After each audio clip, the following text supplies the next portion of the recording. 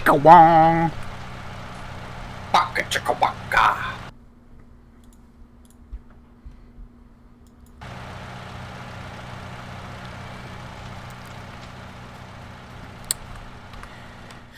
Oh, yeah. See where these heifers are on food. Oh, they're pretty good. Yeah, they. Oh, he needs some food. That's not very nice to talk about Brandon like that.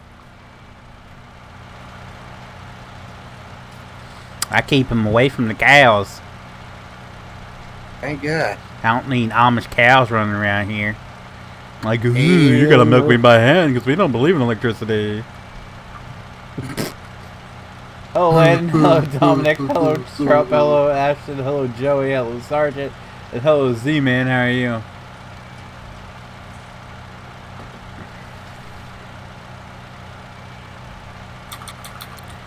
If you ain't down with it, I got 2 words for you. Blow me. Yeah.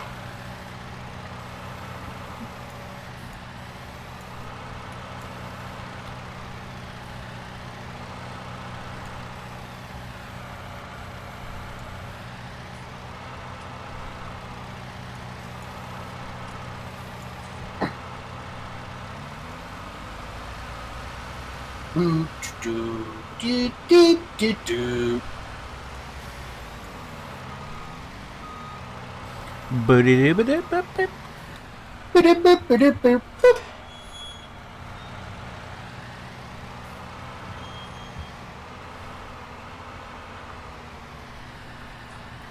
So, playing the Forest at midnight probably wasn't the best of ideas. Why? Because at midnight, for some reason, me and Kella both decided that we wanted to build a gazebo off the side of a cliff. You fell off the cliff, did you? And we did it. No, actually we didn't. We just built a gazebo that hangs off the side of our cliff.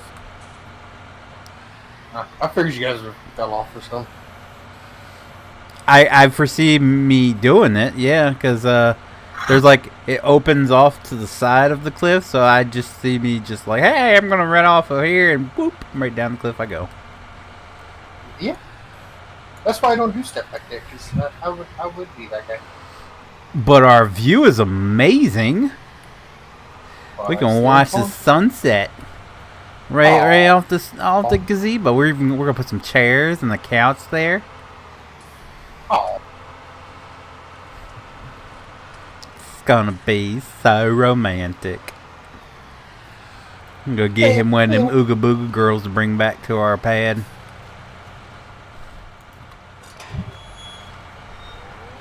Ooga booga. All I can think about when I think about that is Amazon women on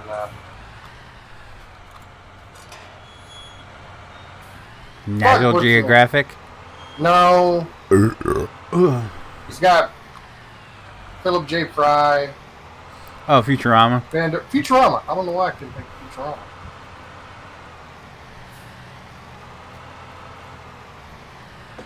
Did you get the DLC? No, I didn't get it. I don't buy DLCs. Oh, NCD, how are you? Oh, get back in there, Bertha. Oh, Jesus Christ almighty.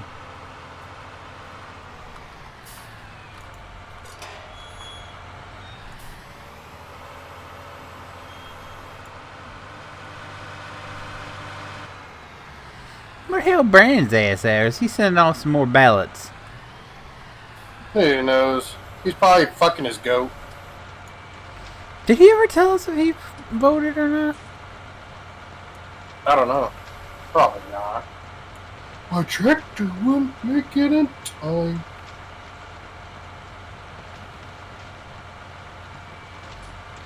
I think it's pretty suspicious, though, that Trump had a huge fucking lead in Georgia and Pennsylvania, but now all of a sudden the ballots... But wait for it. The same day he pulls ahead in Nevada is when they flip. I was just watching it earlier. He's pulled ahead in Nevada, a slight lead, but as soon as that happened, Georgia and Pennsylvania flipped blue. Yep. Tell me that ain't suspicious. Well, and what's also funny is Las Vegas and Clark County is in a shit ton of trouble. I guess they were going through the grapevine, sending people outside to listen to people's conversation, talking about politics. And if they felt like you were a Trump voter, they were denying them a chance to vote.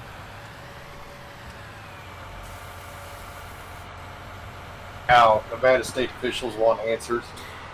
I don't know if I sent it to my wife. I don't think I sent it in here, but there's a video of he's counting the ballots. It was on national news. It's some news channel. You can't see the logo, but because it's zoomed in on this guy, but you can see the little ticker at the bottom.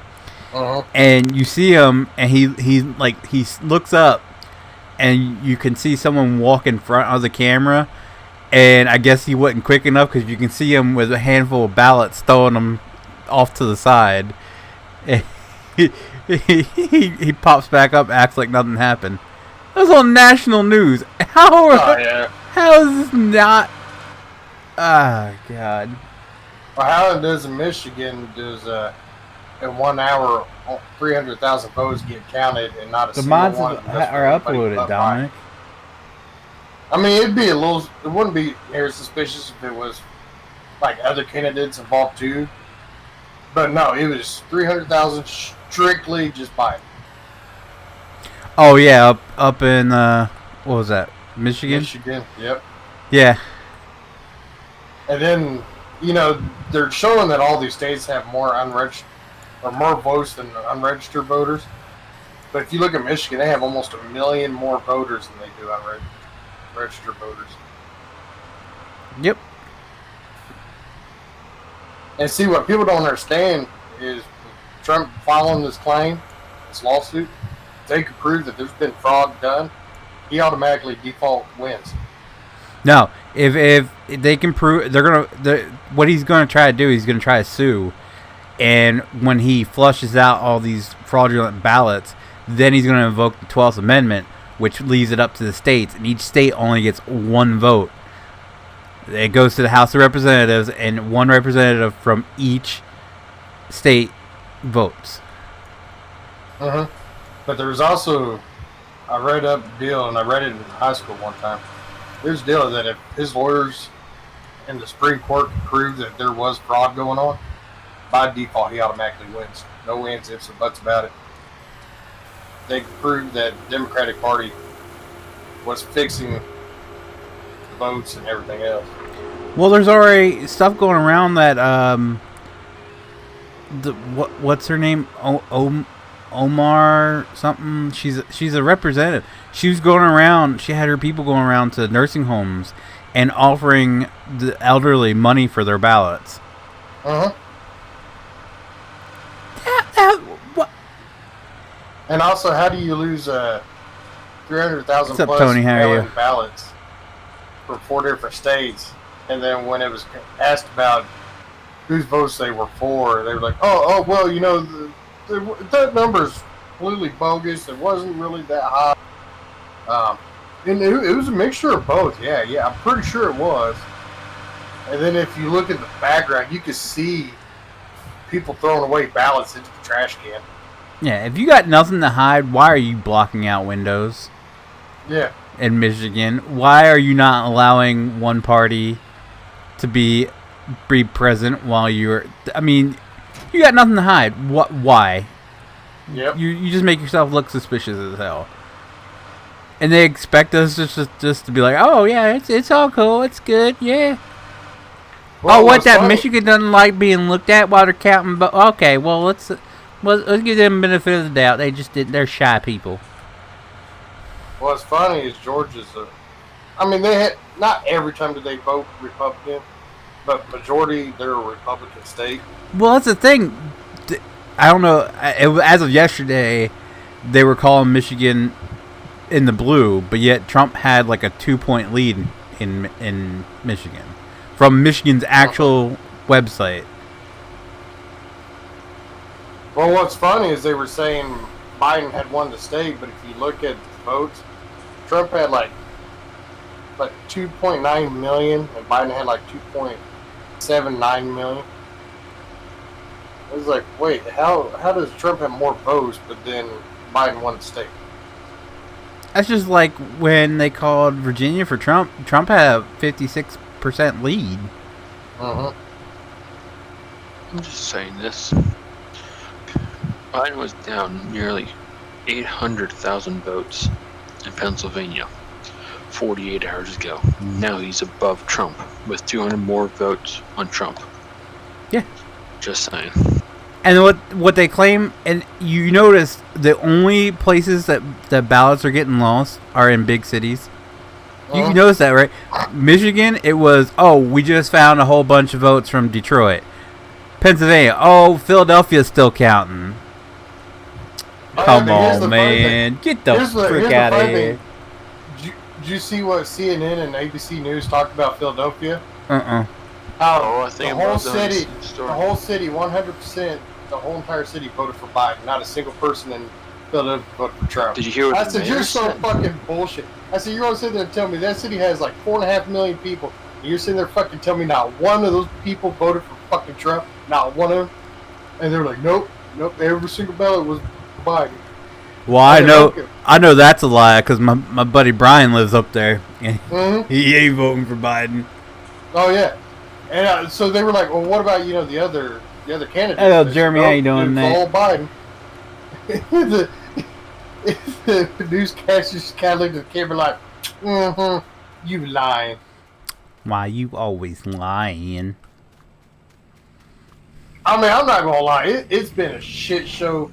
No, regardless of who wins, day one. This race has been just a complete nightmare. I hope for the sake of God that this election, no matter who wins, it puts in place that every state has to have electronic counting. Like, take the human element out of it. And simple. Look at what Florida did. As soon as the election ended, they knew, because they learned from the Bush Al Gore incident.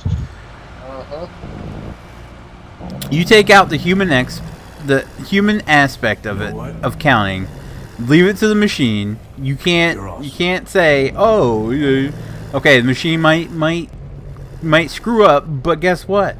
It's not gonna be getting rid of the data. Yeah. Like that video of that guy throwing away ballots, like that's, come on now. See, 3 things that need to happen is... Who is that? Dominic, thank you for subscribing. Welcome to the flock. No mail-in ballots, because obviously that has turned into a huge fucking shit show. Remember, JT, the Democrats didn't want people to have valid IDs to vote. Remember that? I've always had. I live in a Democratic state. I've always had to show my ID to vote.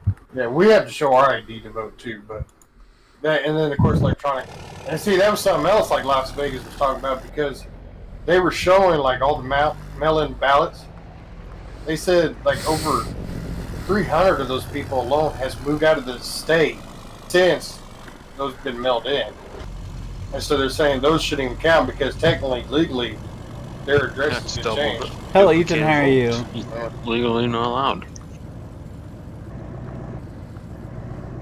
Just like there was the one on TikTok. The guy was like, I'm so happy that my grandfather at age 108 was able to vote, even though he died in 1983. And he showed that there was a vote with his name and everything cast for the 2020 election. Yep. I hate to say it, but I guarantee my name's somewhere out, and I didn't even vote. Why didn't you vote, Brandon? Brandon, all right, hold up. Brandon, no offense, dude, but if you didn't vote, you do not get to talk about nothing. You do not get to talk about nothing. Yeah, you can't complain. You cannot complain nothing. You have no right to complain. That is your right, dude. Once you turn 18, it's your God-given right to go vote. Yeah, it's my right to decision if I wanted to or not. Yes, but it's people like but you choose go not vote, to. But want to bitch about everything afterwards. You don't have the right to do that because you could have made the difference. That is always the number one rule. If you do not vote, you have no right to complain about it either way. Why? Okay, all right. Why wouldn't you want to vote, Brandon? Correct. What? No, he asked, why wouldn't you want to vote? Yeah, it's corrupt. You wouldn't want to vote because it's corrupt. So wouldn't you want to vote to end the corruption? Because if you don't vote, someone could easily just say, "Hey, I'm Brandon Fa. I would like to vote for, Kanye West." And Kanye West won Michigan. Did you see the thing going around? It's like the reason why Nevada hasn't announced because Kanye West won, and they don't know how to tell everybody. I was dead.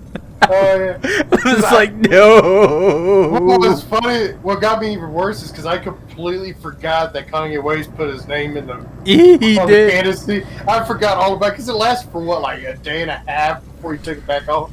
I completely forgot about it when it first popped up. I was like, what are they talking about? Then it hit me. It was like, oh yeah, I forgot. Oh yeah, I was fucking rolling. But no, Brandon, here's the thing. He got less votes than that Jorgensen guy. Let that sink in. But here's the deal, man. It's politics. There's always going to be corruption, no matter what you do. There's always going to be corruption in politics. Trust me, I work for the government. You can have your fun with your friend in chat. He's missing you. What? Your friend in chat from the other night? Oh, your boyfriend. Yeah. Have you guys he's gone back? over there yet? Yep, I see him in chat. Oh, Well, have Jesus. fun, Brenda. Bet he's like No, 35 fine, now. Might be too old for Yeah. Brenda. Oh no, when was that Wednesday stream? Yeah, that was Yeah. Wednesday. Yeah, Wednesday. So he's got to be at least 130.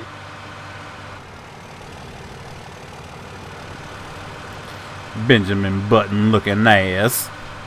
Oh, hey, Brenda. By the way, he wants to tell you that he at first he was underage for you, but now he's of age for you, and now he might be I don't know what do they call an older man for? Women are cougars. What do they call men? Sugar daddy. Okay, that he wants to be your sugar daddy. Buy you a new tractor. Or an old one, if that's what you like. Or an old one that's been redone, completely restored. Go. I put a new body on that there Dodge for you. Mm-hmm. Or was it a new frame? One or the other. Either way, it'd be taken care of. Yeah, either way.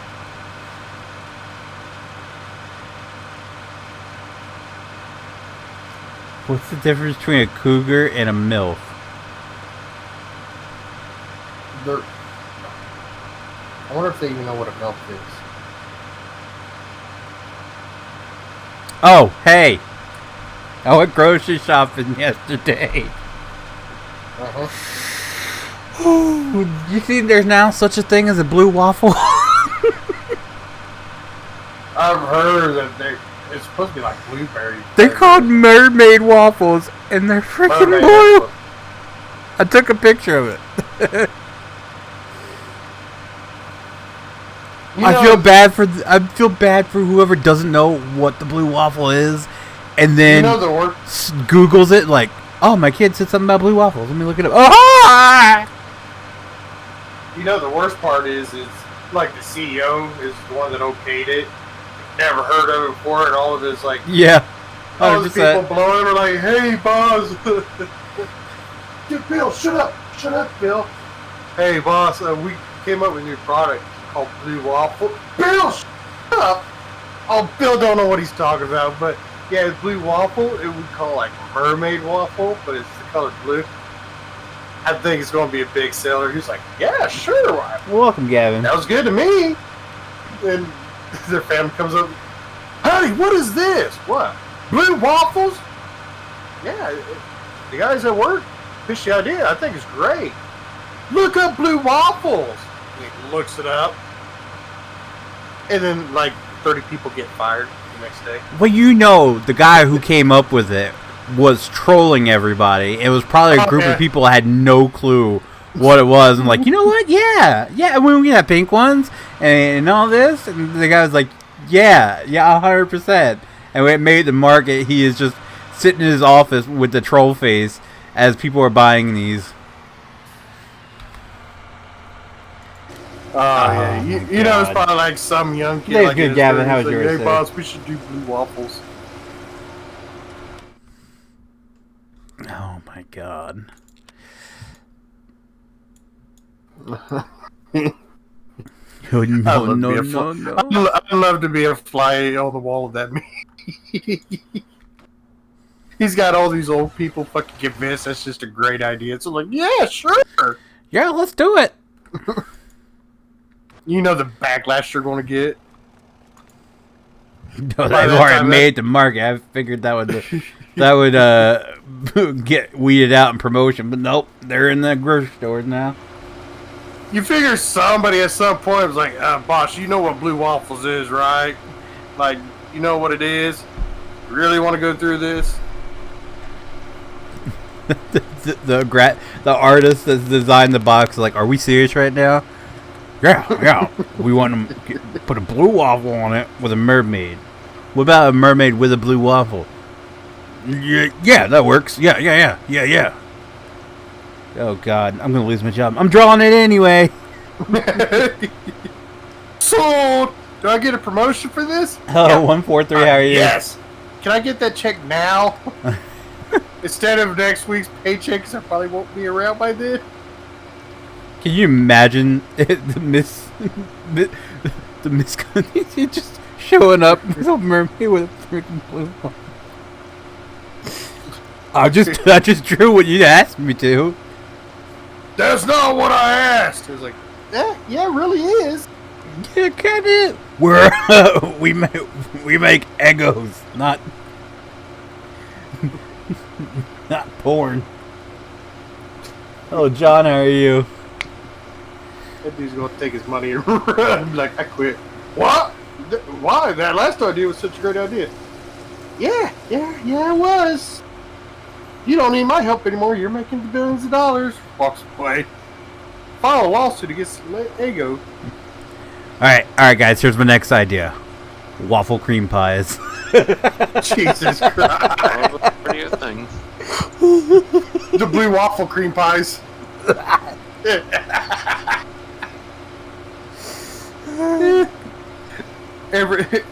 Sold at a hospital near you.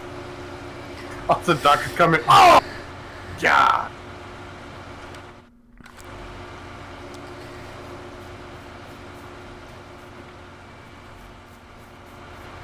That was the greatest part about working at a bar, was telling all the drunk people to look up blue waffle. But you made sure they were outside first, so if they puked, it wasn't a big deal.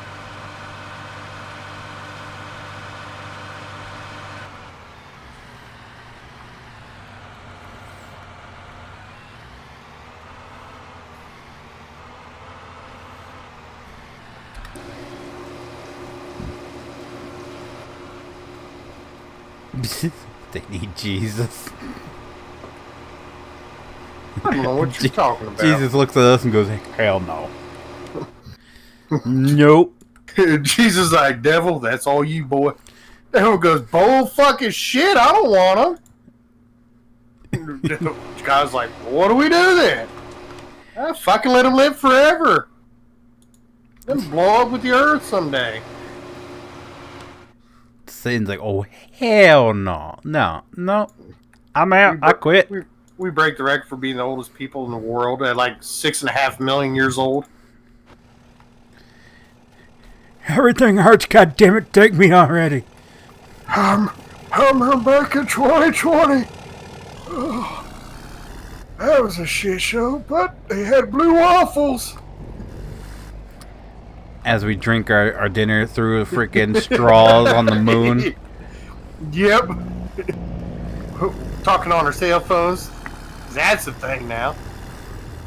Now, by then, we're going to communicate telepathically. Hell yeah. I still can't believe that they're fucking sending a goddamn cell phone tower up to the moon. Yeah, so astronauts can tweet on the moon.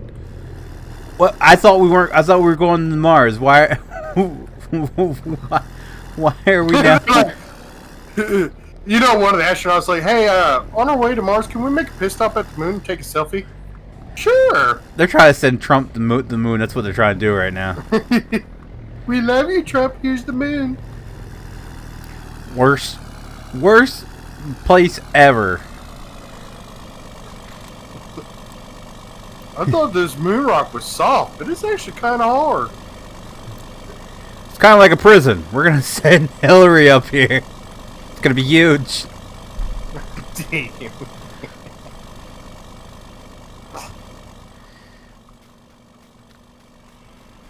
Oh, that fucking batshit crazy bitch. Oh, you know if he loses, he's running in 4 years again. You know for sure that's what he's gonna do. Oh yeah. I can see Hillary Clinton walking out because, you know, she's been quiet through this whole thing. Joe Biden, when she comes out, was like, I told you I'd beat you.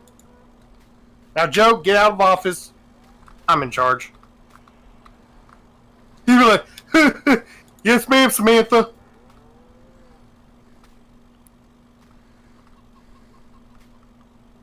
Clap for that, you bastards. You dumb bastards. You Okay, got dumb. Clap for that, you dumb bastards. Or was it stupid? One and two. I think it was dumb. My favorite of all time is, if you're black, you vote for Trump, you're not really black. Yeah. If you can't figure out who to vote for. That's another thing that blew my mind. Alright, so have you seen the exit polls yet? Trump improved in every single demographic except white males. He went down in white males. So he was up in African Americans. He was up in females. He went down by like 6% in white males. And somehow he lost.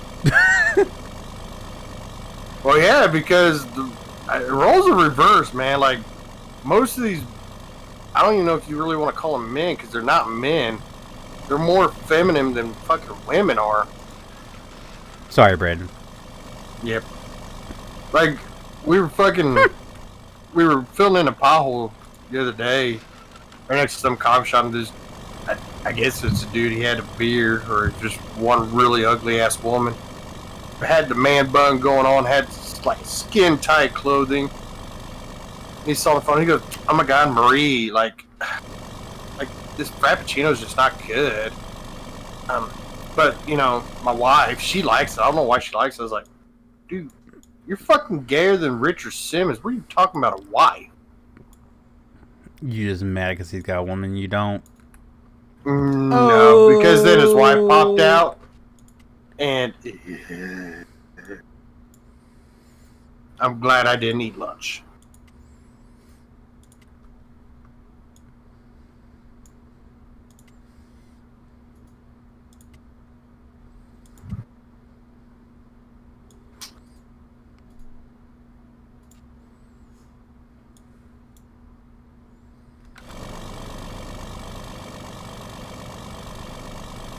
Oh, that's full.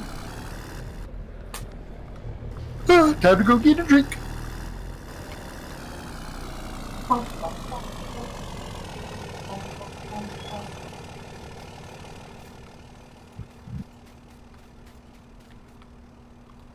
Doing good, Gavin. How about yours, sir?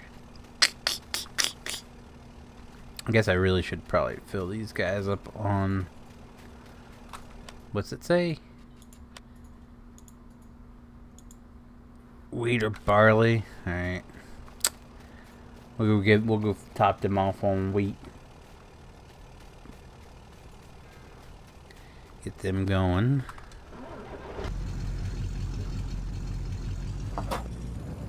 That thing's still draining over there. Holy crap.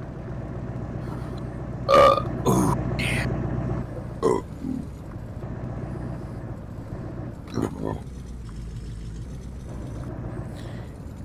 You still there, Marlon Brando? I'm trying to talk to my boyfriend. Oh, I thought he left. Trying to convince him to buy me And parts for my tractor. You might just drop that subject. I'm sorry, I'm- Brenda. but JT, you missed the bigger topic there that happened. That whole thing. Brand said he's talking to somebody. Yeah, I don't buy that.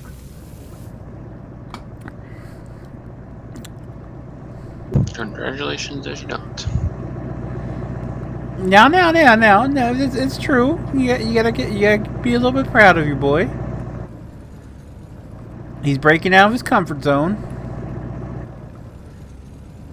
He's talking to the 87-year-old mail carrier. Oh, yeah, don't be like that guy I used to work with. She talks to me. He used to flirt with the door greeter. She was always baking him cookies and everything. Well, I mean, hey, if she's want to bake cookies, do what you gotta do. Old ladies always make some awesome cookies. Now, with that being said, I can hear Tyler paying attention to this. And he's like, hey guys, I got a girlfriend. She's 73 years old, but she makes cookies.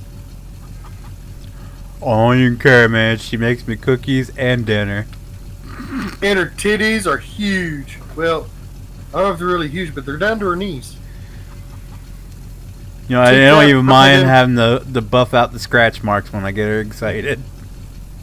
So take that, Brandon. I fuck more than just 2x4s. She makes mean cookies and awesome hash brown hamburger helper. I feel like if you could make those two things, Tyler will marry you. Because we've obviously found out the boob situation doesn't matter to him.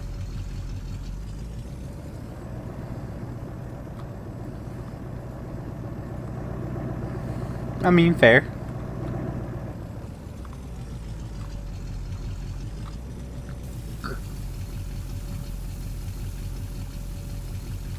I think there's something wrong with my truck.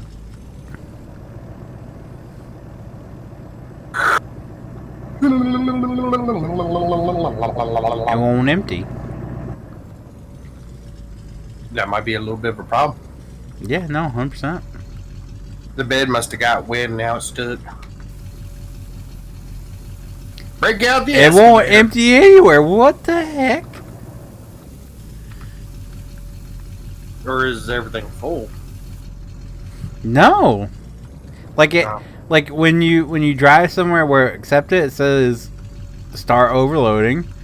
You hit the button and it has the animation like the bed raises and you can see the stuff coming out the back, but it's not going down. And when what you're dumping into doesn't go up. Huh.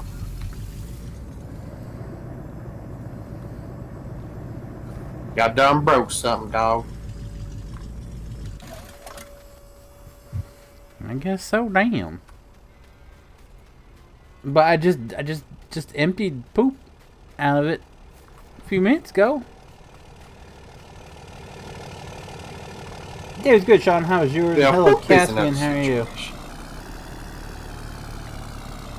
Got more poop to sell. No, I just sold. Did you just not? I just sold it all off. Not for detention, so. Oh, but you pay attention to what's his name? What was his name? Who, JT? Ethan? Oh, yeah, Ethan. Roy? One of the two. He's got two first names. That's a bit weird. So, is he buying you a restored tractor, or is he going to restore the one you got? Tell me you like chrome. Caspian, thank you for subscribing. Welcome to the flock. Got your flu shot? Yeah, I don't do flu turbo in that shots. bitch.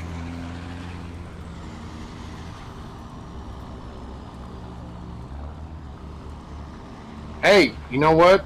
If you're lucky, Chicken Brenda, butt. if you're lucky, he's already on his AARP and senior citizen discount, man. Go get you some Golden Corral for next to nothing. I gonna lie, that's really the only thing I look forward to being old is the senior citizen discount. My dad was just super ecstatic for when he got his. Dude, I took They were advantage of getting one discounts at Papa John, like that. They were just, they were in love. Oh yeah, I'm not kidding. I was cutting concrete one day, Daisy, so how are my hair you? was all white. Is anyone gonna join? Yeah, Maddox, you have to join the Went to Discord to Golden get the Crown with a couple mods, buddies of mine. and I got the then senior citizen the discount. information's in there as well. Almost $15 off. I was a happy son of a bitch. Like, Thank you. dude, you know, I was like, shut the fuck up. Obviously, I'm 56 I'm years call old. you Agra. Agra, is it? She's like, here's your That's senior good. citizen discount. I was like, I'll take it.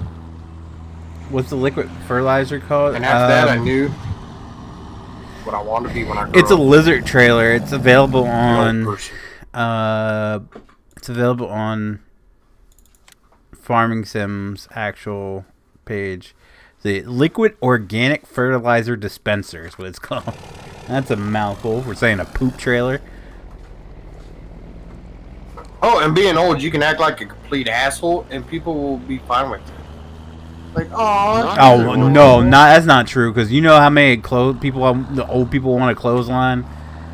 Like they're like, oh, you gotta respect your elders, and they just treat you like a total like garbage. I'm like, I'm gonna clothesline you asshole if you don't. That's shut what up. I'm saying, though. That's what I'm saying, though. Because the other people are going to be watching, like, you can't do that to an old person. Look how adorable they are. There's always people standing up for you. Do you have the voice chat? No. You'd be like a but complete you can fucking find it in the asshole. Farm Sim room. And all these other people are like, oh, that's so adorable. Here, sir. Here's a free cup of coffee and free biscuits and gravy because you're old and adorable. You just want to be the old dude that hits on all the women and get away with it. Oh, dude, I'm going to do Like that Biden anyways. did? No, Biden goes after children. There's a huge difference. He just sniffs them. Yeah. And choose their hair for some weird reason. Choose their hair? Oh, you never seen the video where he's like chewing on some girl's hair? Like he's sniffing her and he puts it in his mouth. Not the best thing for you to say while I'm taking a drink. Well, my defense today is original. Have you seen the video where the woman's talking? I don't think that's his wife, is it? Where she's talking and she like holds out her hand and he just like puts his mouth on her fingers. No, I've seen that. Yeah, I haven't seen that one yet. Oh, I have. it's a gift. Hold on. I'll post it here. And Oh boy. Oh boy. I can only imagine. She's just up there talking, and he's standing off to the side, and she puts her hands out, and he just goes, oh, right on her fingers. Oh, here it is.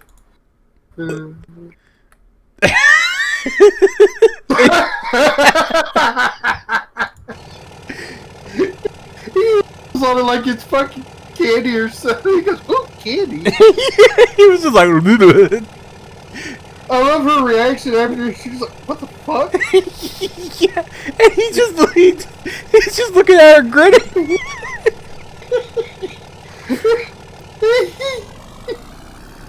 Okay, that has to be the greatest thing I've ever seen in my entire life.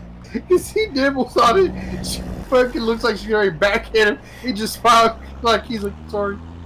She looks like she just wants to smack the shit out of him. And he just has that like, sorry, mom.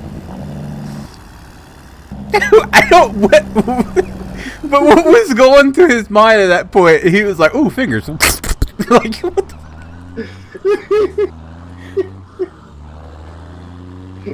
I don't know, because he reaches over pretty far to get. Yeah. He's like, oh, for me. You can't join what, Maddox? I just dropped off some milk. I can't stand the dude. Now But I'm look going how back to the farm. innocent he looks. He's just holding his little paper in his hands, nibbles on it, and he looks up with a smile like, sorry. Here's the Hey, Tyler. one of the good things about if he gets elected. All right, Do you remember all the memes we got from Tacos. Yeah, just him and Barack, just the dumb shit that we're gonna have 4 years of that, of just him. It's gonna be great. Hey, Barack, I like ice cream. Can I go get ice cream? No, Joe, we got to do homework.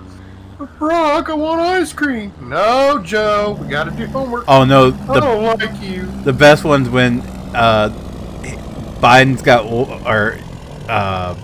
Barack's got one cone, and Joe's got two, and it's like, Obama, hey Joe, take this over to Trump, and he's like, okay, and then Trump goes, oh Joe, thanks for the ice cream, and he goes, Joe, fuck you.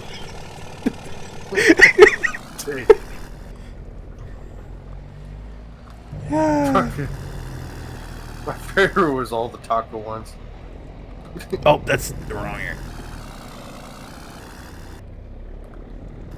Now the best taco memes ever is all dealing with George Bush. Oh, can you imagine if memes were a thing during his presidency? Could you imagine? Granted, they're both two different parties, but could you imagine George Bush with Biden as his vice president? Oh my god.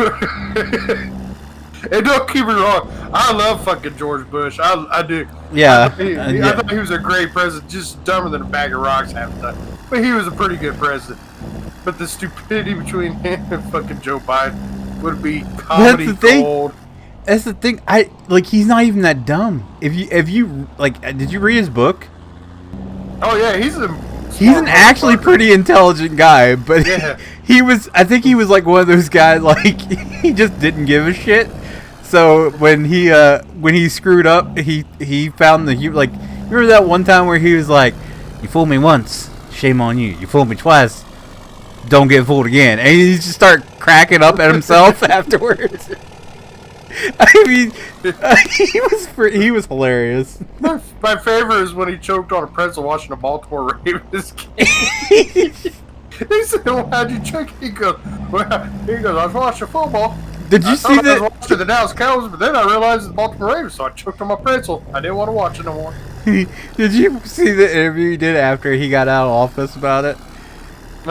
He was like, my favorite thing about being out of office is being able to eat pretzels again. The Secret Service won't let him anywhere near me. This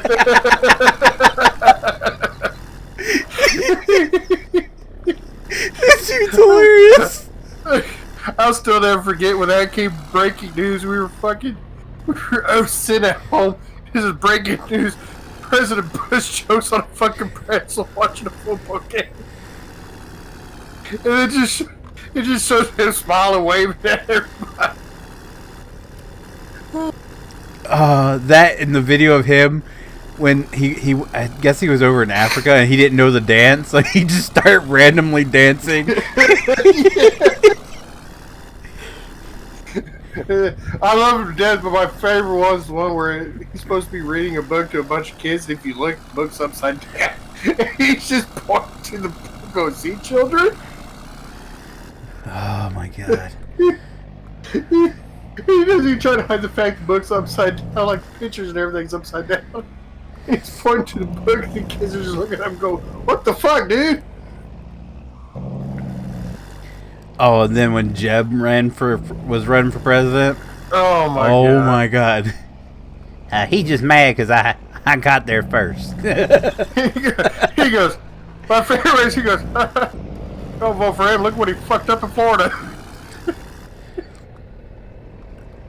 The worst part, though, is I have family that lives down in Florida. They said Jeb was the worst governor in the history of Florida. They said he is nothing like his brother or his dad. Yeah, because he's more liberal than senior and junior. Oh yeah. But yeah, people say what they want, but I've always loved both Bushes. I mean, you got to give Bush credit for, no president had to go through what he did with 9/11 and all that. No, and like I've always said, I've said it I think he was the right person to be in the seat at the time. Like, everybody criticizes him for how he reacted at that school. What was he supposed to do? Jump up and make all these kids panic? No, he didn't know what he was going to do. So he sat there and he thought about it, and he kept those kids calm throughout the whole process. Like, you can't ask for and even like I said, everybody made fun of him because he was so dumb and all this. But look at his intelligence on how to just react to people. Like when he was, remember when he was down at Ground Zero and he was talking, and one of the construction workers said, "We can't hear you," and he said, "No, but I hear you." Like, you wouldn't get that from Obama. You wouldn't get that from Trump. You wouldn't get that from Biden. No. Well, and not only that, but the fact that, you know, with everything happened, you know, he himself, the President of the United States, the most powerful man in the world, got into that rebel and started digging through rebel to help find people. I'm not gonna lie, no other president would have done it. They'd be like, "Oh no, I'm not gonna get dirty doing that." No. Just like they talk so much crap about him being out of office. Where was he at when he wasn't in office? He was working on a damn farm or a ranch. Like, he wasn't, like, when he wasn't in office and they go to interview him, he's sitting down there cutting down trees and shit. Not playing golf, not out riding his bike around and God knows where. No, he was out there doing work. But no, I'll never forget when 9/11 happened, because after it was all said and done, they flew him to Brownsville. Are you talking about the cab over? If so, yeah, it looks good. Plane up there, and there's a bunker. That's where presidents have to go if something like that ever happened, which is like literally 45 minutes from St. Joe. And I'll never forget that day, because you could see like Air Force One, all of them, and there was like probably 30, 40 jets surrounding that plane. And, you know, he went there, and I remember they told him, it's like, "We want you to stay here for like a week, blah, blah, blah." And he said, "Nope." He said, "I'm just here until the plane can refuel. We're going back to New York City." Oh, no, yeah, that day he was, like, they had him up, when he was up in Air Force One, they were trying to get him to go to, what was it, Camp David? And he's like, "No, we're going back to Washington." They kept saying, "Sir, that's not safe." He said, "No, we're going back to Washington." Yep. I mean, it takes balls. Yeah, it's, like I said, and not only that, you know, of course, people, you know, every time I bring up the statement of, you know what, him and especially his dad, you know, his dad went through kind of the same thing with the Twin Towers and terrorist attacks. And everyone's like, "Oh, you know, but they didn't go through World War I or World War II. I was like, yeah, but besides Pearl Harbor, almost all of that was in foreign country. I said, you're talking about something that happened on our own land. I was going to say, where did my freaking trailer go? I said, in my personal opinion, I think they both fucking handled the situations great for something that's happening on our own land.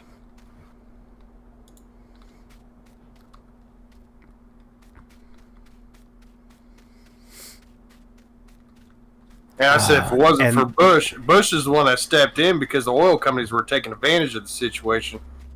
And I said, I'll never forget, because we went to Kansas City on 9/11 right after it happened. And I remember gas being like $8 a gallon. And Bush immediately stepped in and said, "If you fucking price gouge, your business will go out. We will shut you down." What was the thing? Everybody blamed him for the economy and the way it was going when he left office. But a lot, even, like, I got in a huge argument with my brother about it. And he's like, "Bush was an idiot, and blah, blah, blah. I'm so glad he's been out of office. Obama's so much better." I'm like, so Obama just put in, it was right after healthcare. I was like, our father can't afford insurance. How is he better off now than when Bush was in office? Like, I listed all these lists. You're just mad because he's black. I was like, no, I don't care. Yeah, see, that's your only argument. Just like the Biden, like, what other, where, you know, why did you vote for him other than he's not Trump? Like, what? I don't know. All right. Well, here's what killed me about the whole Affordable Care Act. Because I get in this argument all the time. Like, I don't think he's going to go to prison. I said, really, it helps. I said, do you know what the suppose the purpose of this was for people that were without jobs or low income that could not afford insurance. It's supposed to be for them. I really don't want to harvest that. Well, yeah, that's why it's so great. I said, okay, well then explain to me when I was without a job for 3 months, my insurance automatically jumped up to $800 a fucking month. Now I said, explain to me how a person without a job with no money coming in is supposed to be able to pay most people's house payments. Yeah, that's what. Just for insurance. There was a guy on TikTok. He was like, they're like, why? Or it was the one guy. It's always he's pretty funny to follow. He's a black guy that is Republican, and he was like, if there's any of you that will vote it for Obama and then turn around and vote for Trump, I want to know what made you change your mind. And he popped up and he's like, hey, my name is such and such. I've survived bone cancer twice now. He said, I voted for Obama because the Obama healthcare was like a great idea. He was like, I said I survived bone cancer twice. I thought it was really, healthcare is important to me, so I voted for Obama. He said, so after Obamacare went in place, he said my insurance went up from $800 a month to $1,200 a month, from a $1,000 deductible to $8,000 deductible. He's like, the lies and scams that they told you. He goes, oh, hey, if you liked your plan, you could keep your plan. He said none of it actually happened. He said, so that's why I went Trump. No, because there was a lot of people whose insurance dropped them because of what it's going to cost them. So now, the whole, they can't drop you this and that. Bullshit. My mom got dropped by 4 different companies throughout the whole Obamacare bullshit because of her health problems. They're like, oh, yeah, no, we're not going to cover that no more. Yeah, it does the same way with my dad. Like, my dad, in order for him to get insurance, he'd have to pay more than what he made each month, because he's a smoker with 2 stents. Yep. So it was ridiculous. Well, see, like my grandpa, who's had a construction company for going on 58 years now. At one time, he had insurance on his employees. When that popped up, it was going to. I think my grandpa spent like $10,000 a month on insurance. With the Obamacare, it was going to cost him $35,000 a month just on insurance. And our family accountant, well, business accountant too, told my grandpa, he said, dude, you are literally better off paying that fine, that yearly fine. He said that yearly fine is just $1,000 a person. Yep. He said, so basically you're going to pay $20,000 in a year. That's it. And so my grandpa told him, he's like, look, do this Obamacare. I have no choice. I have to drop insurance. I can't afford it. Because that insurance is going to put me, between that and other expenses, he goes, I'm going to be the whole every month. And he goes, I can't do that. And luckily the employees understood, but, they were pissed. Because that's when a lot of them found out, this whole affordable care, they were going to end up having to spend like $1,200 a month just on insurance, just on themselves, let alone if they wanted to put their family on there. That was like my dad when it came out. He was like, "Oh, well, I can finally get health care," and he looked it up, and it was cheaper for him to pay the fine each year. It was cheaper for him to pay the fine once a year than it was for him to pay for insurance for 1 month. Like, it's absolutely ridiculous. They were counting on all these younger people. I think that's where they flubbed up. You don't try to count on someone else to make it happen. They were counting on all these young kids to sign up, and no one did. So, Oh, and this is what's funny is the whole reason and that's a perfect example. The whole another reason the economy went to shit under Obama is because Obama encouraged people to stay home. He's like, hey, if you don't want to work, yeah, you got prizes. We'll make hard-working taxpayers pay for you to stay home. So all these people are like, really?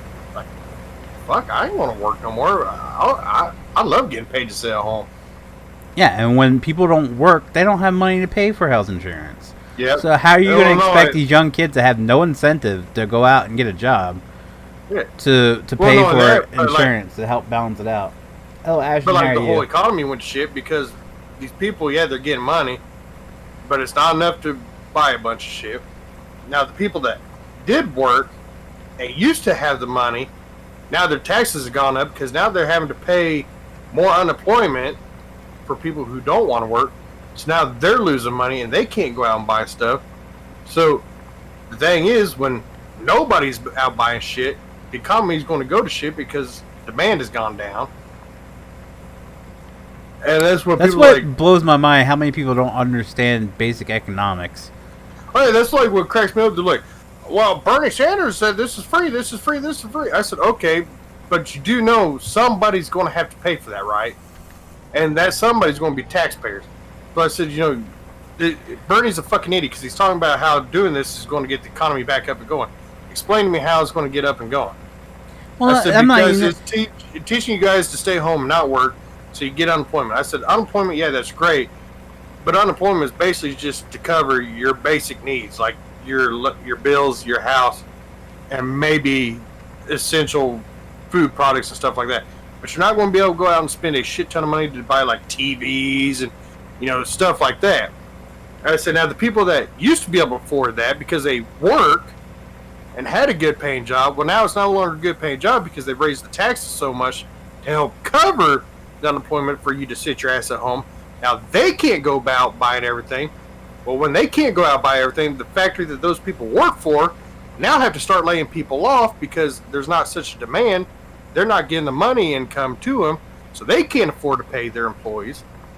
I said, and it's literally crumbling everything. I said, but yet you guys want everything free. Yeah, it's just like the whole. Well, we're gonna make our tax the rich more, the rich or the wealthy more. What they don't understand. Yeah, they're wealthy. Yeah, they probably don't need all that money. Yeah, but guess what? Most of them are businessmen, and they're gonna do what keeps them in the green. I guess they expect these people to just break even all the time. So they want them to pay people more and then pay more taxes. No, they're just going to start laying people off. When you raise the minimum wage to $15 an hour, that in turn say, hey, guess what? We don't need cashiers. We can have computers and make the shoppers do it themselves. Well, and see, and that's the other stupid part. What people don't understand, they're like, oh, we need to raise minimum wage. Okay, well, here's the thing, stupid. If you raise the minimum wage, now all these factories have to raise the prices of the stuff. I'm pretty sure they don't teach that economics anymore. Supply and demand. Just get, throwing a number out. The little $1.80 people pound for are a hamburger. clueless about that back when these days. Minimum wage was what it was. Well, now end up going to $10 a fucking pound because they have to cover their employees' cost that's gone up. Yep. I said, but here's where you also fuck up. Look at all the people that are already making $15 an hour. What's going to happen to them when minimum wage gets raised up? Now you're putting all these new millions of people into lower income because you're going to drag them down to what you're going to be. They're not going to get raised. The price of living is going to go up. So now they're going to get screwed and go into low income. And again, fucks everybody over. Yep. See, my grandpa wasn't dumb. The reason my grandpa became a millionaire was he was smart. Like the whole tax thing, there were certain things that he would put like all of us grandkids' name on to help lower taxes. I mean, the guy was smart. He would purchase things. He'd put, I don't know how many fucking millions of dollars worth my name's technically on. But because it's split up, the taxes are a hell of a lot lower.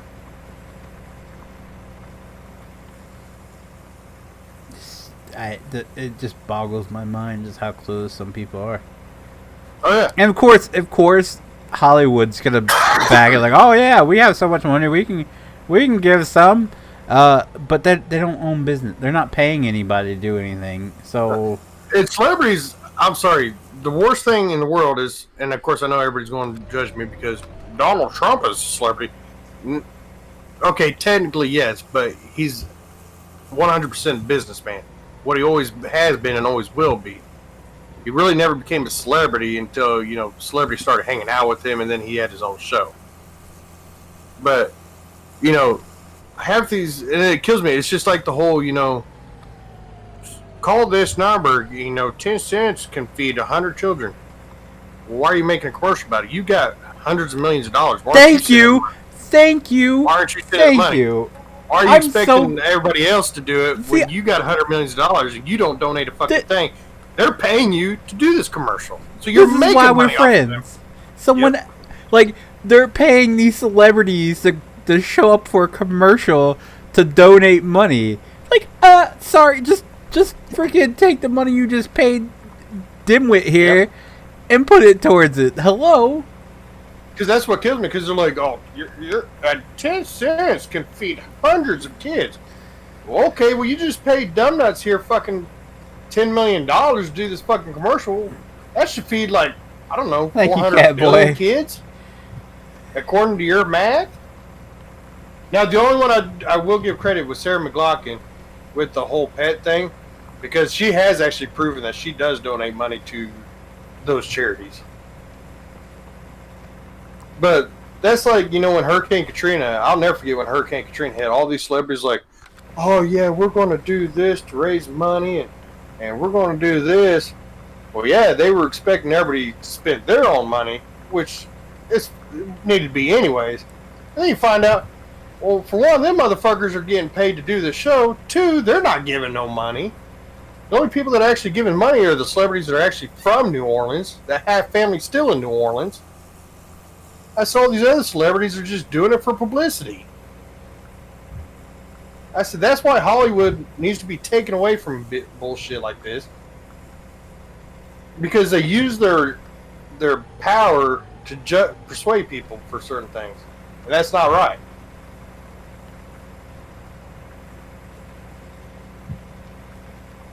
That's why I just haven't watched football this year, because everything's become too goddamn political. Like, if I wanted to watch politics, I'd watch CNN, I'd watch Fox News, I'd watch all this. I don't want to turn on to something where I'm trying to get, like, out of the daily news. Like, I don't want to turn something on and just be rubbed in my face. Yeah.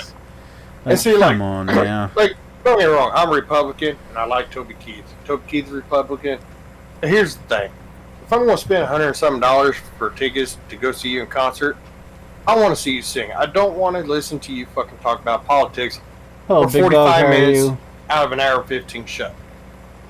And people are like, well, yeah, but you're Republican. He's Republican. You should be cheering. It's like, look, I said, just because I'm a Republican doesn't mean everybody that's Republican, I want to hear them talk about it constantly. I said, I paid the dude $100 to watch him sing. Not talk about politics, but to sing. I'm sorry, I want a refund. The guy didn't sing. He talked about politics. I don't want to do that. 100%, man. It's just gotten crazy. That's why.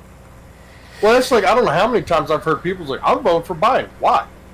Well, because my favorite singer likes Biden. Well, is that literally the only reason why? Nothing beats the one when I was still in high school. Luckily, it was just a mock election. But when I was in school, this girl, she was like, I'm voting for, who was it? Mitt Romney. Because we did the primaries, so we had to vote like we were going to vote in primaries, and then we did the actual election and stuff like that. Yeah. So she's like, I'm voting for Mitt Romney. And the teacher goes, okay, why are you voting for Mitt Romney? Because he's the cutest one. Like, what? We just spent this whole freaking project trying to... We had to research each and every candidate that was on the board. Every single Democrat, every single Republican, we had to research every single one of them. We had to come up with things we liked about each candidate and things we didn't like about each candidate and choose why we voted for him. We had to choose the one main reason why we voted for him. And hers was because he's the cutest one.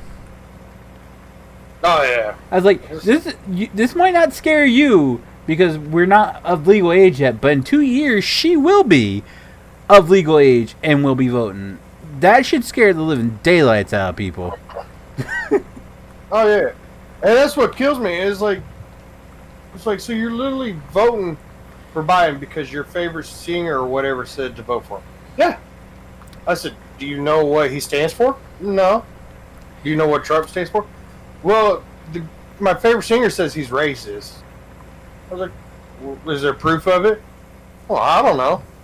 I was like, so you're literally going to vote for Biden just because somebody tells you to? Yep. I said, you're what's wrong with this fucking country. I said, the whole purpose of being able to vote is fun. You do the research. You say, hey, all right, well, you know what? I like this guy's ideas. Some of them aren't the greatest, but I like more of his ideas than I do this guy's ideas. Now, this guy has some good ideas, but I don't really feel like there's enough for me to really push for his vote when this guy has more better ideas that I like. That's what voting's for, is for you to do research, see who you like the best, not because somebody tells you to. And that's another reason why fucking Hollywood would be sheep. I'm sorry. I'm telling you right now, if I was a team owner of a sports team, the first thing out of my mouth is, do not talk politics at all. You talk politics, you're off the team.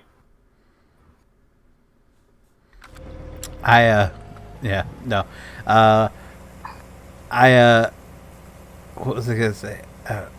I mean, even if they say, "Oh, because Taylor Swift told me I should vote Joe Biden," at least that's something other than I don't like Donald Trump. Like that. That's what I've been fighting for. Like I've been saying this ever since I was in high school. I was like, there should be something included on the ballot, like. You know how everything's going digital these days? So when you select your votes, it should pop up like a randomized multiple choice question and ask you where you stand on each issue and everything, like where you stand on gay marriage, where you stand on abortion, all that. It should just be like, and it'll just be randomized, and then people won't have to fill that out. If your opinions don't match your candidate, your votes should be thrown out.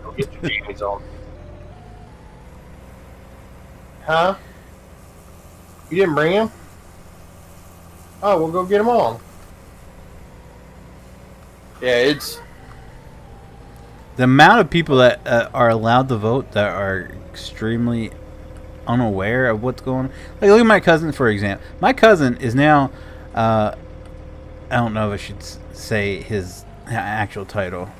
He works for the government, the state of Delaware.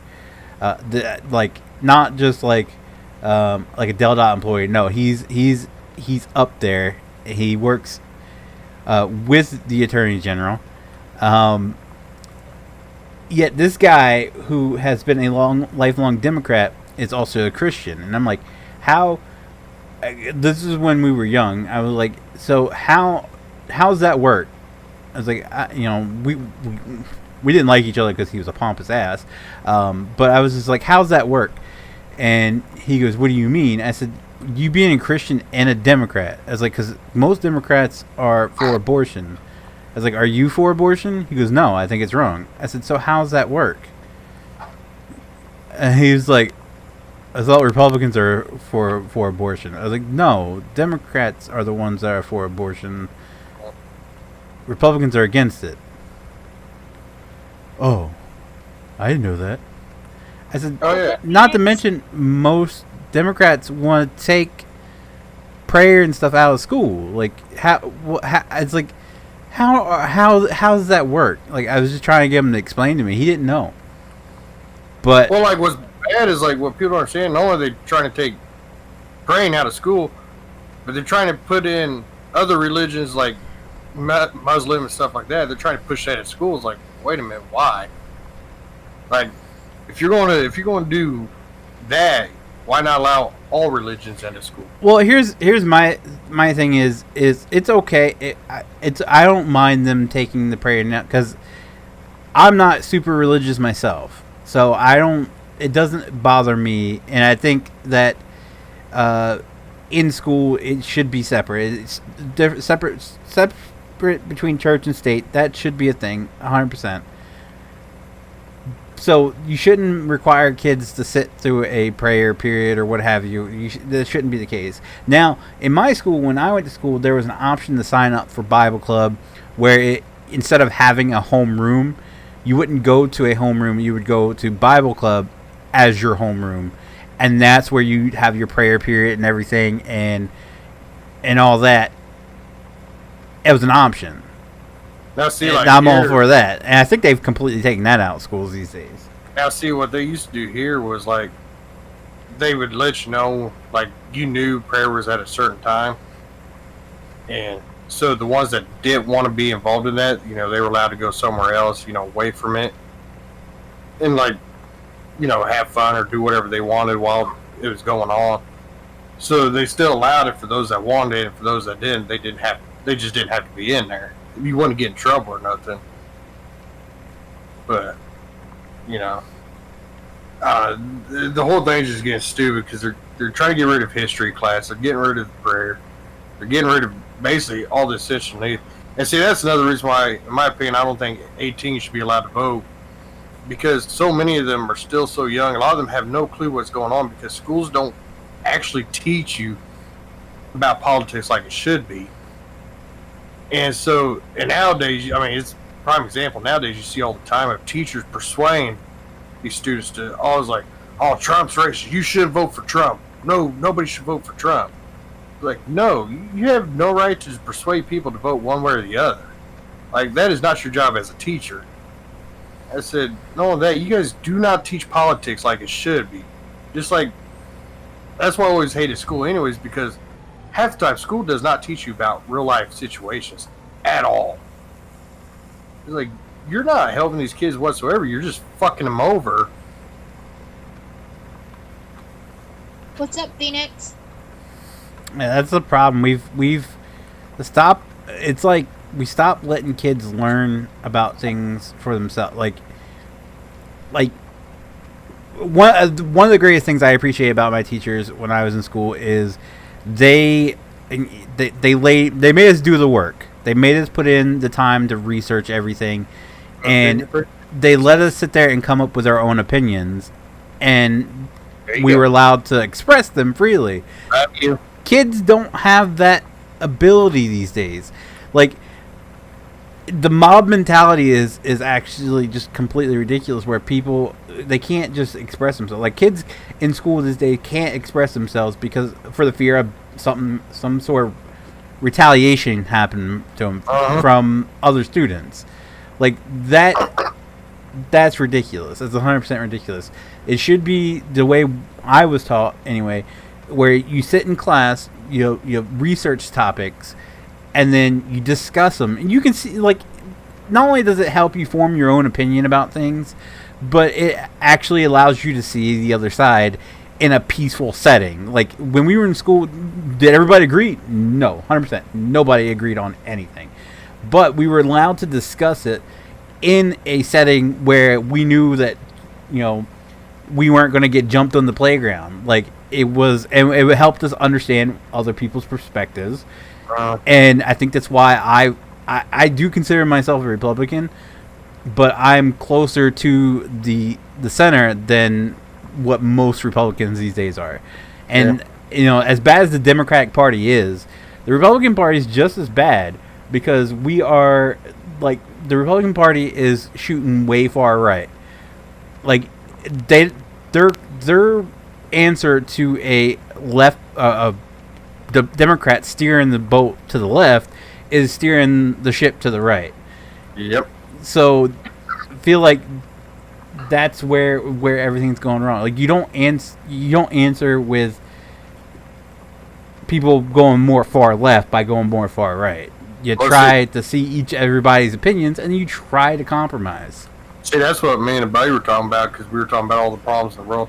I said, the worst part is, I said, it's never going to get better. He's like, what do you mean? I said, because here's the problem. I said, Democrats hate the Republicans so much that they will fight them literally on everything just out of spite. And I said, but here's the problem. I said, even though I'm Republican, Republicans are just as bad. They will, even if the Democrats have a good idea, they will fight it till they're blue in the face just out of pure spite. I said, they're both doing it. Even with one side's got a better idea than the other, they will fight them till they're blue in the face just out of pure spite instead of trying to working together. Just like this whole stimulus check. I knew that was never going to happen because both parties want to fight each other till they're blue in the face just out of pure spite. And that's what it's boiled down to. Both parties want to act like 2-year-old kids. I don't know 100% of what it was, and I looked at it, and basically, from what I got from it was, if you pay attention to their actual, like, what they're saying in their actual interviews, and you know, some of them are like, oh, that person did this, that person did, but you actually listen to the wording. So, Trump's chief of staff come out and had made the comment that we kept getting closer to a deal, but Pelosi just kept moving the goalpost back. So I was like, okay, all right, yeah, you're blaming it on Nancy Pelosi. But then when Pelosi comes on later that day, she says word for word the exact same thing.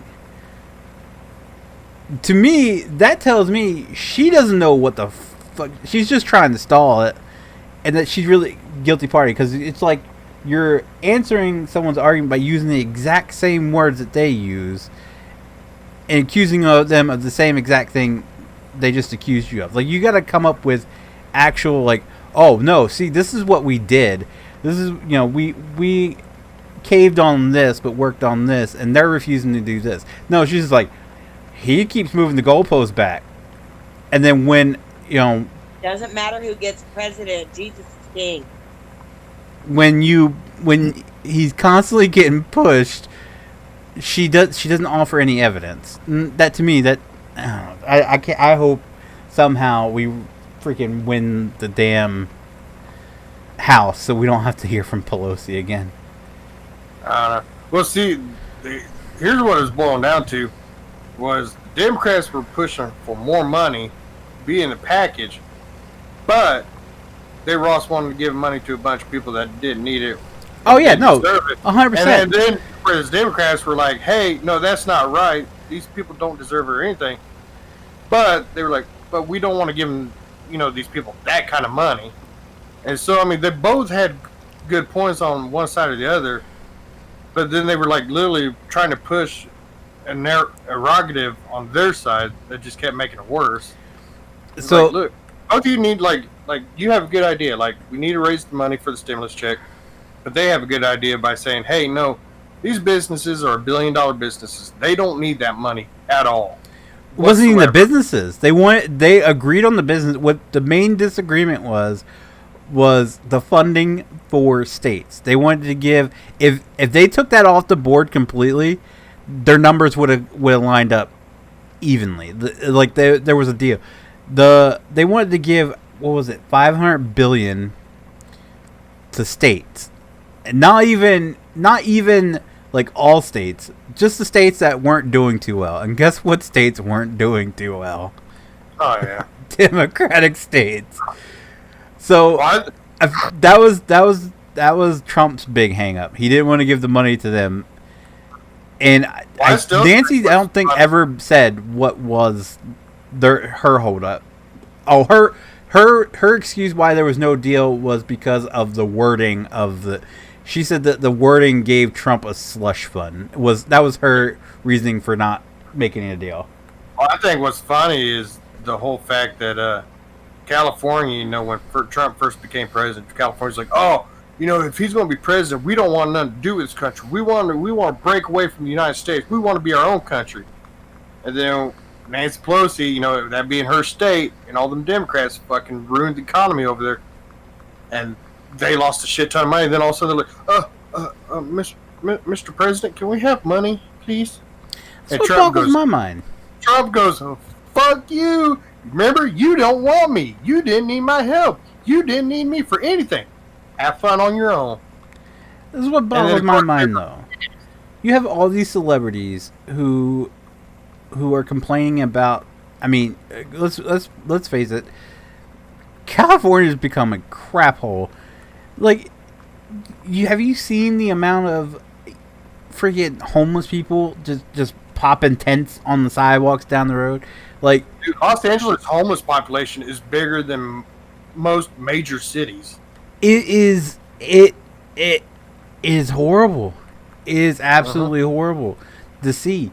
And their response is, okay, well, we're moving out of California, but we're going to continue to vote the same way. Huh? Yeah. You ruin the state that you lived in to the point where you think it's unlivable there anymore. So you're gonna move out and vote the same. It's what That's what makes me really scratch my head. It's like you can't stand the policies, so you move away, but you're gonna continue to vote the same way that caused you to leave the state that you lived in. Well, like I said, look at Los Angeles, for example. Its population, its homeless population, is bigger than Green Bay, Wisconsin. Almost bigger than Milwaukee. And that's just one freaking city in California. It's like, and the worst part is like, yeah, we have a problem, but we just kind of push it off the side. We kind of ignore it. And that's the worst part. You look at all the Democratic ran cities and states, their economies have gone to pure shit. The homeless rate has gone up. And instead of trying to fix it, they're like, yeah, we don't know those people. Just put a rug over them or something. Yeah, that's like what was her name? Kim Klashik or something like that. She was running for Congress from Baltimore, and she did that commercial, that really awesome commercial or ad where she walks through the part of Baltimore that politicians don't want you to see. And that's like every major city run by Democrats currently. They only show you the where everything's like downtown, like where everything's thriving. They don't show you the rough side of Baltimore. They don't show you the rough side of Detroit. They don't show you any of that. And nope. Somehow these people are so fueled by hate, I guess, for someone who has, and let's face it, Trump has said some really stupid stuff. He has done some really stupid things.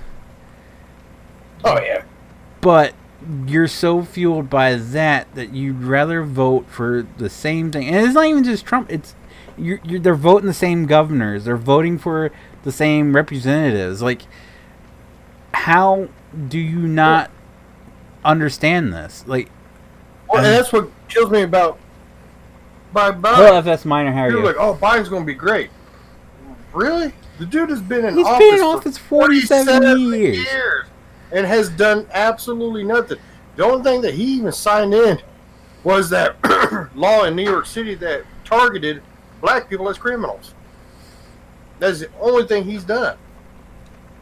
Yeah, that's what that even further blows my mind, that they accuse Trump of being racist and they don't want to vote for him because he's a racist, but you're voting for a guy who calls a former leader of the KKK a good friend and a mentor. He has openly dropped the N-bomb while on the floor of Congress. He called African Americans predators. What was the exact word he said? Something predators. I don't remember. Was that the one in the jungle? I don't want him going with these jungle kids or something like that. He said something. I want my kids going to school. Something along those lines. Like, this is a guy who has actual connections with the KKK. The media just said that the leader of the KKK was voting for Trump, and everybody was like, oh, he's bad, even though the leader of the KKK has come out and said, I've never endorsed Trump. Trump has openly, throughout his life, said that he thinks the KKK is bad. Interviews long before he even said he was running for president, like from the 80s and everything. He has talked down upon him. How does that get overseen? Like, how is Trump racist but Biden's not? Well, it's like, they keep talking about, like, oh, he keeps hiding away from the questions about condemning the KKK. I was like, really? Because there's literally hundreds of interviews and stuff like that, even dating back to the 80s, of him saying, I hate the KKK and I do not condone them. Just like, take for the whole gay marriage topic. There is plenty of video of Biden say he's against gay marriage, whereas back in 1980 something, Trump was he was asked about what he thought of gay marriage. He's like, if two dudes love each other, that's cool. He goes, I don't particularly care for it. He said, I like women, but if two dudes are happy together, why not? Like, why? You know, yet he's oh god, anti-gay, but yet he was the first president in history to hire a gay individual into the White House staff. He was the first president in history to be elected president being for gay marriage. Yeah, but he also was the first president to hire a gay individual into the White House staff. He personally hand-selected this guy, and he said, you know, because they were like, oh, well, now you're just doing it to get the gay votes. He said, no, I'm doing it because I believe he's the right guy for the job. He goes, him being gay has nothing to do with it. He goes, you know, that has nothing to do with the good job that he does. And he's like, the fact that you would even suggest that is mind-boggling. That I can't believe you say something like that. Yeah, just like the whole, like, here in Delaware, we had this woman who, she was extremely childish, and I don't think she should have ever been running. She was running against our Senator Chris Coons. And she, like, there was a video where she went up to Chris Coons and she had a laptop, and it said, she put a big sticker on it, said, Hunter's laptop from hell or something like that.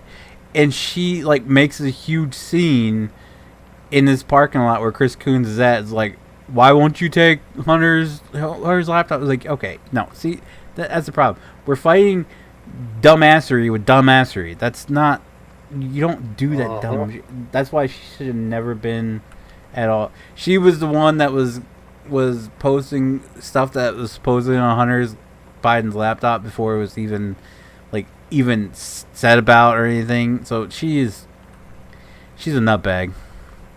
Former drug mule. I'm like, this is what we're going now. Alright, well, I better get off here. Somebody's ready for bed. Okie dokie. Have a good night. Good night. Brandon, you still here? Brandon, are you still here?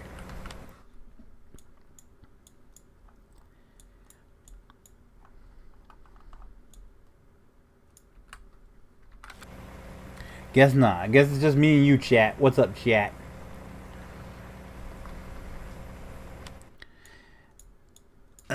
Is this guy still... Okay, he's still going. Alright. I'm waiting for 40 to get done so I can spread lime in 40, and then 32, we plowed that. Can I spread lime after it's been plowed? Oh yeah, I can, because we have to cultivate over top of it. Well, I'm eating ice cream. Nice. Nice. I made something last night. My wife made cookies, and I picked up ice cream. So I took 3 cookies and put them in the bottom of the bowl and put ice cream over top of it. It was really, actually pretty good.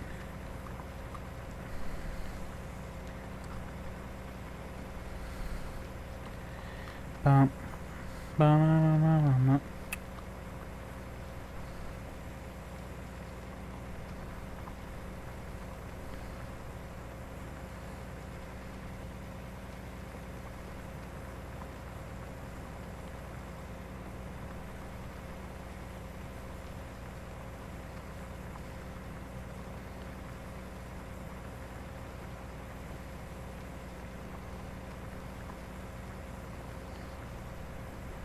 Oh, I missed the row.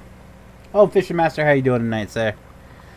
Sorry if we scared anyone off with our political talk. I felt like it was a good time. It was a good conversation. You know.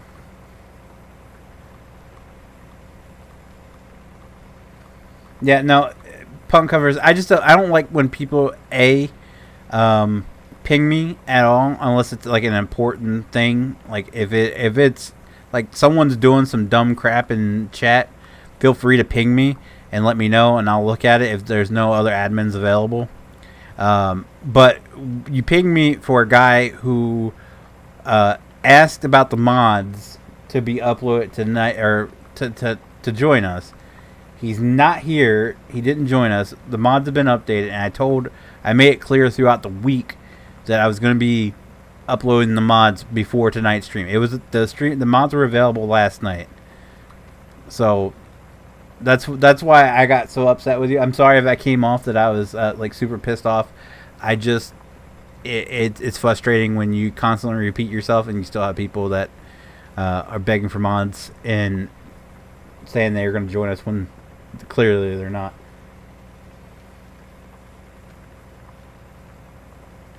Oh, and they are doing a recount in some states now because those 6,000 Biden votes were meant for Trump. Yeah. I think Georgia triggered. Why is everybody talking about that truck? There's huh? Why is everybody talking about that truck? The TLX or XTL or whatever. God, I don't know. I mean, it's good for console. I think it's one of the coolest concepts for trucks that I've ever seen. But I don't know. I don't like the look of it, and it's kind of small. But no, I think every state should be like Georgia. If there's that close, I think Georgia, if it's within a 0.5%, it automatically triggers a recount. So I think more states should be like Georgia. I think more states should be like Florida, because Florida learned from their mistake in 2000. But yeah, no, 100%. If you have the TLX truck, you can go 50 miles per hour and go faster than what you are going now. Are you talking about plowing? Why would you want to plow at 56 miles per hour? Also, how does one interpret the way you respond with your gifts? I just like gifts, and if you are a long-time subscriber and which I don't think you're not, you've been around for recently, but you haven't been a long-time subscriber. I used to respond in nothing but gifts. So, like when people would comment on my my Facebook page, I would respond with nothing but gifts, and I don't know. I just find them hilarious, and I feel like there's one for everything. So it's just me being a smartass, and it's just something I've always done. So.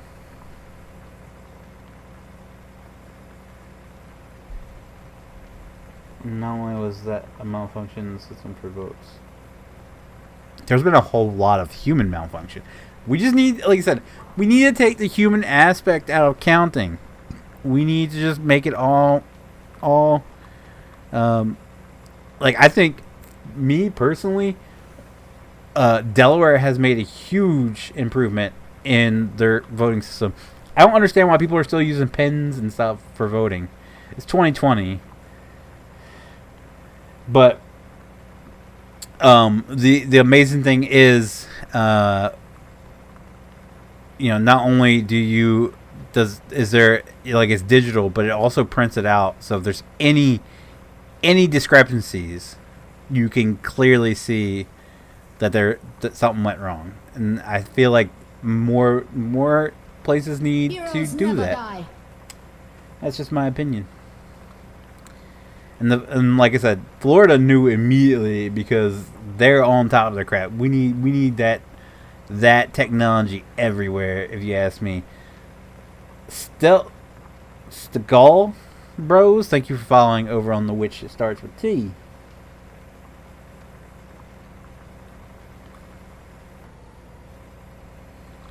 I don't know why you take everything as I'm pissed off. I'm not a pissed off kind of guy. I'm kind of a laid back person that likes to be a smartass. It comes with my last name. Okay, my dad taught me, but that's neither here nor there. I'm just kind of a smartass, and I like being a smartass. I don't think mail-in ballots were the best idea, but they did it right. Let me put it this way. I didn't mail in my vote. My wife did. My wife did the whole mail-in ballot, and she can track her ballot, what happened to it and all that. And they put watermarks in them things. So I feel like, you know, they did it the right way. And with everything that's going on right now in the world, I feel like more people are probably going to start doing that going forward. But we need to find a way, like, we need to put in some sort of, you know how they put the little ribbons in money now?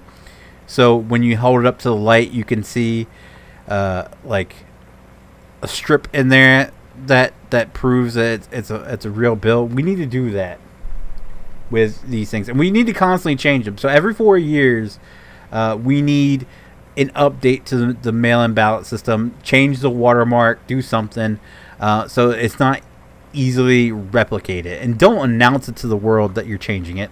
Just change them every single year. And I feel like we need some sort of sorting machine of some sort that you can feed these ballots into, and it kicks out any ballot that is invalid, like it doesn't have the watermark, or you know it doesn't, it's clearly a fake, stuff like that. And that's what needs to happen in order to make mail-in voting a thing, like, going forward, if that makes any sense. Hello, Steve. How are you? I'm an alright guy. You know, I'll switch it off. I can hop on that. You can hop the comment. Gary Allen something song. Different to watch. I'm an alright guy. Oh, this is easy because I can chat, and if I screw it up, I can just go back over it instead of having a bunch of random that I have to go back and hunt down. Where did I leave off? I think Chicago votes should be counted separate from the rest of the state, because if you look at most counts in Illinois, they're red. Well, I've also said, Pure, that we should adopt the same system that Nebraska and Maine have. So Nebraska and Maine have different districts or regions, or I don't know what they call them. I think they call them districts. That they're separated. So each district, like, there's 4 different districts in Nebraska, I think, and 5 in Maine. So each district is separate. They each have their own separate vote. So if we divide places up by county or group counties together, I feel like that would make it more fair, instead of just packing all the votes in the city, if that makes any sense. I don't know. I feel like we pack major cities with people that usually tend to be Democrats, and it really is unfair. I feel like if we did the whole district system in each state, their electoral votes, like, so Delaware has 3. So the easy way to split up Delaware would make each county be a different district. So like this year, Delaware would have went 2 for Biden, 1 for Trump. So I think that would be a whole heck of a lot better. Or I think, I don't know how I just learned this, but I think it was Maine has ranked based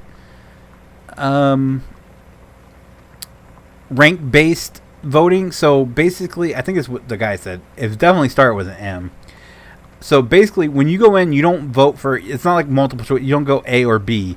You actually rank your choices. So say your first vote was Donald Trump. You'd put Donald Trump at the top. If your second vote was Kanye West, you'd put Kanye West in the second spot. And then you go from there. So you do Jorgensen and Biden. So the way it works is they tally all up the votes, and then like the person with that they eliminate the person who has the least amount, and they move the, so say I myself and 100 other people, or myself and 99 other people. So 100 people vote for Trump as their number 1 pick. 100 people vote as Biden as their number 1 pick.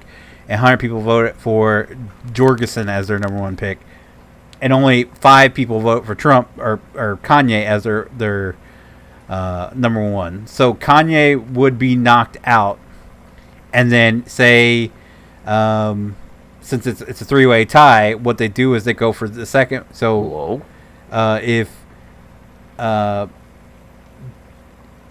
Biden has, if the people who vote for Kanye, they go with their second choice. So if the people who voted for Kanye, if those 5 said Trump as their second pick, Trump gets the 5 votes and he wins. If that makes any sense, it makes sense to me, and I think it's a great idea to going forward. So basically, what you're doing is you're eliminating people from the race as the race goes on, and it comes down to whoever has, like, the best rating instead of the most votes. Oh, hello. Sorry, I was too busy trying to explain ranked voting. Oh, God. Yeah. Great idea. In theory. Yeah, no, 100%. I just learned about it today, so I think it's an amazing idea, but I'm pretty sure there's a bunch of faults with it. Hello, Seth. Yeah. How are you? Yeah, it's definitely good concept, but it's just putting it into practice could be difficult. They had that on the ballot here in Massachusetts. Wait, was it Massachusetts? Oh wait, you're voting if you. Which state has it in place already? Is it Maine? I don't know. That's a good question. I want to say the guy said it was Maine. It started with an M for sure.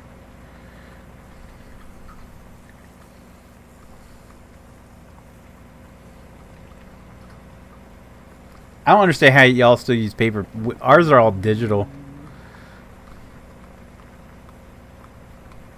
Like I said, we need to remove the human aspect of tallying votes. Ranked choice voting. In theory, it's a. I feel like it would make things go a whole hell of a lot smoother.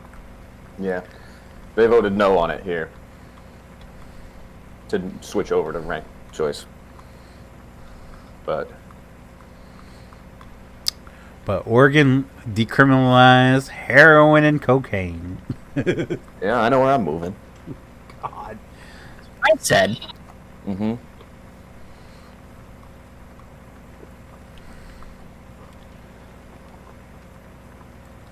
I'm good, Seth. Thanks for asking. Ooh.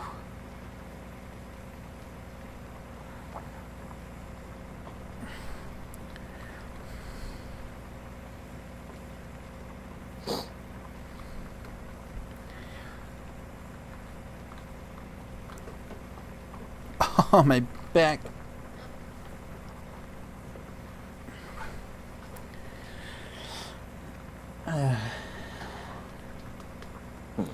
You retina scanning for everyone? Go ahead and scan the eyeball, vote digitally, and be done with it. Why not blood scan? So you just go in there and they prick your finger. And it's like, then you'd have everybody's DNA. Well, I'll be right I think back. I'm just gonna Something's go. going on with one of my Wi-Fi's. Oh, I thought he was about to say wives. I was like, what? Wait, what? You got more than one now? Yeah, several. It's this crazy new thing. They just voted on it. Okay, Utah. Yeah, I know. No, the Wi-Fi, the one that I use for gaming, is not appearing, even though I unplugged it earlier and plugged it back in, and now it's not here. So I gotta see what that's all about. So bear back. Roger.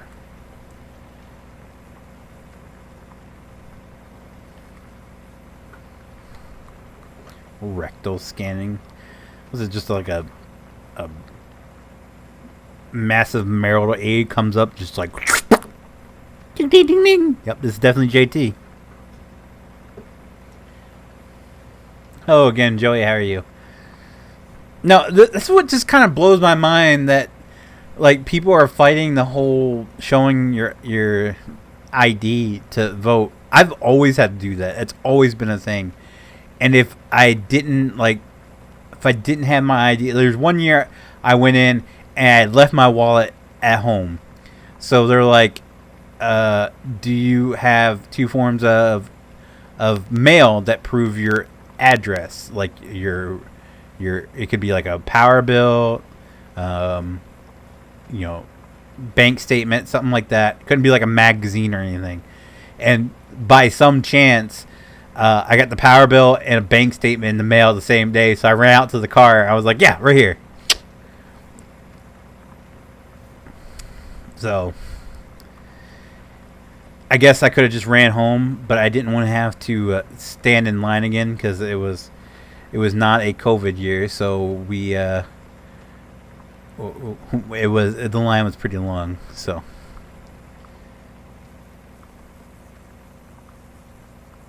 Yeah, Flint Hills is an amazing map. Correction, Jeremy, it was Cats. Now he is Technical Cats, and he's gonna go do some technical cat things like bite on the wires for his Wi-Fi router. I think districts are a great idea. They have said so for years. They're drawn on congressional representative districts, which would need to be redrawn based on population count. Yeah, 100% Axeman. That's what I've been saying. So they split them up according to like how many votes. So the least amount of electoral votes you can get is 3, because it depends on how many senators and representatives you have from each state. So Delaware has 3. Everybody has 2 senators. We have a low population, so we have 1 representative. So for us, it's easy. Split it up by county. We only have 3 counties, so each county would get their own vote. And if that's the case, we went 2-1. 2 for Biden, 1 for Trump. So I feel like the districts are a great idea and should be in place. So that keeps, it from it keeps one cluster of people from dictating how the whole state is votes, if that makes any sense.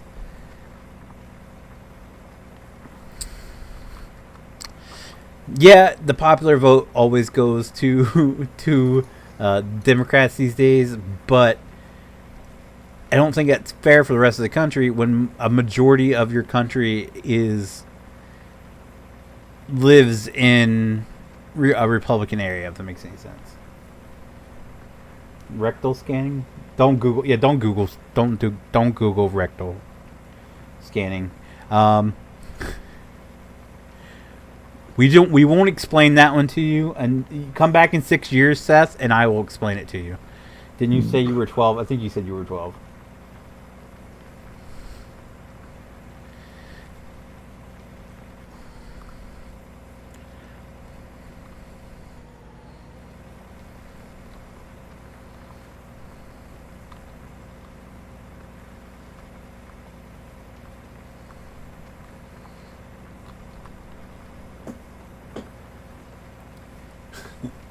Your kid's gonna be haunted for days.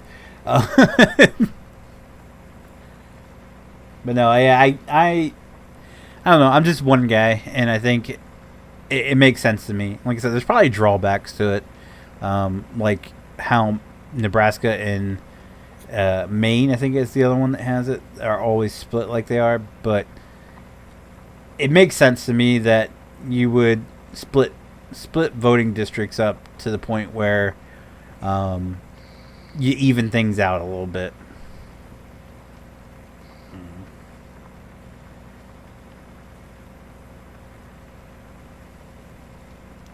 Okay, we raise cattle and ultrasound the cattle. So basically, it's like, never mind. I don't even want to say it.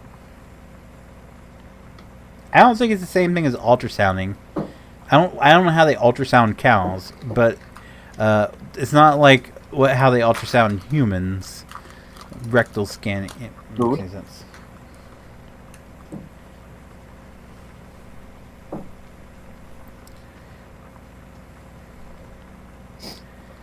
Because you don't stick the wand in the human. I don't think you do that for the for the cattle either. But you know. Oh, sorry, I hit my mic. All right, I'm gonna set this guy. I'm just gonna.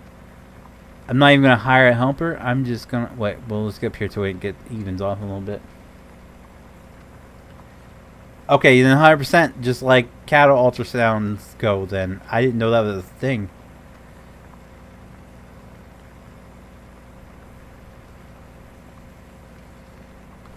All right, so I'm just gonna activate my cruise control, and then I'm gonna run out here and grab a drink.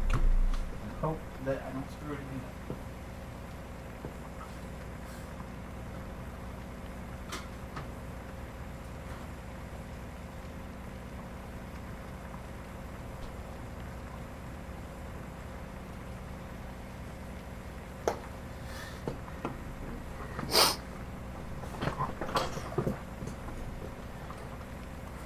I didn't screw anything up. So in other news, other than election news and election talk, the guy who made the Michael Jordan documentary, the Last Ride or whatever it was called, his next project is a Stone Cold Steve Austin documentary, or docuseries, I should say. And I cannot freaking wait, man.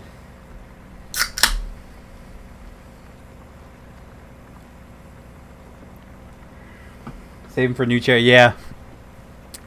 Knock on wood. The screwdriver has lasted a couple of days this time.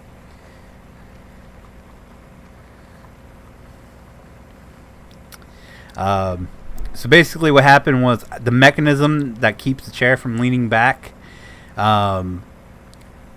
somehow snapped. So if I put any pressure on the back half of my chair, I go flying backwards. So right now I found a way to wedge a screwdriver in there to keep it from leaning back. So right now I have a flathead screwdriver just stuck in the back of my chair, and every now and then it falls out. Luckily I hear when it falls out, because you can hear it thump on the floor. But yeah, it's held in there strong. It's been there a couple days now, so I'm still I have back support these days. The hell did you do to Brandon? But for a couple days I didn't. I don't know. Oh, is he still in here? Yeah, he's deafened. Oh, so me and JT told him, because he said he didn't vote. So we told him because he was complaining about the election. Yeah, no, And we told him that if he didn't vote, he didn't have any room to complain, and he hasn't really said anything since. I mean, it's kind of a fact. Like, he's old enough. He should have voted. It's not stupid. It works. Yeah, no, it's 100% a.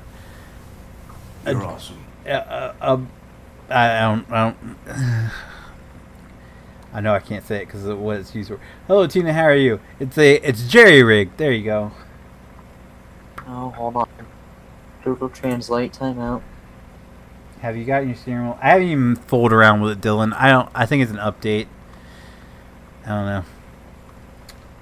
Como Yeah, I'm working on it. Sergio Tenar SS Comunitas.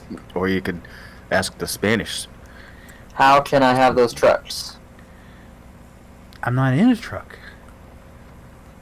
I mean, I can't answer his question if I don't know what truck he's talking about.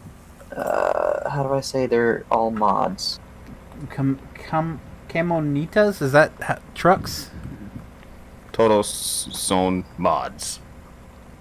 Todos son mods. That's it, right? Yeah, I guess. I don't know if there's Yeah. a word in Spanish for mods. Yeah, no, it's mods. Yeah, you're right. I you speak want- Spanish, man. Feminine or español. masculine? Or would it matter? Yeah. Todos You son and me mods. both Ackerman. For some reason, my steering wheel, like Todos son mods. my yeah, truck was so- going faster without got me it. touching my gas pedal than what it was Bitches would be when I would popping have in the here gas. tonight. Shit, Yeah. son. Mm. gas down. Oh, just kidding. Goodbye. You heard that? He was like, never mind. He said, I'm out. Just kidding. Wait, who joined? I have no idea. I don't know. They left. Hopefully it wasn't that guy who was like, it doesn't matter who wins the election, Jesus Jesus is king. Oh no. I had to chuckle at that one. Yeah, I heard just slightly.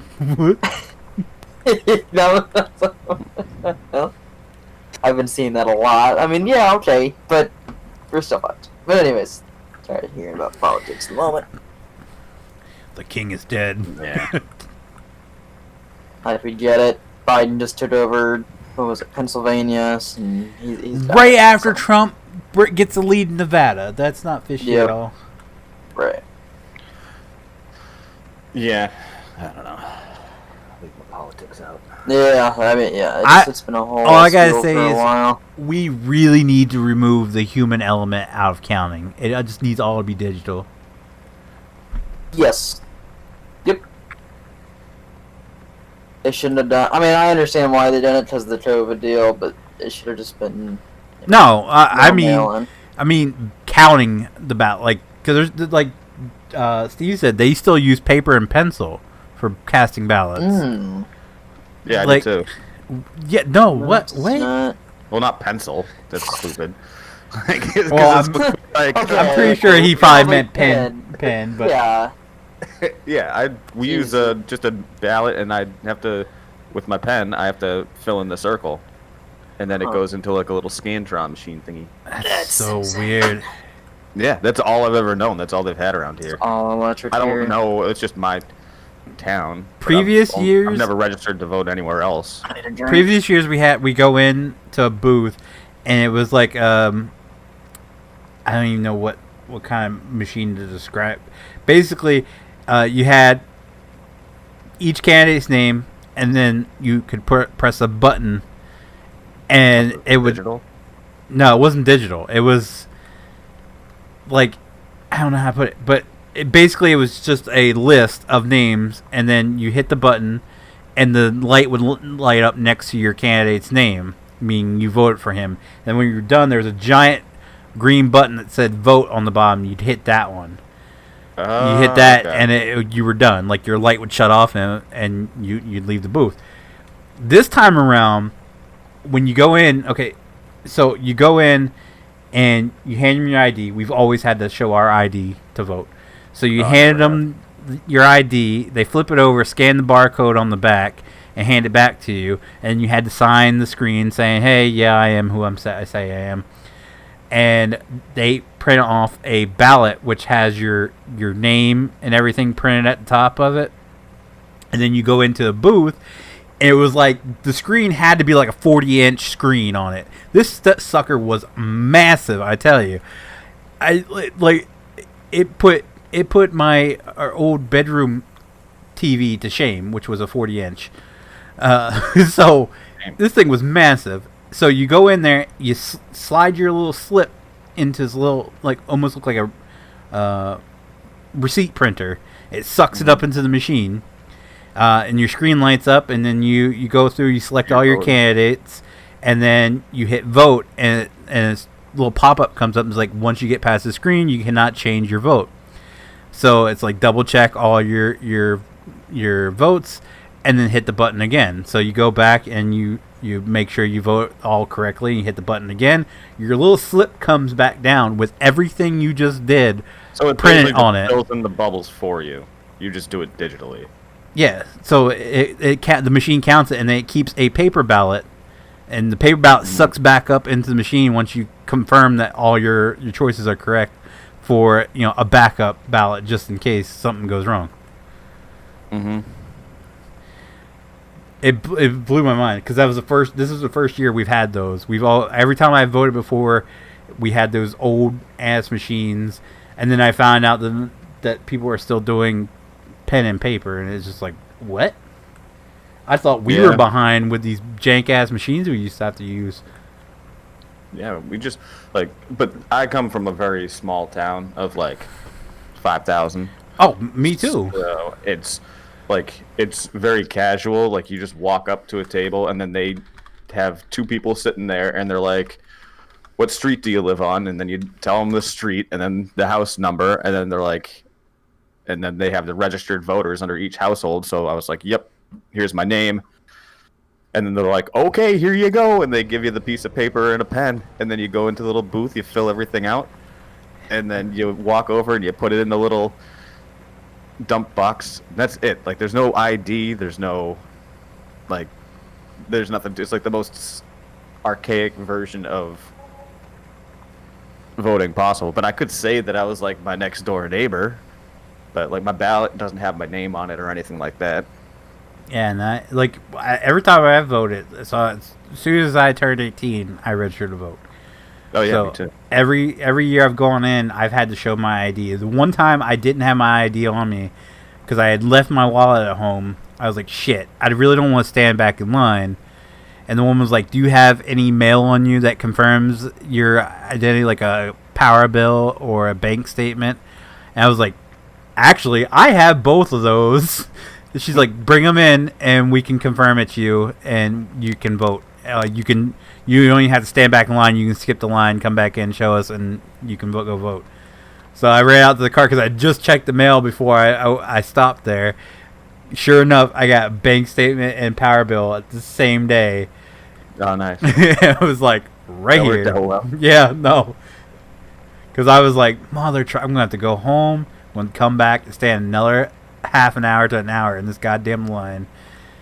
And she was like, well, if you have mail, she goes, it can't be like a magazine or anything. It has to be something substantial, like a power bill or a bank statement. And I was like, I actually have both of those. She goes, well, there you go. Bring them back in. You can skip the line and jump back up to the machine line. I was like, sweet. Dude, I got so worried on Tuesday because I had to like drive back to my hometown to go vote. And I got there, pulled into the parking lot, and everyone that's walking in had a piece of mail with them. And I was like, oh, shit. Was I supposed to bring that? Like, is that like a new standard now? Like, you have to bring that with you? And I was like, I had absolutely nothing on me. But for whatever reason, the majority of the people that were walking in around the time I was there had pieces of mail with them. Couldn't tell you why. I actually think you could go vote, if it's anything like Delaware, you could go vote in your current town as long as you have something with your name and address on it. Yeah, no, I just walked in with my ID. They scanned my ID, and then... Yeah, that's what they do here. You don't even need to register to vote? Yeah. Well, yeah, you need to be registered. Yeah, you need to be registered to vote, but if your address doesn't... Just like registering. Like, if your current address doesn't match... Like, so if your registered address doesn't match the address on your ID... So every year we have to get our cards. Every 4 years we get a card that has our district and everything on it, and that's the address we have to go to vote for. So luckily it doesn't matter what district I'm, because when I lived with my parents I was in a different district, so I had to go to a different, both districts voted in the same place. I just had to go to the other side of the fire hall. So when I actually moved out and I was living here, my address didn't match my ID. And I explained to her that I had just recently moved out and I hadn't got my ID changed. And that, again, all I had to do was show any piece of mail, and they let me go vote. So if your ID doesn't match your registered address, you can still vote as long as you have a piece of mail confirming your actual address. Yeah, see, I don't know what it is about that. Like, I'm a very simple person. Like, that stuff gets too much of a hassle for me. So I just, no matter where, like, I've lived up in New Hampshire, and when it comes time to vote, like, I still just drive back to my hometown and vote, because it's like their process is super simple. It's easy. I'm already registered there. Like, my driver's license, like, I never changed my driver because I don't own a home, and I'm not, like, I've never had a place where I've stayed long term. So, like, my address on my license is my home, like my parents' house, and it always will be until I buy a house, because I'm not going to go through the process of, like, changing that stuff and, like, changing where I'm registering to vote, like, over and over again when I'm only staying in the same town for a couple of years at a time, because that's a hassle.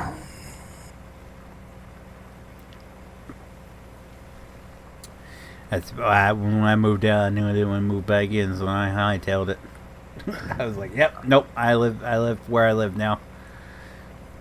Yeah, but I mean, you have a family and you're like, established in a place. Yeah. He has a cat. Yeah, I just have a cat. They're pretty transportable. I mean, And we're not technically- staying. Oh, okay. No, all my shit's not very transportable. All right. I was like, technically, my family could be thrown in a car too. Yeah. Yeah. Yeah. We don't have a ton of stuff here. I made like a conscious effort to not like bring an unnecessary amount of stuff here because I thought we were only going to stay for a year. Well, I unfortunately, I guess, fortunately and unfortunately, I guess it depends on how you look at it. When my parents split and they turned over the house, we had to remove everything. So a lot of the shit I had to take with me. It's a good thing because my parents call me on a weekly basis and they're like, "Hey, when are you gonna get your shit out of our house?" No, yeah, my dad still they always come and like, okay, we're gonna be cleaning out the shed, so we put everything all my Dale Earnhardt Jr. stuff that I had. I have a shit ton of Dale Earnhardt Jr. collectibles, magazines, die-cast cars, you name it. I put it all in totes, and I was like, Dad, I really don't have anywhere to put this stuff. Can I just stick it in your shed? And he's like, yeah, that works. You're not using that loft anyway. So everything of mine is up on if you go in, it's on the right hand side, up in the loft. That's it. But they filled up the other loft with all the other stuff that they pulled out of the house, and then they keep saying it's my stuff. So I keep getting a call. I'm like, hey, you need to come help clean out it's your stuff. I'm like, no, you see those 4 totes right there? That's just my stuff. Everything else is y'all's. Don't even. I'm not taking credit for that. They're trying to get me to get rid of it. I'm like, no, that was your all's doing. I just have an entire concert, professional concerts worth of music equipment in their basement. What's up, Jeremy? How you doing? It's, I still have I have some of my guitar and bass stuff here, but I have PA systems and my drum set and just amplifiers upon amplifiers and basically an entire recording studio. That's everything you need to ride around in a water. minivan and play Eye of the Tiger. Exactly. Dude, that stuff wouldn't even fit in a minivan. That was back in the day, so that was just basic equipment. This is a full-on production because I used to do music recording down there, but it takes up the entire basement. And they're like, we can't use the basement for anything. And I'm like, yeah, well, you know what? Have you seen my house? It's something out of Harry Potter. It is just really tall and really tiny.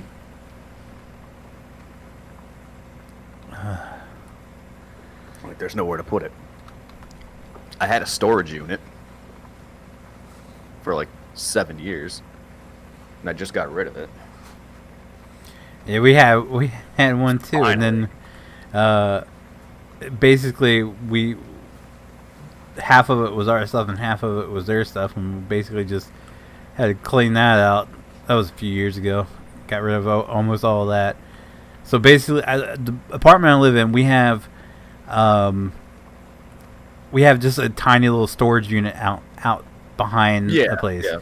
So that is practically full. That has our Christmas decoration stuff in it, our tree that we put out there and everything. And it's just the equivalent of an attic. Everything around it, it's smaller than an attic. Everything around it, it's the size of a small closet.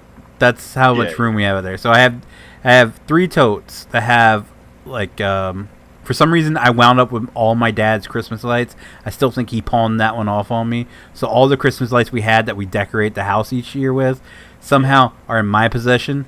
So we have that one, then we have a box with the Christmas decorations, and then we have a tote with the Christmas tree in it. Everything around that is boxes of stuff that I don't know what to do with. Yep. from the house. I always end up with, yeah, except it's not my dad. It's my brother just pawns everything off on me. He's like, hey, do you want this? Exactly. That's Like, what he would do. Yeah, sure. And then, so I end up like I said, like I have a 62-inch TV that's just, it's sitting on the, we have like a spare bed, like a guest bedroom, I guess, 8-inch TV. And all of his stuff was wall mounted. Yeah, I don't know what's going on with it. But he threw out the stands when he wall mounted everything. went. So he just gives me a TV. That's just a TV. So I had to go get a universal mount. That was like $100. You could just wall mount and have the leaning house of pajamas. It'd be a tourist destination. Did I tell you about the other day? We got like a ton of rain, and my fiance was like getting ready for bed and stuff. Doing too well, so it's buffering. There was water that was just leaking from the ceiling, like a steady stream of it. And then she comes running up here on the 3rd floor, and she's just like, the house is leaking. I was like, what? So we went in, and on either side of the house on the 3rd floor, there's like these little eaves. So it's got like a mini door, and it just kind of runs from end to end. And so under there, sure enough, it was like gushing water through there. So we have to get a new roof. So they're coming tomorrow to do that. But the basement floods too, and there's nothing you can do about that because it's just made out of, essentially what they took is like boulders and then piled a bunch of boulders on top of each other and then just filled it in with cement and called that a foundation. Seems legit. So yeah, so there's actual holes and stuff in the foundation. So water. Guess knows built around the 70s. Gets it? No, 1907. Oh wow. Okay. Oh, well, that explains the problems with it. This house just needs to be effing demolished. Like, it's seriously one of the worst. I've lived in frat houses, and I've lived in the hood, like the real hood, and I would still take both of those places over this place. Absolute garbage. For being as old as I am and living in a place like this, it's embarrassing. Well, where I live, we just got a whole new revision of rules and regulations for living out here today. Now we have to sign it and turn it back in, or else we get the boot. So on the list, so since we moved in, which we moved in around, it was 2011 because my wife was pregnant when we moved in. This old guy across the way has had a flag flying out on his balcony. And now, no flags, no signs, no nothing are allowed to be displayed outside the premises. We have we have surveillance cameras in our apartment, and now we're not allowed to have those because we're not allowed to film the employees doing their job. Yeah, it's not sus. Yeah, no, 100%. After we catch the guy going through our dresser drawers. Yeah, okay, yeah, no. The cameras are going to stay in place. Mm-hmm. What was the other ones? Oh, we're not allowed to play around the trees anymore. Like, the kids aren't allowed to go out and play around the trees off to the side.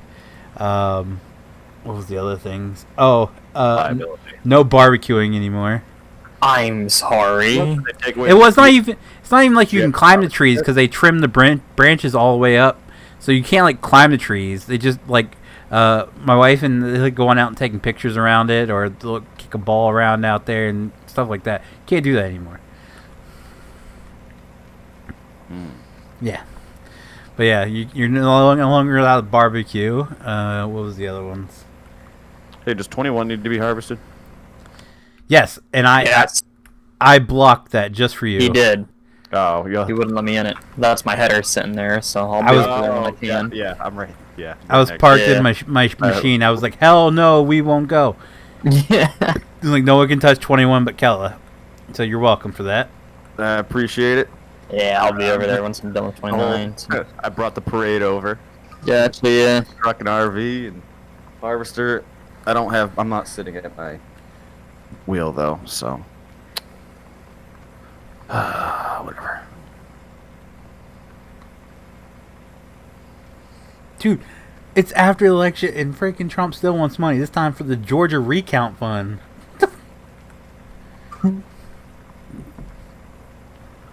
Did you hear? Okay, so I think it was the Georgia guy, and I forget what his official title was. And he was like a secretary to somebody. Anyways, he goes, as of right now, I'm not worried about the recount. We're worried about the Gators game. We have more important things to worry about than the election. I go, what? Like, You can't say that. Gators game? Yeah, the Gators game. That's what he was saying. Like the Florida Gators? I don't know. Are they facing them or something? Yeah, maybe. I don't know. It was weird because he said Gators. And I was like, the only Gators I know is fucking Florida. So. Okay. But yeah, it was funny. It was a press conference, and I was like, what in this guy gonna lose his job? Have you seen that TikTok going around where it's like our state name is Nevada, not Nevada. Stop calling us Nevada. And the woman pops up. She's like, well, you best get to Nevading them votes up. Like, Jesus. Dude, all of the memes I've seen about Nevada, just my fiance and I have spent like the past 2 days, like sitting on the couch, just like laughing our asses off at all of the memes about them trying to add. Because I don't know if you saw the one where it's like the clip from Home Alone, and they're outside the van. And they're trying to count the people to go, like, get into the van to go to the airport. Oh, yeah. And they're throwing out random numbers, and then above them it says Nevada. Yeah. Dude, I was dying laughing at that one. And then the one that said, like, Nevada people counting the ballots. And it was the clip of Steve from Blue's Clues doing, like, the we just got a letter. You see the one with the count? It's like, oh shit, just got real. Yeah, yeah. Dude, it's like just more of that. Those are the best memes of. Oh, that how you doing, man? For the majority of the year. Oh god. And I was talking to my brother today, and it was like, could you imagine just like living in Nevada right now? Oh, have you seen the one where and just like the rest of the country, just I mean, I get it, like I'm used to it because I live in New England, but like just the rest of the country just absolutely hating your guts. Have you seen the one where it's like the woman's like, we're 50th in education, what the fuck do y'all expect? Yeah, give us a bit to count. Yeah. I was like, oh my god.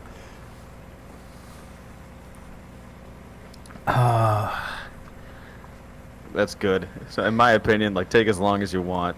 Like, the longer they take to do that, the more memes are gonna come out, and the more entertainment I'll have. Because, like I was saying, I think during my Why Scott, the server's open for anyone to join. Stream on Wednesday, like at this point, it's like literally out of everybody else's hands. Like, you can do as much campaigning and, you know, arguing and fighting about who to vote for up until election day, but then once all the votes are cast, like, you can't really do anything about it. Yeah, so there's no sense in getting upset about it and like complaining. Like, you just have to kick join back the Discord, Scott. It's all the information's there. Whatever's gonna happen is gonna happen. Good. I like you can't do anything to change the outcome now. So might as well enjoy it. Oh, I was talking about earlier in the stream. I'm like, yeah, I won't enjoy a Biden presidency, and then I got to thinking about all those memes that came out with him and Obama. I'm like, but this shit's gonna be hilarious for the next 4 years. No, it's gonna be scary because I have an idea as to what's gonna happen, and I don't. Kamala. I don't think that's like. I mean, that's a douchey way to go about it. Like, you throw someone that everybody loves in front of them, and then, like, just to get what you want. I don't know. I don't know. It was really just, this election more than the Trump and Hillary one just reminds me of the South Park, what was it, giant douche and turd.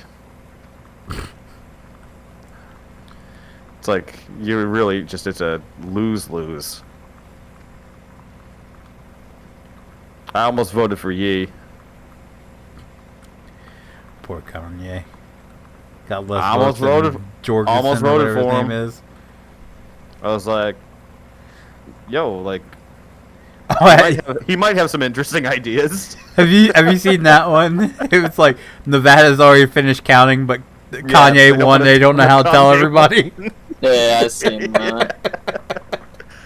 Yeah. Can you imagine? I The whole state just third party.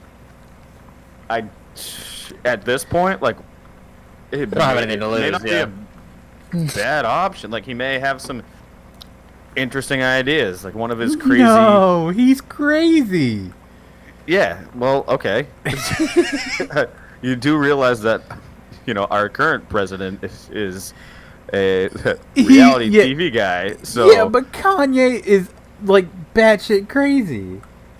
Oh yeah, no, 100%. But so is every other option. Think about it. I mean, in their Trump, own way, they're crazy. Trump's a he is keyboard diagnosed warrior.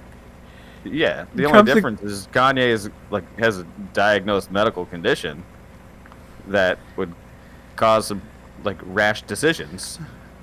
Trump's We got. need that as a president. Yeah, exactly. We currently have someone that makes rash decisions. Yeah, but Trump makes rash decisions and goes to Twitter and spouts off a bunch of shit. Yeah, Kanye true. would be like, you know what? Fuck Kim Jong. Boom. Launches the nukes. Yeah.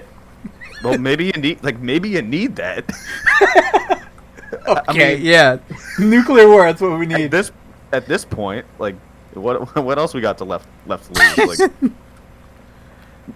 I mean, things are already pretty shitty. So launch that nuke. See what happens.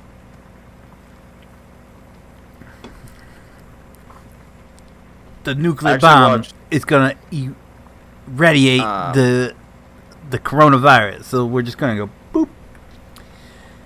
Oh yeah, it kills everybody else too. But I wasn't thinking about that at the time. yeah, I wasn't thinking about that at the time. It just told me that the nukes would kill the coronavirus. So I was just like, boo. I figured that's where the coronavirus started. So. Yeah, well, it was China, not Korea. Well, neither here nor there. I'm pretty sure it was North Korea. Kim Jong was just meme mugging me. That's what Kim said. I actually watched on Netflix. Dave Letterman's got his little series, My Next Guest. Yeah. And I don't know if you have seen that before, but he recently did one with Kanye. No.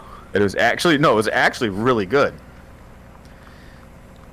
Because he You know what? talks about how crazy he You're is. awesome. Have you ever heard? You kind of feel bad for him. You kind of do. Have you ever heard? Thank you for subscribing. But Welcome then he to the flock. checks Letterman out and all of his Yeezy stuff, so it's pretty funny. Have you ever heard Dave Chappelle talk about the first time he met Kanye West? Oh yeah.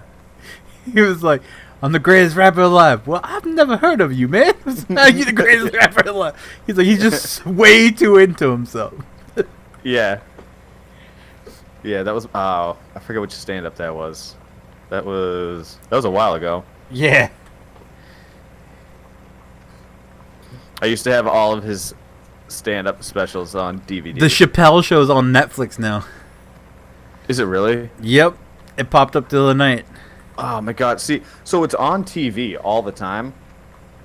But I hate that they have so many commercials in it. So it's it does one sketch and then 4 minutes of commercials, and then it comes back, does one sketch, another 4 minutes of commercials, and it's dude, this it's not even worth watching it on TV.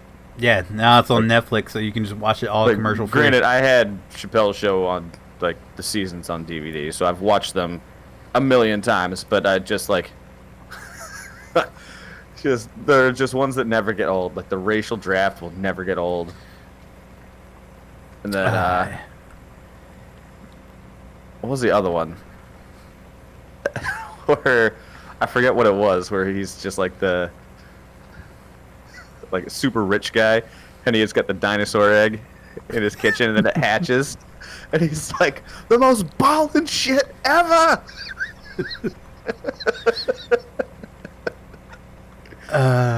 God.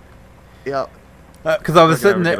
I think it was in Tyler was streaming. I looked up Netflix. Was gonna keep watching Lucifer, and at the top of the screen, it was just his drug character doing the drug awareness day at the elementary school. Yeah. I was like, wait, what? The Chappelle Show? It was like Chappelle Show now on Netflix. I was like, oh my god, yes! Oh, what was that guy's name? Was it Tyrone Biggums? Yeah, Tyrone Biggums. Yeah, there you go. Yep. I can't remember if that was that guy or if that was the name of that guy or the guy who the blind black racist. Yeah. Yeah. Who's that? Oh man. Ah, shit. I can't remember. I can't remember the name. So my dad called me the other day, and we're catching up and stuff, and then he was saying that like he and my mom were watching Bill Burr on Netflix, and I was like, wait, what? And he like threw out it started off, he just like threw out a reference to one of his stand-ups, and I like Bill Burr's my favorite like current day comedian, and so I knew exactly his reference. I was like, wait, that's something that like Bill Burr said. He's like, oh yeah, we watched his stand-up special the other day. I was like, what? You guys like Bill Burr? And then they can't get enough of Bill Burr after they saw the SNL thing with the Sam Adams beer. Jesus. I don't know if you saw that. No, I haven't seen it. I'll Dude, watch anything with Bill Burr in it. You don't like Bill Burr?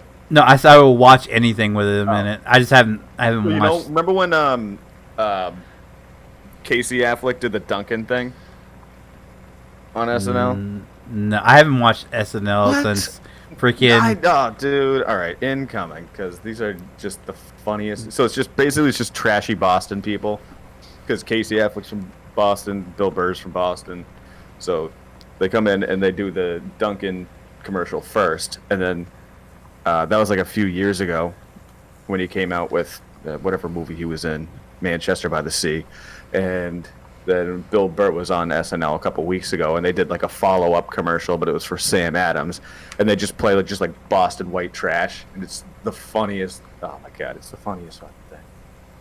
I can't tell you the last time I watched SNL. The only thing I remember. I don't watch SNL. I just get these clips just pop up, and I end up watching it. The most recent thing I remember watching from SNL was the Peyton Manning helping the kid or playing football with the kids. Why are you crying? Yeah, that's a good one. All right, you gotta watch these two. I mean, it's more funny for me probably just because I'm from this area.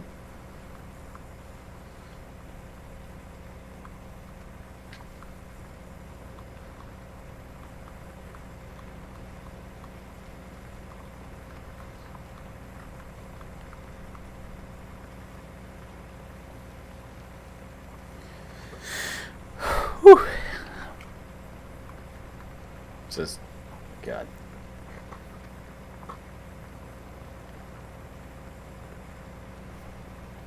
But you gotta watch the Duncan one first.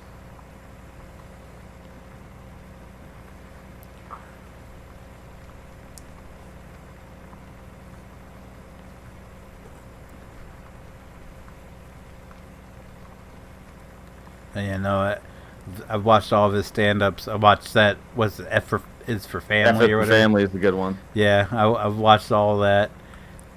He did a podcast with. He still does. No, he was doing one with Bert Kreischer. Yeah, he's still doing that Where too. he still is. I haven't seen it pop up recently. Where they sit around smoking these giant ass cigars. Yeah. Yep. I like Bert Kreischer too, but his last stand up wasn't as funny as his previous ones. Have you seen his Netflix thing? Which one? The Cabin. No, I seen it pop up, but I haven't watched it yet. All right, so I was kind of curious about it, and like the first couple of episodes are freaking hilarious. Like he actually gets Caitlyn Jenner on there. Oh Jesus Christ! So I'm not gonna spoil it for you because you definitely should watch it if you like him. But he basically just like rents a cabin in the woods and then just invites different comedians up there, and they just F around and do weird activities. Jesus. But one of them, he had Caitlyn Jenner on there with who else? Some girl. It's a comedian, and that was hilarious. But I think so far the first episode's the best one. I haven't finished it yet. But. It's in my list as soon as I seen Bert Kreischer. Like I said, I used to watch everything with Bert Kreischer, but then his last stand-up just wasn't as funny as his previous ones. Well, it's tough to beat his like one where he talks about like getting in with the Russian mob. Yeah, so, like that's a pretty wild story. So like it's kind of tough to beat that. And I also watch anything with Joe Rogan in it. His stand-ups are freaking hilarious. Yeah, those are pretty good. But Bill Burr is by far the favorite. I just love that. My dad hadn't seen the newer one, and so I was telling him. He's like, "Oh, you like Bill Burr too?" I was like, "Dude, I've been listening to his podcast for like going on like 5 years now, because I used to have to make like a 2-hour commute each way, and I just listened to Bill Burr podcasts because why not? It's hilarious. And half of the stuff from his podcast ends up into stand-ups, and I just love when he's talking about how we need to like reduce the population, and he says, like take the people that go on cruise ships, because like we don't need them anyways. And he's like, send them out to sea on a cruise ship, and then, the cruise ship sinks. And then you know what? Then you just build a new one. Keep the process going. Did you ever watch he was on the Joe Rogan podcast, and Joe Rogan started talking about cars, and he's like, I don't give a shit about cars. I still drive around this old ass pickup. And I looked it up, and sure enough, he drives like an 80s, I think it's like a Ranger or something. No. So don't let that fool you. He doesn't. He drives a Jaguar. So for the longest time, he had a Prius, and he. Well, there's a video of he him. was getting shit for it. So that's his car from when he was growing up. The pickup. It's a Chevy C10. Okay, yeah. And it's like a 82 or something like that. I don't know what it is. It's something like that. And so he keeps that in like a storage unit, and so he brings it out to drive from time to time, but his daily driver was always the Prius, and then he had that for like 10 years, and then he just traded that in for a Jaguar. But he does have that. Why would you, when I think donut, I don't think spicy. Yeah, I just know there's a video of him driving around, I think it was LA, and then he went to look at a Tesla. Yeah. Driving it around. Yep. Have you seen the video of like, it's like Bill Burr driving in LA traffic? So he's just got the camera pointed at him while he's driving and stuff, and he just loses his shit because one of his big things he talks about on his podcast is he always got like the worst road rage, and how tough of an adjustment it was like moving out to LA because everyone just drives like shit. So he started documenting his trips. This is like in the early days of his podcast, and oh man, I thought I had road rage. I'm like pretty on par with him. Jesus. I have horrific road rage.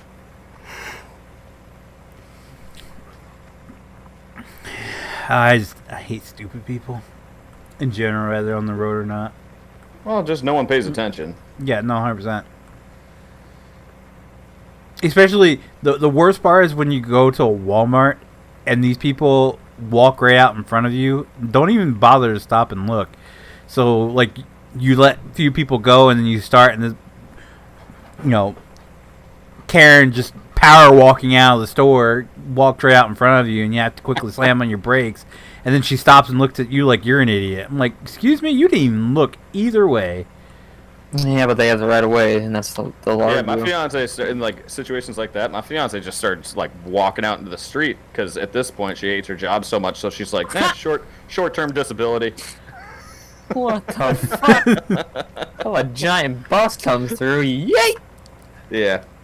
No, I mean, she's No, kidding about that, but Yeah, no, I got you, but still. yeah, I don't have a problem with that because, I mean, Tyler's right. Like, in a parking lot situation like that, like walking out of a big store across the street into the parking lot, they have the right of way. And, like, the grocery store, like, people bomb out of the grocery store. Like, people with shopping carts, I mean, not cars. They just, like, hit the exit and are just, like, boom, out of there. And our grocery store, it's like a blind corner. So if I'm going down that main road to leave, the exit is, like, facing the direction I'm heading, so you can't see people come out the door. So basically, they just bang a 180 or like a 90 hard right out the door and into the road that I'm trying to drive down. So at any given time, someone could just come bombing out of there. And See, it's like you have to slam on your brake, like you have to stop because Yeah, I know you have to stop. But the common thing is, if a car's like pulling off and you walk out, I don't know, maybe it's just me. Even if the car, if I think I could make it, if I walk fast enough, I'll still stop and wait. And if the car passes, or the person lets me go. Like, they'll wave me off, and I'll give them a little wave. It's another thing that pisses me off. When you let someone walk past in front of you, and it's not like at a crossing walk, yeah, and they don't give you that little wave. I always do I the feel like little wave chasing and I them make down. it look like I'm running, but I'm still going at the same pace Yeah. as I'm walking. Make it look like I'm To make jogging. it look like I'm trying.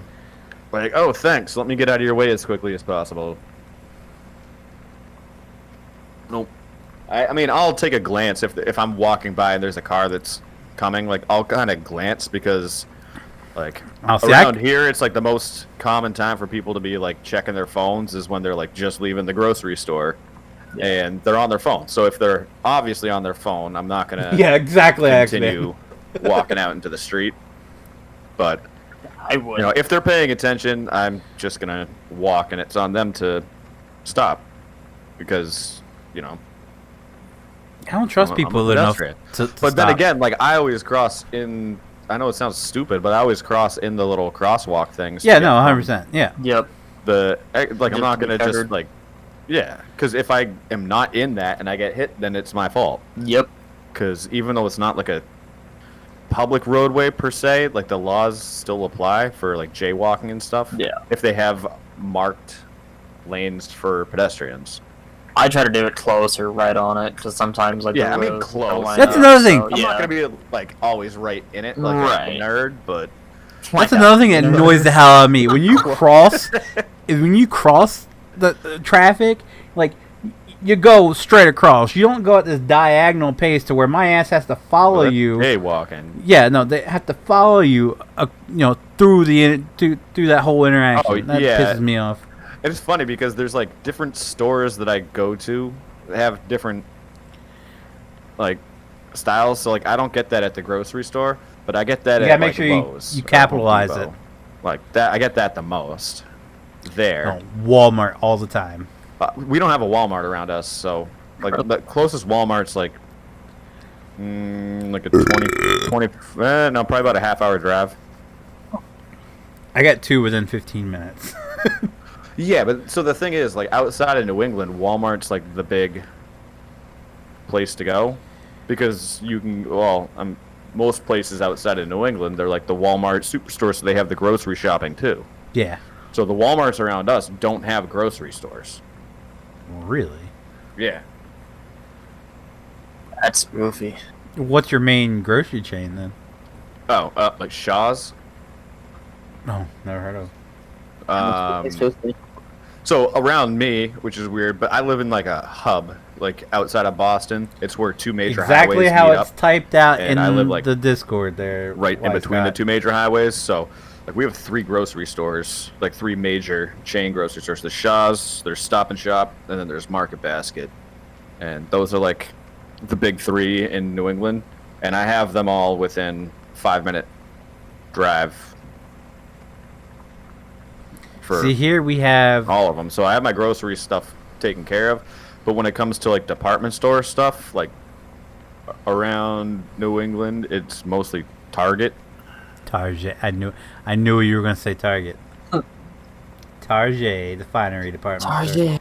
But, no, That's our like department here... stores. I mean, we don't have a choice. Here They're we off have- Walmart, but you got to drive for them. We have Food Line, which I can go in the Food Line and get 3 nights of dinners. I It's fucking gonna love Food Line. cost me like 60 we don't bucks. have any up here.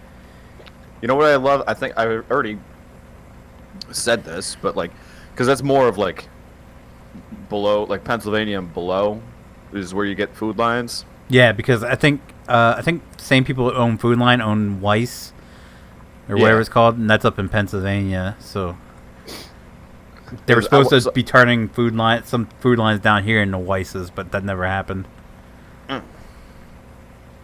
I went there. Well, I had one good experience and one bad experience at Food Line. The good experience was I was in South Carolina, and like I went and got food for. I was there for a bachelor party, and went and got food for the group for the weekend. And they separate their food into, like, they have blue plastic bags for refrigerated stuff, and then regular plastic bags for non-refrigerated stuff. And I was like, that is genius. Like, I had never seen that before. They don't do that around here at all. Like, around here, you bring your own reusable bags, or you get really shitty paper bags. Like, they replaced their paper bags with shittier ones to make people use reusable bags. Welcome back, Dylan. So we use reusable bags. But I thought that was genius, and I spent like 5 minutes talking to the person that was bagging the groceries, just like in awe. Like, this is the greatest invention ever, and I don't see why they're doing that across the country. Like, amazing. And then my bad experience, I was in the southernmost point of Virginia, like southeast, like right on the tip. Went to a Food Line. Person that was bagging the groceries happened to be like me in this game, and after I was done bagging, I was like, thanks, and I started to push the cart away, and then the manager was standing right there and just said, boy, bring the groceries out for these people. And I was just like, I felt so uncomfortable. I told the guy, I was like, nope, nope, I'm gonna do it myself. Like, are you serious? Never heard of that one before. Yeah, that was pretty traumatizing. That one was, I was like, oh my god. Like, there are... you don't join my farm, Scott, you join Brandon's pretty farm. ignorant, but I mean... His hell, password I'm from New should be England, the so same. You'll join the red farm, don't see and a it should lot be of the it, same as but- the password you used to join. Like, that's still a pretty common thing. Well, That was wild. our major chain's Food Line around here, but it's so expensive compared to Walmart. So you can go get, 5 meals for the same price you can get 3 from Food Line at Walmart. Then we have Redner's, which is, I really haven't quite figured out what Redner's feels very much. You know what Ollie's is? No. Okay, What? Ollie's. What's Ollie's? Okay, so Ollie's is a store that they'll buy, like Walmart's overstock or like stuff. So their Ollie's Halloween selection is always every store's last year's Halloween selection. So they'll go ahead and buy out It was a discount store. Yeah, so they'll go ahead and buy out So it's like their Marshalls overstock or stuff like that. Do you have Marshalls or Ross down there? We have both. Okay, so it's like one of those stores. Yeah, pretty much. With just about everything you think of. Like they have a huge book section, which is it's like the best place to go get books since they shut down all the bookstores here, which probably explains why we're so low in the education department. What do you have for bookstores, or what did you have? Do you have like we Borders? had? Because Borders went out of business. I don't know if it was called Borders. I can't remember what We it was have called. Barnes and Noble. The closest Barnes and Noble to me is in Salisbury, which is in Maryland, which is about an hour drive. Damn, I got so one we had town over from me. We had a big bookstore. I can't remember what it was called. I'd never heard of Borders, so I don't think that was it. But they closed down. Then we had a local bookstore, which it was called Acorn Books. It shut down after moving 3 times. That's probably why they closed down, because they were only open for like 3 or 4 years. Where the hell it is? And they moved 3 or 4 times. Yeah, so that all not good closed for down. business. But Ollie's has like the front right quarter of their store is nothing but books, and you can find some really awesome books in there. Like I went in, and they're cheap. So I had it was like $8 for this giant book on Abraham Lincoln, and I'm an Abraham Lincoln nut. So I was like, I saw it, I was like $8. Fuck yeah, I'm buying word? that. Dude, Yeah, I did my 10th grade history project on Abraham Lincoln because I thought he was the shit. yeah, 100%. And then I did all the research and come to find out he was the shit. Yeah, no, 100%. Myth confirmed. I mean, I'm such a fan of Abraham Lincoln. I actually watched, what's it, Lincoln Vampire Hunter? I actually watched it all the way through. Oh no. Okay. Okay. Well, so it started with I was more of a Civil War nut. No, 100% same. And then I kind of got into the Lincoln thing because I was like, all right, so like what really led up to this? And I was kind of going through, and then Lincoln caught my attention, and I was like, this dude here, he seemed to have done a couple good things.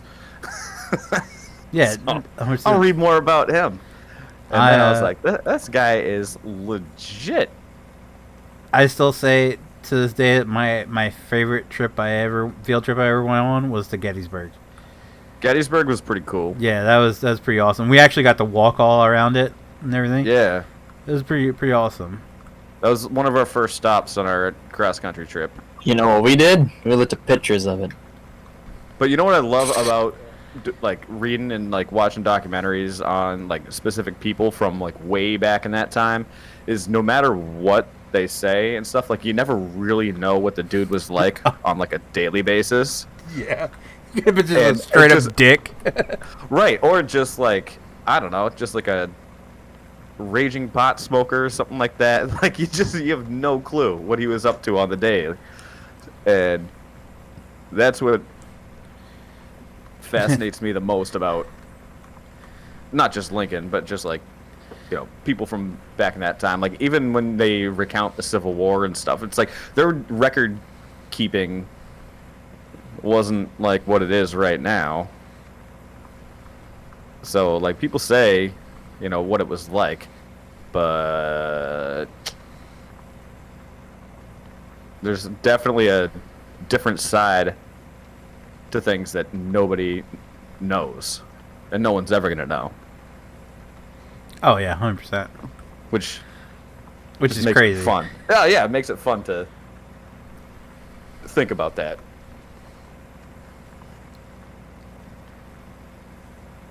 Because like Lincoln obviously assassinated at the Ford Theater, and it's like, what if Lincoln just didn't like the theater and he just went there sarcastically?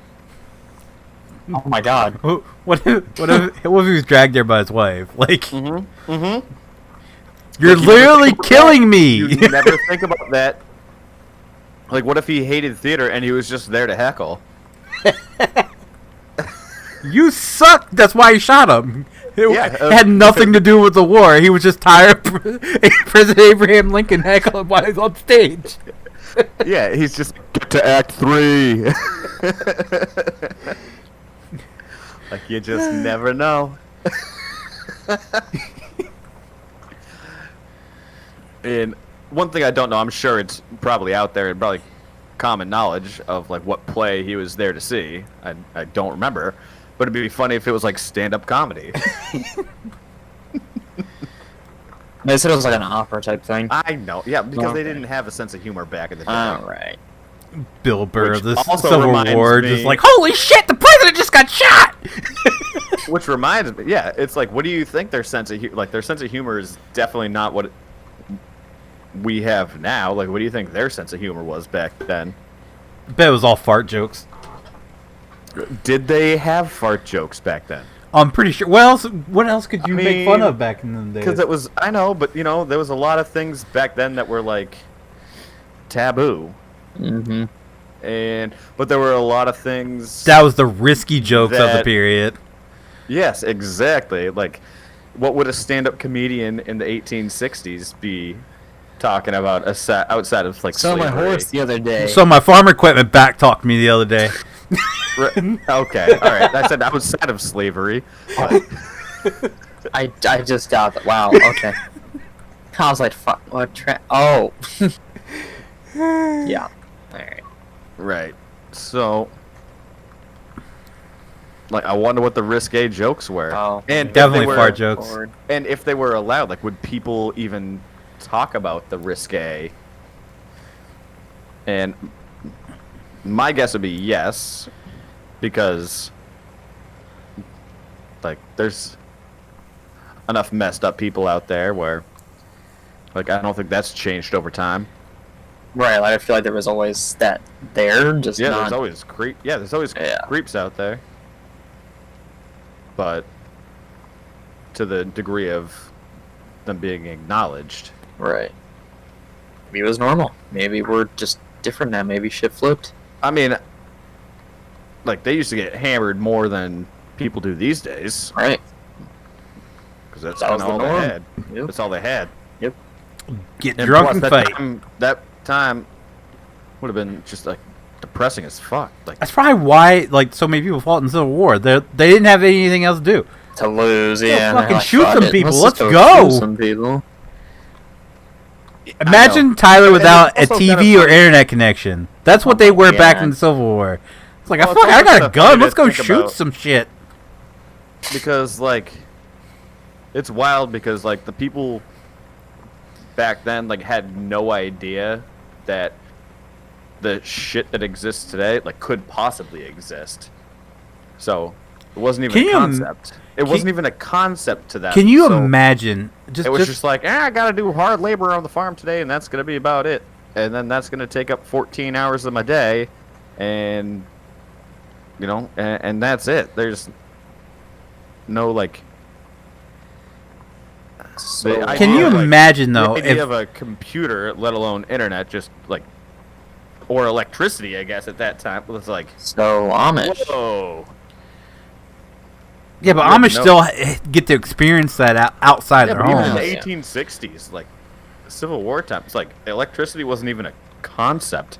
It's just like, damn, I wish we didn't have to refill this kerosene lantern Yeah. every 20 minutes. Oh well. Oh, it's getting nighttime. Let's Alright, leave. everybody put your weapons down. We're gonna sleep it off for the night. Yeah, Comes exactly. in the Like morning. night vision doesn't exist. Yeah. It's not even a concept. And it's just like, well, I wish we could see stuff at night. Yeah. I bet they saw better at night than what we do. Or like, I wish we had a gun that we didn't Oh, have sorry. to take 2 minutes to reload Think about after a it. single shot. I mean, think guarantee about you it. they saw better at night than we do because we have so much light.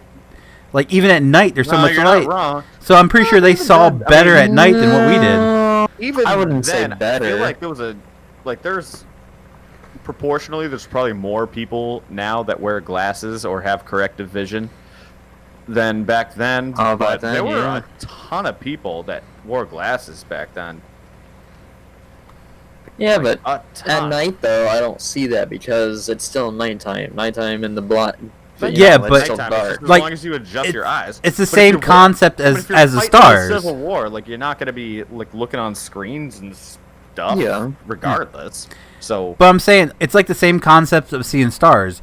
Like when you're out in the country, you see the stars a lot easier because Oh, you yeah. don't have lights around you that kind of like, make it harder yeah, to but see. it's also hella darker. Light pollution. Right, just asking brown. Like you Yeah, can't so see it's shit, hella so- darker. So Like, my point exactly. They're used to been that out in the every moons. single night. They can't see anything after a certain time period. They're used to it, so their eyes I don't know. can see better because at they night. are used they're to more it. used to it. I don't know. Oh, I don't know. I feel like if you're talking about like screen time, and then like going into the night, but like just general light on its own, I don't think so, because like they still had their houses lit. I mean, Yeah. granted, it was a little bit darker. Yeah. But it was still well lit. Like they had at that time, they had like kerosene burning lamps, so they could have it burning for like 8 hours straight. yeah, bro. I'm still sticking with my argument. But anyway, Alright, yeah, that's fine. what I was originally gonna say is, can you imagine if time travel was a thing, and you just bring someone from back in the Civil War to today, and just watch them discover everything? And I don't know why, but do you have a specific person that you're like? Imagine if you bring someone back from the like early ages Easy, of the country. Do you have a specific person in easy. mind? Like imagine when like a you- Tesla or Edison Yeah, I bringing was them going back. George Washington for I'm gonna say whatever George reason. Washington. Oh, or, he would you know, be one of the fucking presidents. ashamed of us, I'm thinking no, especially in I think he'd have 2020. I think he would have a freaking heart attack like Yeah. instantly, and then he would just die. You bring him back, and then he'd die in 5 seconds, and you're like, well, okay, like, sorry, They actually have a movie because you about couldn't that even out. explain to him a computer because he didn't even understand electricity, so he'd be like, the fuck is going on here? And then he'd be like, I can't take this. There's electricity, there's technology, there's things that move you around without horses, which wasn't even a concept until like almost 200 years later. It'd be so overwhelming. I think he would just die. He would have a heart attack. His brain would explode. Yep. Just Yeah. the buildings too. I Wouldn't mean, be the able to handle buildings. it. Just Yeah, exactly. basic Construction. roadways, building. Yeah. Septic Where the fuck is the system. log cabins? Yeah. Right. Dude, I mean, Like just anything. indoor plumbing. Right. You know what would water, also be interesting is to take him back to like take him to Mount Vernon. food and in a just- refrigerator, like all of that stuff, even the most basic things. Yeah. Like, food in a refrigerator would blow his mind. And he's like, well, how do you keep it cold? And then it's like, all right, George, sit down. I got to explain to you a little thing called electricity. And then you go through that process. You pull out your and- tablet to show him. He's like, "What the fuck is that thing?" No, you got to ease into it. So Yeah, I'll use a chalkboard. You gotta start in the woods, dude. No, you gotta Good start luck in the finding woods. one of those. Mhm. I'll get one. I'll buy it on Amazon. Yeah. What the fuck's Amazon? Yeah. Bad to the internet thing. Well, yeah, because he wouldn't even have known about like the Amazon River back then. So he'd be like, "What?" Yeah, no. What's an Amazon? Yeah, like crazy. So I love to think about that stuff. Yeah, It just that's crosses my mind crazy. on a daily basis when there's because I'm at the point like, you know, I'm 32 now. I'm at the point where like technology's starting to get by me a little bit. Some of these new And- slang words are getting by me. I'm like, Jesus. I don't know. And I'm like, all right, well, yeah, if I'm barely understanding that, what would George Washington think about this? And then I feel a little bit better about myself. Because it's like, all right, well, you know, yeah, he probably would have died. So I think I can figure this one out. But like another thing would be like taking him to like a museum and just asking, like, getting an actual that'd be dope. firsthand Yeah, it's account like, of what I remember actually that, dude. happened. Like, we were hammered, like, crossing the Delaware. We were fucking wasted. See, what happened was we were all just sitting around drinking and We like, actually let's did just that by accident. fucking go. We could Like, see we- better at night, so we crossed it at night. Told you, fucking Kelly. Yeah, right. It's like, between you and me, we were actually trying to head the other way. Yeah. And, like, I don't know who painted that picture, but it didn't look like that. We were all kind of hanging over the sides. So the Boston Tea Party was a complete accident. Yeah. So the real story behind that is We were fucking around on the boat. Yeah. See, It wasn't tea. It wasn't supposed to be down like that. it was weed. Weeds would let him there.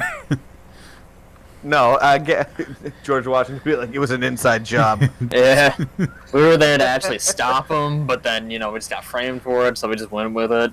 Like, we were good with it up until, like, the last hour, and then we decided at the last minute to not go through with it, and it was too late. We tried to stop him from doing it, but it just happened.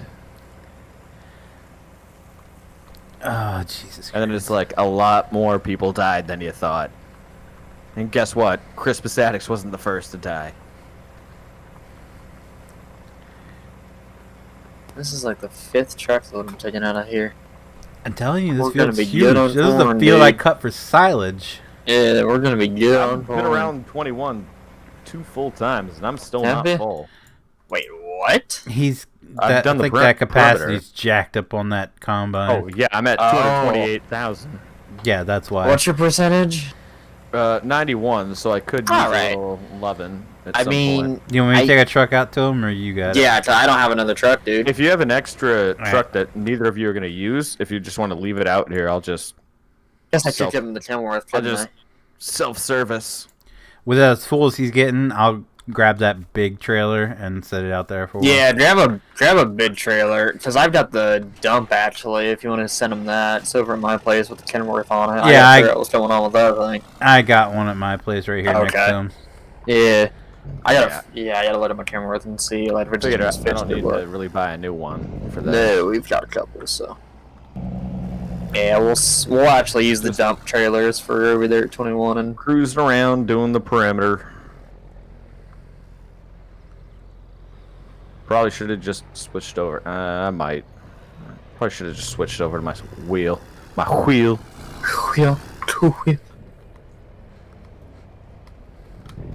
Oh, can you imagine sitting someone down and watching how Family Guy Oh man. portrayed him? Dude, you'd have to sit him down and just warn him about what the F A couch TV is. What a couch is. I mean, Yeah. Yeah. it's just the Yeah, I know, fabrics and yeah. everything else. Yeah. You'd have to then do you it have slow, to- or else you would Well, literally you gotta give go him down a couple an avenues. aneurysm. If you want to do, like, you can go household furnishings first, and Right. then move on to electricity, and then move into things that electricity Can do. do, and then go into electronics, and then start simple with the radio. Sounds like too much work. It would be. It would be a lot. Cause, I We'd mean, have to think make of a how many- video that just like, Nope, welcome 'cause to a video is year too such much and at such. once. So you teleported to 2020. Okay, a Shit time hologram. to do it. We'll just make a hologram. Welcome to 2020. I might look a little bit different to you. Here's why. Yeah. Yep. I don't know why. That's just one of the weird things that Yeah. just always crosses my mind. Like, Even what if they were even, here to see this? even 20 years ago, like, you would never think that some of the things we would had. So I mean, imagine which just makes that you wonder. long. Like, Yeah. yeah. I mean, we've been kind of on a. Man, I won't I'd say steadily growing. it's steadily growing. Yeah, but like, there's a lot of the shit that is going on now where it's just like slight improvements on something else. There's nothing that's Right. No, game no. changing like the internet. Like the internet was game changing. Think Yeah, about how alright. far the internet's come since we've been alive, Kella. Remember when we wanted to connect to the internet when we were kids? You had to get the. Saw me like 5 years ago. Yeah. I'm saying living in a time where there was no internet, We lived there too. know that anything like the internet. Okay. exists. We lived So, at a time when internet wasn't readily available to everyone. Yeah, but I'm saying the internet itself was game changing. Of course, I'm talking about like an initial thing that's obviously going to be improved on Yeah. going forward. Like the internet started out as something, but the capabilities were going to be far past that. I'm just saying in the recent past, there hasn't really been a whole lot of stuff that has been like game changing that could be developed upon, unless the only thing I could think of would be like electric cars. That's where my brain was going. I'd Like say cars. electric cars. Even then, Well, that's just and a touch modification screens, of too, cars. Yes. Because, I mean... Well, no, okay. Yeah, I don't know. No, because the less interaction... Are you talking touch screens on cars? Is that what you said? Well, no, just anything, really. Just Might touch answer screens in general. Don't get me started on that. That's like a... Tesla just basically has a 15-inch iPhone Yeah. sitting there. Like, it keeps you from picking up your phone and holding it in front of your face, but instead you're looking down at a giant... Giant screen. It's just like, hey, I'm here. It's like, what? Right. It's like, fuck around with me. Yeah, it's like, play with me. Push my button. I even have Netflix. Like, Yeah. I have a fart app that makes people make it sound like farts are coming out of the speakers.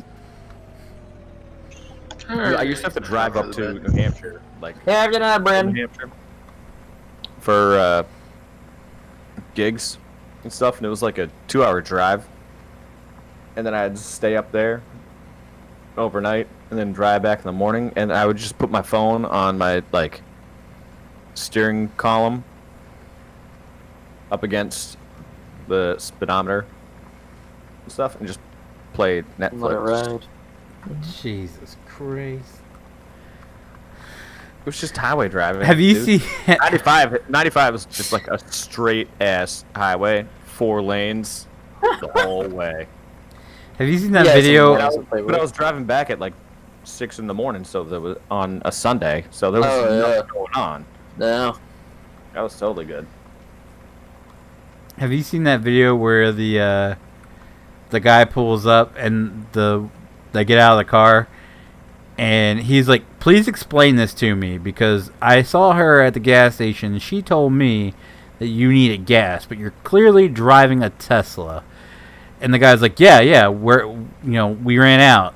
And he goes, your car doesn't take gasoline. They said, no, yeah, it does.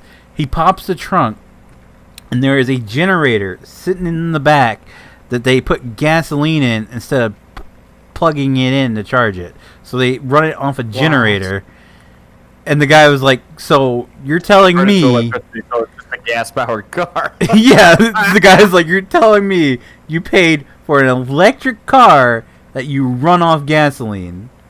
And they were oblivious. And he's like, oh, okay, all right. Wow. That's pretty special.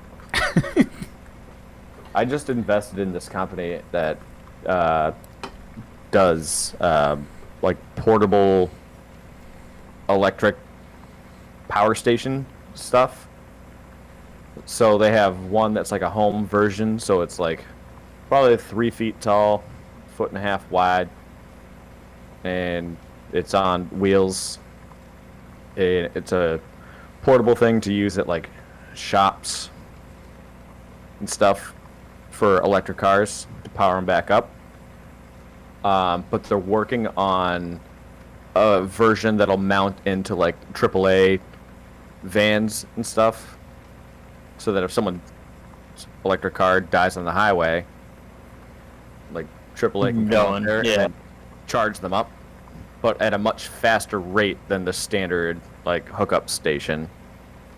Nice. And then they're working on a portable one that you can keep in your trunk, like the equivalent of like jumper cables, except with a battery pack in it. That'll give you like an extra 25 miles. That wouldn't be too bad.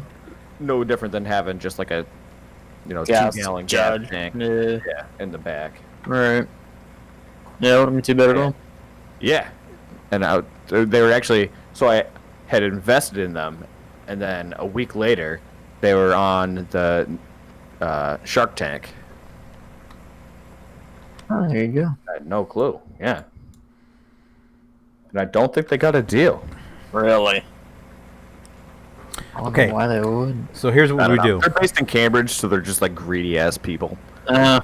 We make a Cambridge is car the big tech area with wind turbines on the top. So a helicopter. So as you're driving, it recharges. Forward. It recharges your battery as you drive. It would just look like a driving pinwheel. Infinite power.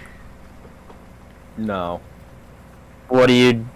I think they need to master the. How would you? Okay, how would you start though? Like, how would you start and go You off? still have a battery, but Okay. while you Lithium drive, batteries it that spins hold the charge. turbine to recharge the battery Those as are you're the driving. Battery. So you have one battery for driving, one battery for charging, and then you can switch battery to battery depending on the charge. What about all your electronics? Or would it be part of the battery that would? One battery, yeah. Okay. Yeah. So say you have one battery that is for your car starting, driving, and electronics that's already charged. Your second one's at 0. When you start driving, the one that's at 0 is connected to the wind turbine and is charging up. And then when your first battery runs out, it automatically switches over to the second one, I mean, yeah. filled up, but your first battery keeps a reserve no matter what, so that in case shit hits the fan, no pun intended, you could switch back over to the first one and get like an extra 10 miles out of it if you needed to, with no electronics going, just like emergency mode. How big would these turbines have to be? Because I mean, if it's a car, you know, it's This gonna is have to Feenix's be. idea. Don't ask me this. Well, then you're the one taking it away like shit. I'm telling you the No, electronics. I know, I got it. All right. It wouldn't have to be huge, but it would have to have the ability to spin pretty fast. Right. It would just literally look like a giant pinwheel on top of the car. Yeah, you could you could like hide it, so you can make it almost like a You'd water look like wheel, an and asshole. you can just hide it underneath the seal, so you have like slits. Yeah, but it would That- have and to there's be sideways on the roof, like the Yeah. fan itself facing the front of the car. Yeah. You look like a douche. No, you wouldn't. You can hide it in the roof. Think about it. Yeah. So what are you gonna have, like They a? make vertical wind turbines. You know this, right? Yes. So you just have like what essentially is have, like like, a a water shark wheel laying sideways on your roof, just a lot thinner, and okay. you put Gotcha. slits You at can the have back and front of the roof, and it pulls air in and spins it and shoots it out the back. So it would just look like a little cap on top. Yeah, kind of. Just a little. It doesn't have to be Left strap on huge. top. Yeah. It can be. Beside It it can would look as long as it's catching that wind and spinning. It doesn't have to be absolutely huge. Yeah. I mean, it had to be a good size, but not huge. Yeah. I'm waiting for them to actually, like, and Tesla's doing it right now, but not in the capacity that they could be doing it, is using the, well, they're using the braking centrifugal force as energy for the batteries. But what they haven't done, and I don't think anyone does this right now, I've just kind of had this idea for a while, is using the acceleration too. From like the wheels spinning around, that generates energy. Yeah. So That was what someone else was they're saying. saying braking is what they're currently using. So they take the energy from the friction from the That brakes sounds way more complicated. into the battery. Oh no, I mean that's what they're actually doing. All that, but That's yeah. what they're actually doing. Yeah, but essentially, But I'm what saying you the could do. acceleration, they could actually take energy from acceleration too, if Yeah. they really wanted to, but they could haven't just- done that yet. But they haven't mastered that yet. So like, you really could do like a daily commuter car where you're sitting in a lot of like stop and go traffic. All the braking that you're doing could supply the energy that you need Yeah. to get through it.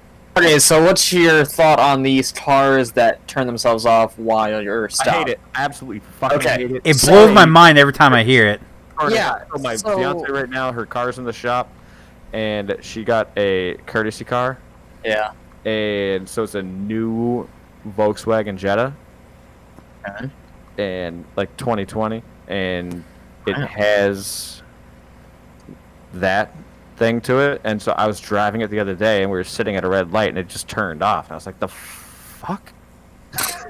I was just like, "Is this thing gonna turn back on?" And it does. And So- it actually wastes more gas than That's what what I've. it's Yeah, just that's what I leaving was it getting running. at. That's like what I was there have getting at. been numerous studies done where it's like actually a car idling.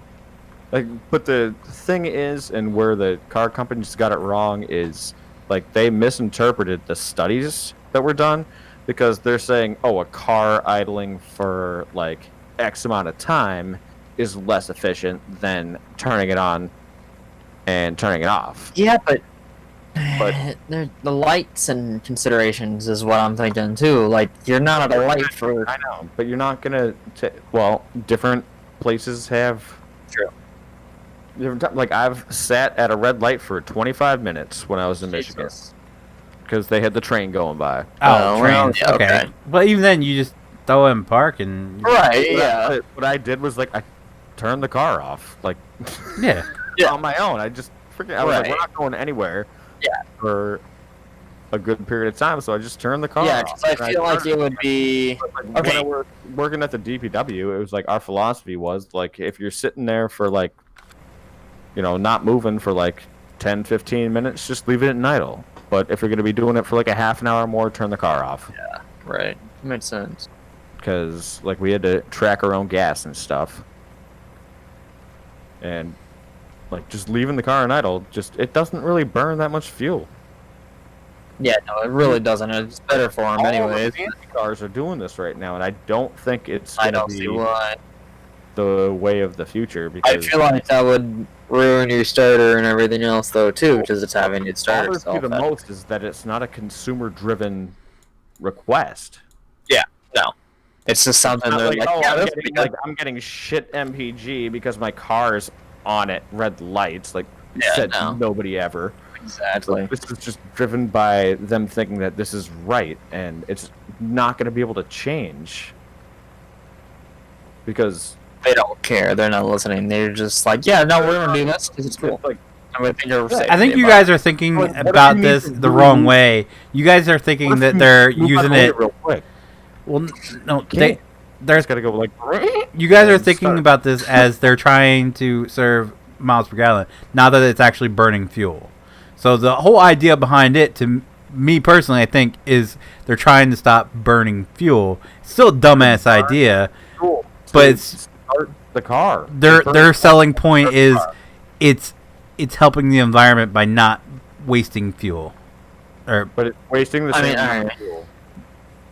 you gotta put your head up these guys' asses to understand their way of thinking. I'm not putting my head up anybody's ass. Exactly. So they have their head so far up their ass. This is their common way of thinking. Like, No, oh they're yeah, looking this is at- a great No, I idea. understand what their logic is behind it, but when you look at the numbers and stuff, like you're wasting more gas by turning off the engine and turning it back on, unless there's a specific thing that they put in the car. So, like NASCAR, when they try to save fuel, if they're coasting, flip they the turn off switch, the yeah. engine. Yep. But they have they flip off the switch, but they have but the engine's still on. Right. Like it's still running because they have it attached to a battery to like still be functioning, and then they just switch on for the fuel. Yep. But What? to my knowledge, they're not doing that in regular cars. I don't think NASCAR does that now, actually, because I remember that they showed it before. It was a while ago. Like I was younger, and No, they They are still flipping on. and no, off. because they're doing that stupid bullshit stage thing. That's the dumbest That's fucking got thing. nothing Anyways, to it's a do- whole different conversation. But Yeah, trust me. No, my fiance and I just absolutely fucking hate that. Like this year, it's like Kevin Harvick should be in the Final Four 100%. Like he won. Well, granted, this year is a total effing waste because Yeah. At least Kyle Busch has sucked. it's a joke. Yeah, I love that. Yeah. Oh my god, I was so bummed that he actually got a win. I was like, oh, it would have been so good to see him just get a year without wins. Oh, because he's such a little bitch. Oh, he's such a little bitch about that too. Ah, damn it. Anyway, Anyways, sorry. but like Kevin Harvick won the most races. He won 9 races this year, and it's like he didn't make the Final Four. That doesn't make any sense. Are you serious? And then someone like, so I look at so my fiance's favorite driver now is Chase Elliott. I hate Chase Elliott because I think he is the next Kyle Busch. I don't know. I think he's Kyle Busch Alright. Jr. Yeah, you know, Alright, he's, keep going. he's pretty ignorant. Alright. And he's got a little bit of entitlement because of his family history. So was everybody else. But anyways, keep going. No, Keep going. they don't. Keep going. But it's like Chase Elliott won like one race this year, Did you really? or two, maybe two. Like, why is he in the Final Four? Because he did good throughout the year. Yeah, I mean he did okay. But he didn't win Yeah. 9 races. You don't have to Didn't you don't win have to nine win every race. You just got I to finish know, towards I the know. beginning Yeah. or towards the top. It's because of the stage points. It's because It's of ridiculous. stage wins, and it's just so not fun. And none of NASCAR likes it, but it's better for advertising because it's like halftime in the NFL. Yeah, You but you get still. all- This Yeah. stage brought to you by You're Maxi not- Pads. Yeah, you're not That's what it racing is. for Literally what the- it is. Yeah, you're not racing for the actual race though. You're racing to just get the stage win. It's like, woo, I want to stay. Yeah, It's but like, no, that's not When you're fun. pissing off most of your Like, your All the watchers, pit what's the strategies point? become the same. Yeah. Yeah, but it's like all the pit strategies become the same. Yeah, it just Because throws the all that race out the round- window. Yeah, so normally I didn't really care what like the fuel window was or like what the tire window was, but like every time that comes up, because like they have to bring it up before each race, like I take a picture of the screen because like I need to know, like that's why I completely it has ruined short track racing. Yeah. Because you can get through each stage in the fuel window, and you don't really need tires. So you can do like Yeah, 130 garbage. laps at Dover, and the stage is like 120 laps. So you don't need to pit at all. But pit used to be like the make or break, and it kind of isn't anymore. It's just like, do you have the fastest car? Which is why you're seeing so many cars. I think this last one was at Richmond,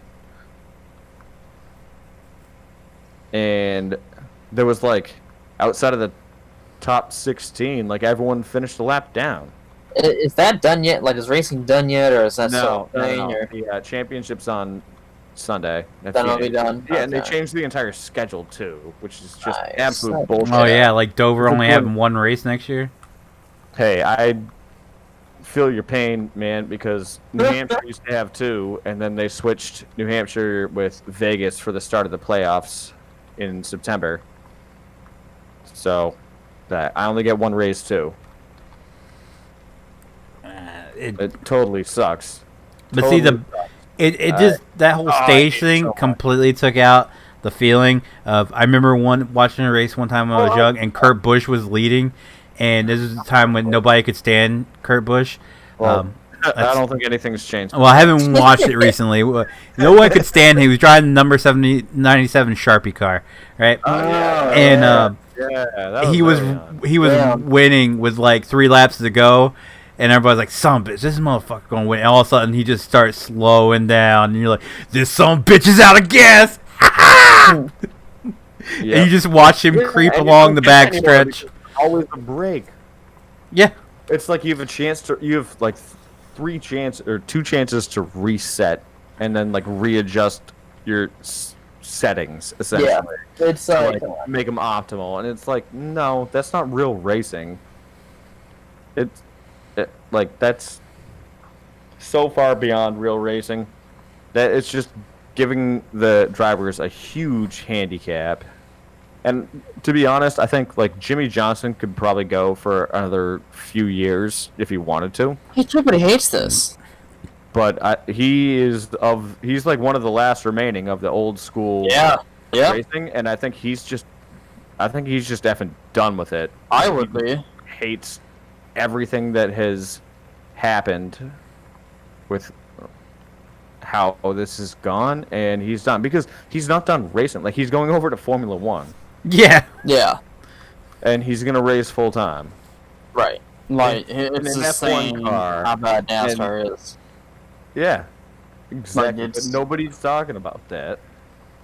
We were playing it last night, Dylan, over on Callus Hey, channel. Jimmy, like, why are you switching from NASCAR to F1? Right. No, they're just like, oh, It's like, okay. because they don't we've done have racing. stages. No, not They really. have their stuff like pretty locked in.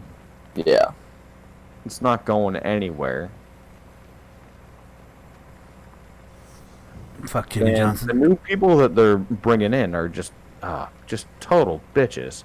Like I can't stand what's his name? Slick Willie, I call him. William Byron. Lick Willie. Driving the 24 car. Uh, Well, everybody's gonna hate that guy. Oh, he's a douche. Alex CB, yeah, Bowman's a the douche. game's server's open to join. No offense to anyone out there, but Bubba Wallace is a douche. I'm offended. so All you right. might actually offend some people on that one.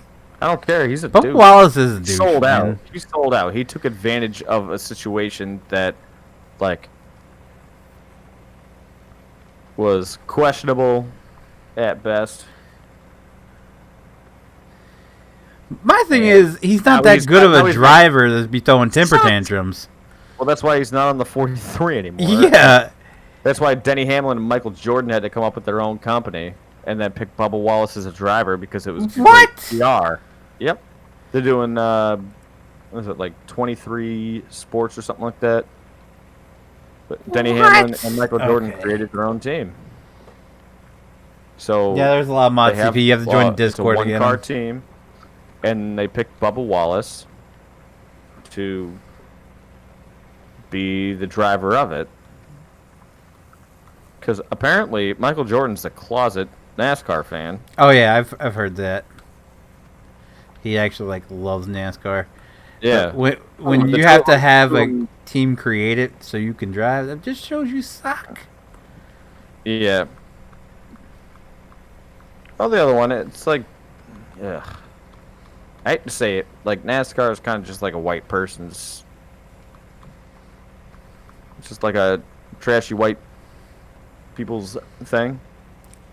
I mean, it got From the started by a outside. bunch of From the rednecks out- running moonshine, From so the outside. it's in its Yeah. genetics. Yeah. So they just embrace any minority they can get. And it's like, but you know who really sucks as a driver is Daniel Suarez. I have all the chits that used to race NASCAR. Like they just disappeared casually. There's only one. There was a couple. What?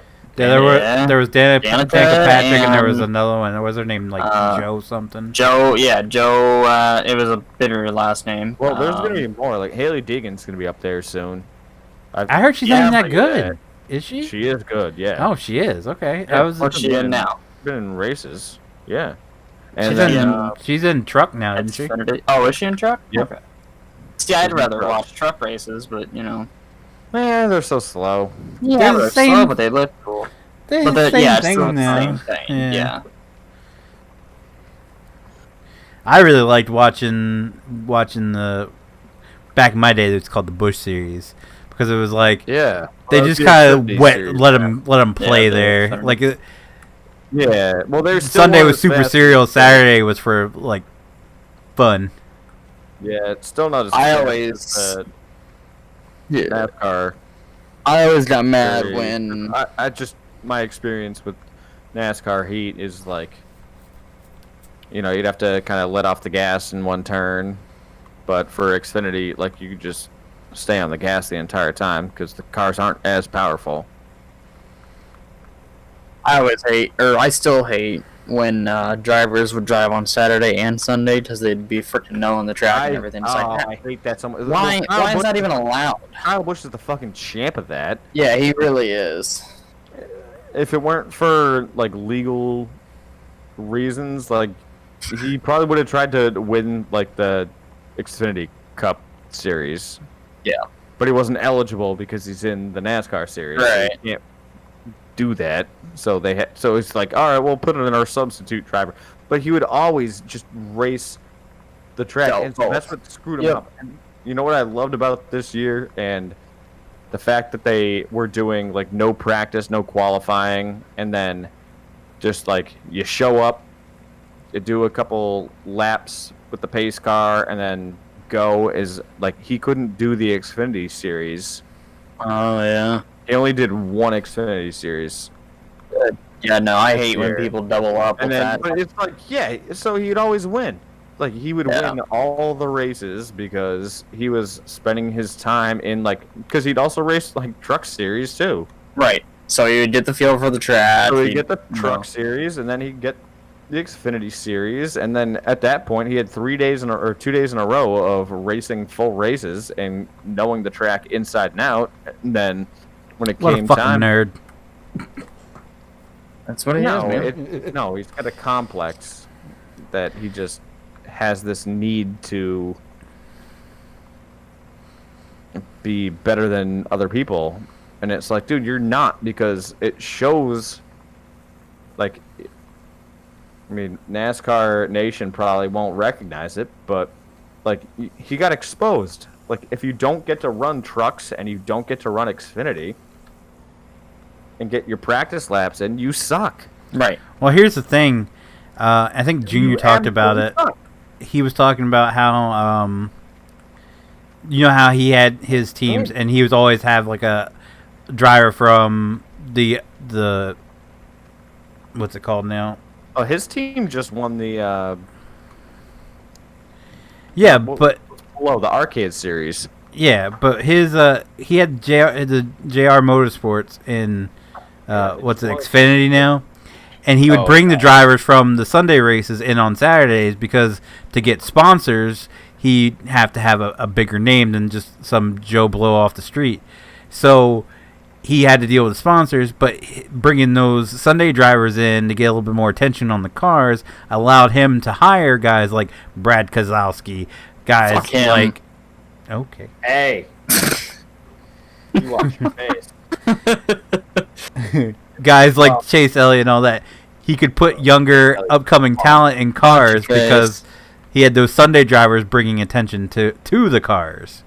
For what it's worth, I am 100% a Ryan Blaney fan over Brad Keselowski. When I first got into NASCAR, which was like 2012, I think I explained this before. I just won tickets on the radio, went to a race. I had no interest in NASCAR before that, and I was like, whoever wins this race, I'm gonna be like, that's gonna be my person. And Brad happened to win that. And so I became a Brad Keselowski fan through that. But then I got attached to Ryan Blaney because he was on the Wood Brothers, which was, a partner with Penske. And then he got brought on to Penske, and I was like, all right, well, might as well keep with it. I love it, Brad, dude. He's got such a fucking attitude on him. He, first of all, no, because... What do you mean? No. Famous thing where he's like, my name is Brad Keselowski, and Kyle Busch is an ass. Okay, that is good. Not even a lie. That was hilarious. That was good. That was hilarious. You can't hate that. No, you're right. You really can't. You really can't. He's too much of a... he's too much of a politician. He really is, I think. Yeah, Where okay. He tries to play everything PC, so he doesn't have an attitude. He's just like, always wants to. But he's on the board as well, in case you didn't know. I did for not. NASCAR, he's like there's 5 drivers that are, or 5 or 7 drivers that are on like the board of like making decisions and stuff. So he's always got to play it like PC as much as possible. So as you can imagine, Kyle Busch is not on that board. Fuck him. Oh, he's such a... Yeah, I hate he's... his face. Yeah. I just want to punch it. And like Denny Hamlin's a close second. I can't stand him either. I've never had anything against Denny Hamlin. I'll say, I don't think I've ever had anything. I actually liked his car, the 11 FedEx car. I actually really liked it. My goal in life back when is it was black and orange. Never wins the championship. Jesus. I hate him. I hate him. I hate him. Jesus. Put your pipe out, ho. What's up? Oh, I'm Put your only at pipe like out. 45%. All right. Right, but for you, 45% is my Alright. 100% probably. So, all right.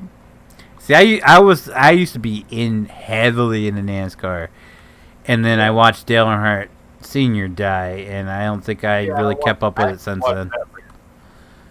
My friend was big into NASCAR, like his whole family, and I wasn't into it at all. But I went over to his house on Sunday just to hang out, and his dad was watching the race and stuff. So we were just hanging out and watching the race and stuff, and then that happened, and I was like, "Oh my god!" Like that was crazy. Yeah, That was I my remember first it. race in NASCAR. Like that was one of the first races I watched. I watched it live, and I didn't think anything. I was like, no accident, all right. And we were bowling that night when they announced that he actually died, and someone come out of the bar at the bowling alley and was like, "Damn, Dale Earnhardt died." It's like, okay, bullshit. And then as it starts spreading around, like the whole bowling alley was sitting there glued to the freaking television in the bar section. I stayed up until 4 a.m.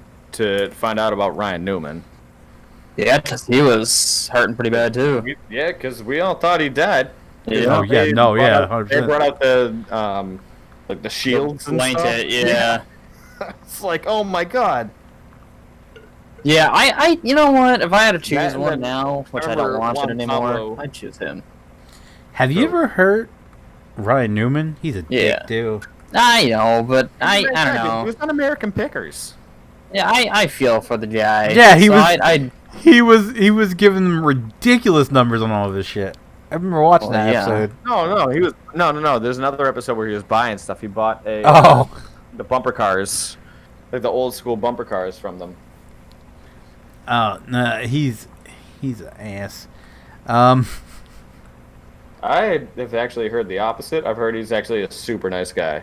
I've had people that I know that worked the races said he was kind of a dick. Well, they're probably using Ryan Newman as a code word for Kyle Busch. Yeah, although everybody pretty much hates Kyle Busch. Yeah, like everyone. No, but Brad Keselowski, he's a. You But say people that he's a either pretty love or chill hate him. dude. Like he'll just drive around the campgrounds and stop and talk to people he sees with Brad's like pretty cool. Yeah. with like number 2 flags Yeah. and stuff. He'll just pull up on his golf cart and start talking to people.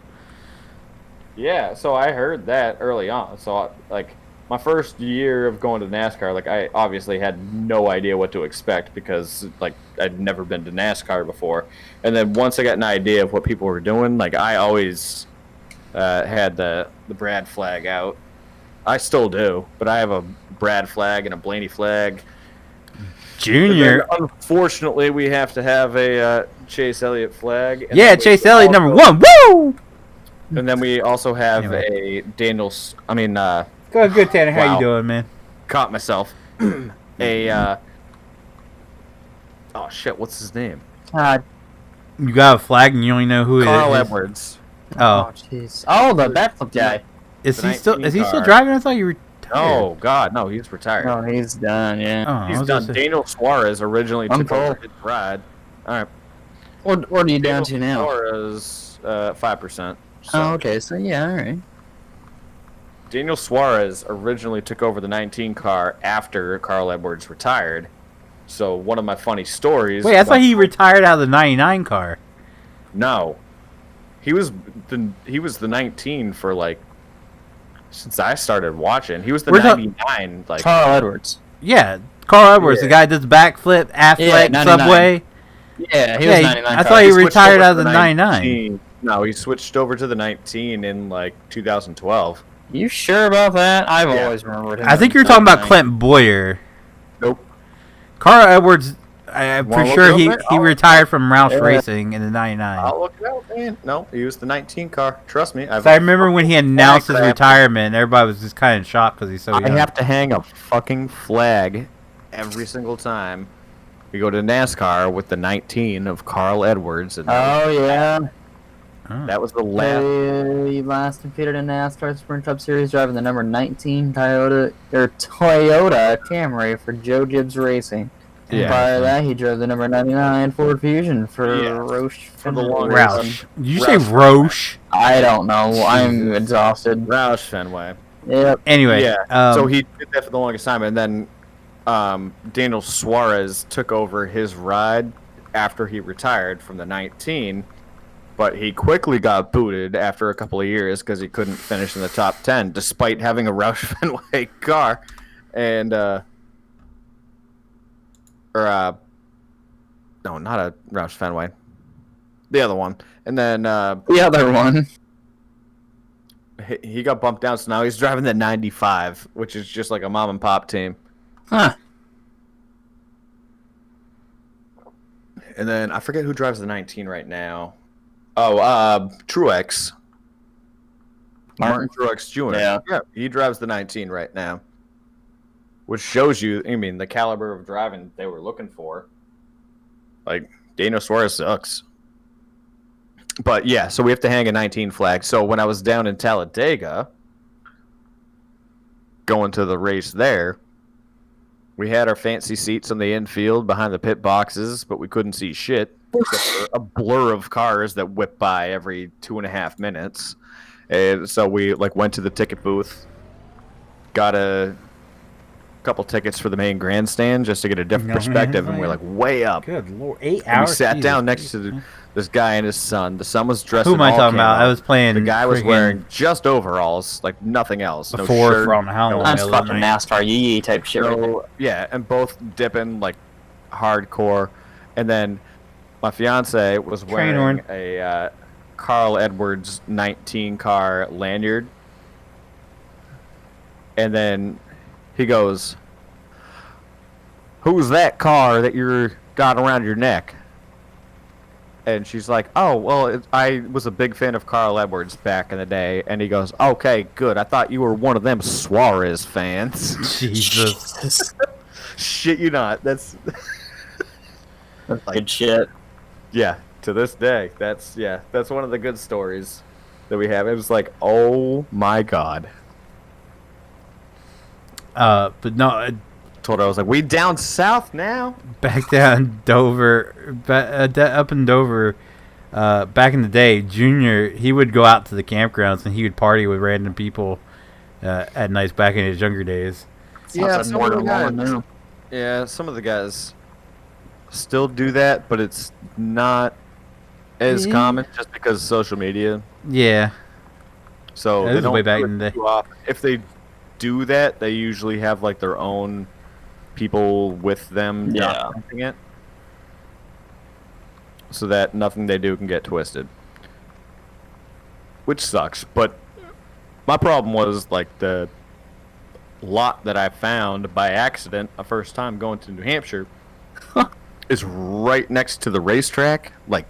It's you have to go past the racetrack, and it's the first parking lot north, but all you have to do is walk over this cute little bridge, and then you're at the little entrance. So it's 100-foot. Yeah, hit the gas pedal and go. It's 100 yards. Sorry. It's 100 yards to get to the entrance versus the other parking lots. Sometimes you have to walk a mile. And those are the main parking lots. And so they only go out there because that's where they think the fans are. And they don't think about, oh, missed that little spot. What do you... I think it's okay. I'm just rolling, son. Alright. So they would never go to the lot that I was in. Oops. Oh.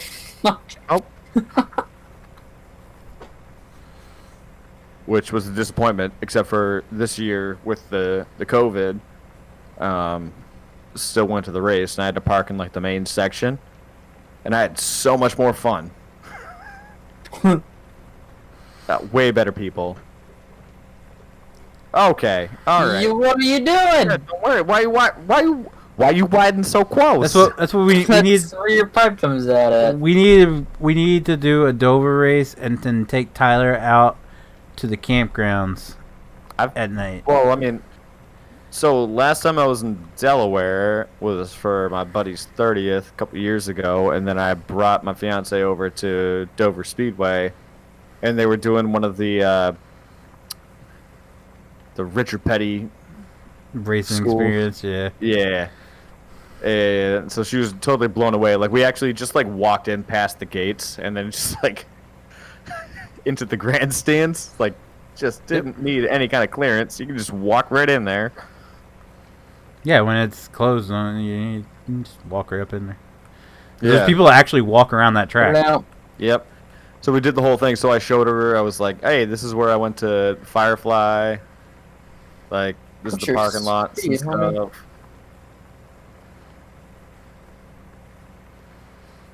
what you find out? I've lived in Delaware my whole life, and I've been to a couple of races. And when I was right after I graduated, we were all hanging out, and one of the guys was like, "Hey, do you want to go to the campgrounds?" I was like, "What are you talking about? What? Why would I want to go to the campgrounds?" He's like, "Because it's race weekend." He's like, "You go out to the campgrounds out behind the track, and that's where the party's at." I was like, "You can't, I've never seen so many titties in my life." Yep. Well, I'll say the same thing about Firefly. Yeah, but those are hippie titties. Jesus. They ain't bad. Fun times. They're not great, but like, I've seen better, but I've also seen worse. All right, want me to slow down a little bit?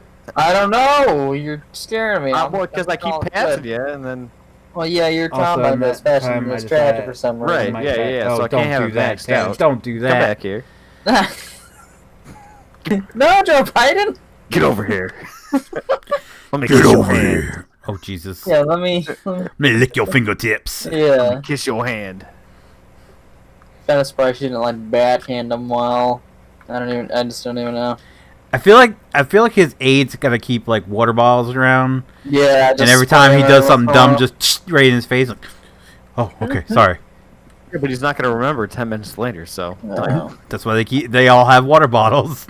right, yeah, but that's not gonna do. The water bottle's not gonna do anything because he's not gonna remember being scolded from the last time. Because he's got dementia. Yeah. And he's just straight fucking crazy. Period. Seen one of the memes on This Facebook. is They're coming like, from. We have family friends that are close friends with him. He's crazy. I just watched the compilation video of him just like trying to get through sentences, and it's fucking hilarious. Well, I seen a meme on Facebook the other day. It was like, this voting better hurry up. Joe Biden's gonna forget what the hell's going on and what he's being elected for. He's already forgot. He was like, "I'm running for Senate." Did you guys see- Oh shit! I'm Joe Biden. I'm running for Senate. I'm running for Senate. Oh my He's god! like, I'm Joe Biden, and I won bingo at the old folks' home. The best one is, "I'm Joe people vote for Biden." that. Actually, I'm Joe Biden's husband. Yeah. And he confused his sister and his wife. Oh man. Well, I would expect John Kerry to do that, not Oh, God. Joe Corn pop, that's a bad dude. It's because he was a What the Mormon. fuck was the one on TikTok? Was the like the translator thing or the telecom thing for the fucking? Oh, when screen? he's like, "I will deploy." Yeah. Kind of. Oh, but what the fuck? It was good. Yeah, the that's translator fucking was like, just scratching his head.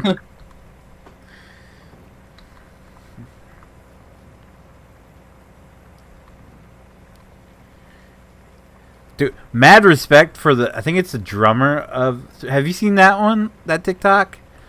The drummer of 3 Days Grace, I believe it was? I have not yet. Okay, so a video went viral of a girl signing to her dad the lyrics to one of their songs, and the drummer actually reached out to her and told, like, "I love the video," stuff like that. Yeah, I saw that. He's actually got a friend who works on like hearing aids, and hooked her up, or hooked her dad up with free hearing aids that allows him to hear. Yeah. Only to hear, I hate everything about you. No. This is what you were telling me the whole time? Alright. A great connection. Not even the good 3 Days Grace But- anymore. Since Adam left. Yeah, well. See ya, Jeremy. How going to leave? Bye. Just waiting for Greta Van Fleet to come out with their new album. Fuck Greta Van Fleet. Oh, you stop I hate that band so much. Because you hate classic rock. I love classic rock. Do you? Yep. Oh, yeah? You like Led Zeppelin? Oh, yeah. Well, then you should like them. No. And you should be appreciative of a band No. that is actually looking back. No. A cover band? No. It's No. not a cover band. It's a cover not band. A cover band. It's not a That's how they started. Yeah, it is. But Exactly. they did their own songs. Yeah, but I just don't I don't like the They did second their own coming. Sorry, song. no. It's like the Big Daddy. I wipe my own ass. I want my own ass. I want my own ass. I want my own ass.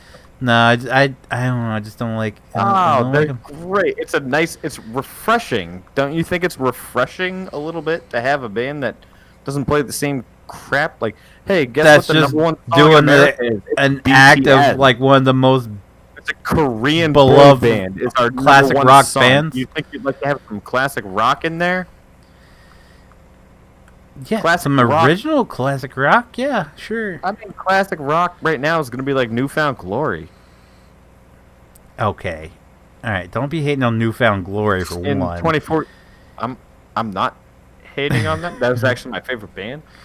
And I've seen And it's the all concert a bunch of times. downhill from here. That was my jam back in the day. No, Sticks and Stones, man. The album, Sticks and Stones. Limp Bizkit's classic rock nowadays, isn't it? Well, Foo Fighters is on our classic rock station now because So, it's yeah, anything they are. over 25 years or 20 years is now classic rock. That's fucking Limp Bizkit. So now we're getting no, we're like 90. Foo Fighters definitely came after Limp Bizkit, didn't they? No, Yeah. Foo Fighters been around since 95. They have? Yeah. Holy shit. They're doing this whole thing. I'm a part of their fan club and all that crap. So they're doing a bunch This of stuff guy. for their 25th anniversary. Really? Right I now, didn't so know they were around 95. that long. I thought they came out in like early 2000s. 95. Of course, I probably Oh. didn't know them until But There in case you didn't Goes know, My Hero.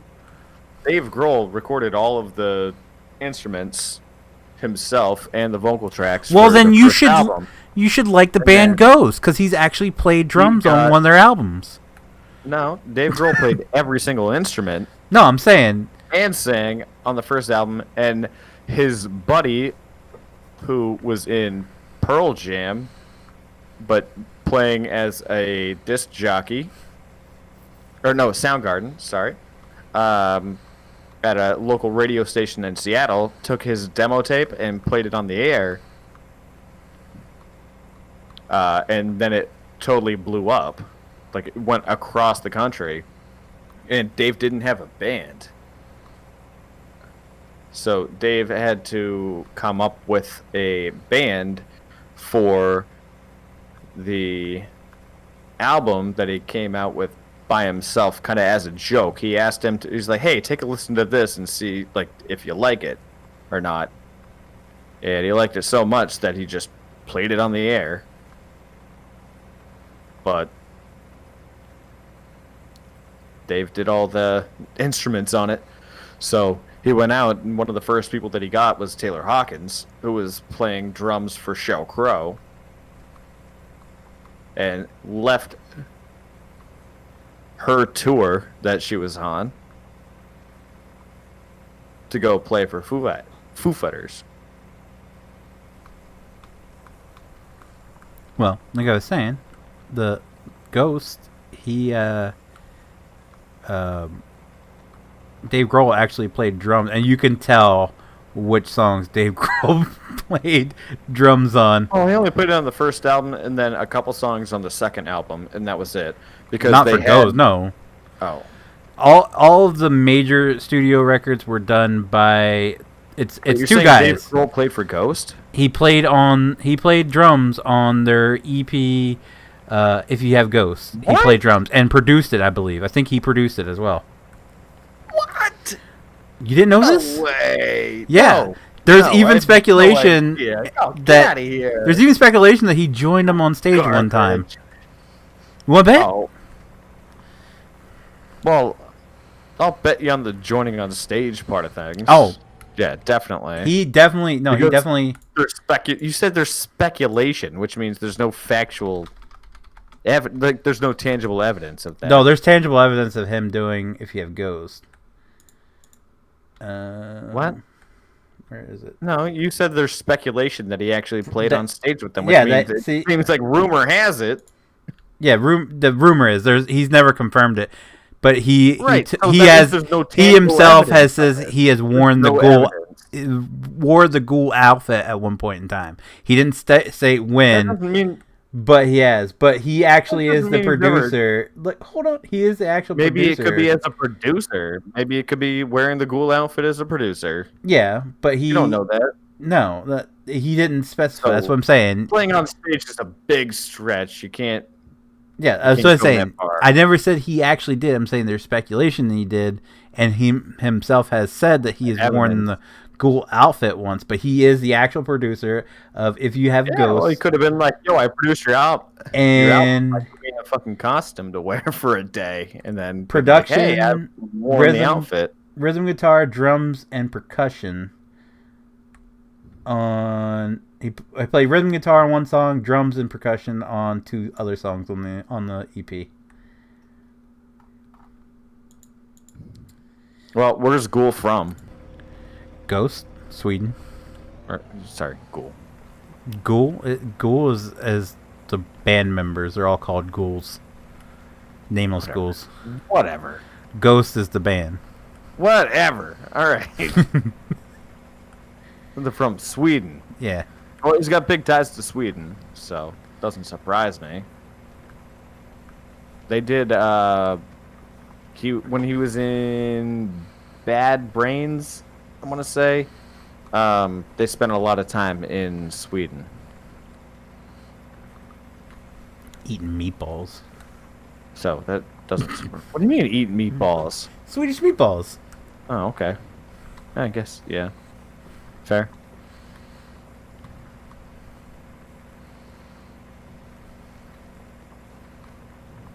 But I'm saying, if you listen, loyal person. If you listen to that EP, you can tell. Really understand Bruce. Yeah, I'm sure you can. Drums are. You could tell the difference. Yeah, it's pretty noticeable. You know every track, so that's why it's funny because so I read like Dave Grohl's biography. It's like one of the few books that I've bought and read more than once, and it's funny because he did his entire first album by himself, doing every single instrument, and doing maybe the that's why it's a fan of Ghost, because that's what... And you know how he recorded it? Over a tape cassette recorder. Jesus Christ! So he recorded every instrument individually on a tape cassette recorder, and then, like one of those dual ones. Yeah. So one was playing, one was recording. And then he just layer over each track. So his demo was on a cassette tape.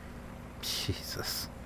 And then, passed it off to some friends. So via his time in Nirvana, he met up with the Soundgarden guy, who was the DJ, and was just like, yo, take my tape. Just listen to it and let me know what you think. But instead of just letting him know what he thought, he just put it over the airwaves as a disc jockey, and it totally blew up. And then, so he got a band behind him, and this was before Taylor Hawkins, and they were recording their actual, technically second album beyond Dave's demo tape, and he didn't like how the drums were sounding. So he, like, after he said everything was good with the band, he went back and redid all of the drum tracks for the album. And then that's when he came across Taylor Hawkins. And totally swiped Taylor Hawkins from Sheryl Crow mid-tour. So Sheryl Crow had a problem because she didn't have a drummer anymore.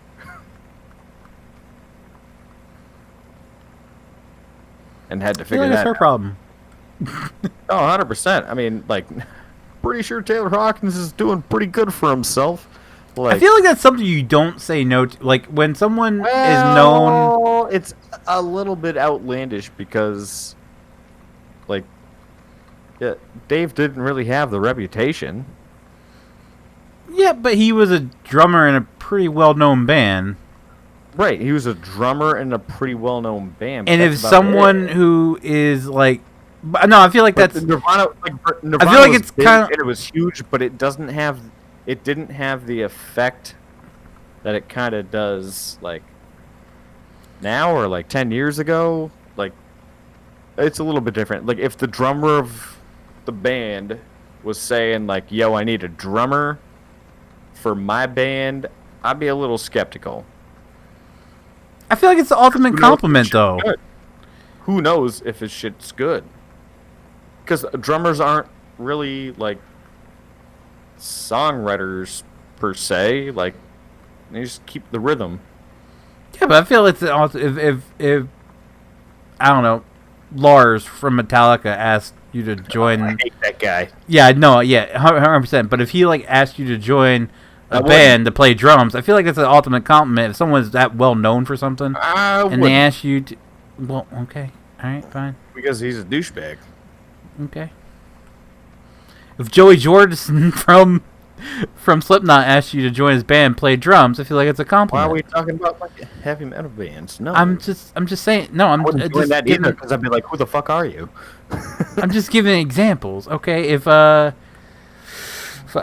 what's his name? Don, how you pronounce his last name, from the Eagles, asked you to join his band and play drums, it would be a compliment, right? Well, he's dead. No, he's not. Yeah. No. Don. Yep. No. Don Hadley. No, he's not. He's alive. Yeah. No, he died. 100% he's alive. I would have known if he's dead. Hang on. Anyways, Sure died. I'm going to bed. You guys have a good night. He's still Oh, alive. no, he is He's alive. 73 years old. All right. Yeah. Gilmer, Texas. All right. Well, yeah. If he asked me to join a band, But I'm saying it's the same concept. If someone like that well known for something asks you to join a band, okay, there's a little bit of a difference between like Dave Grohl and Don Henley. Like Don Henley has years of experience in multi-platinum records and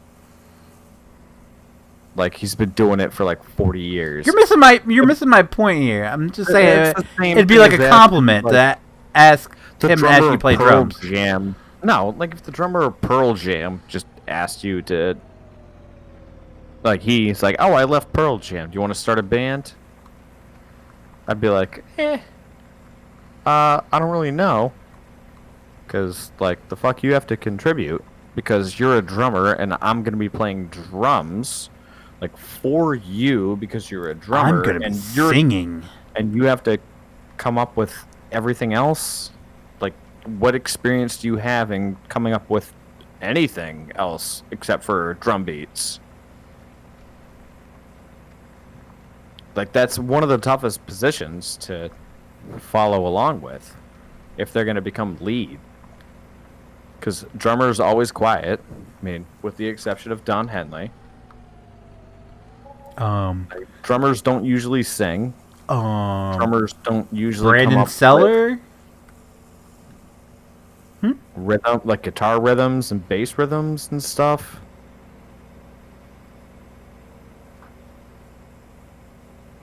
I'm saying that because he follows me on Twitter, or he used to. I don't know if he still does or not. The drummer and backup vocalist for Atreyu.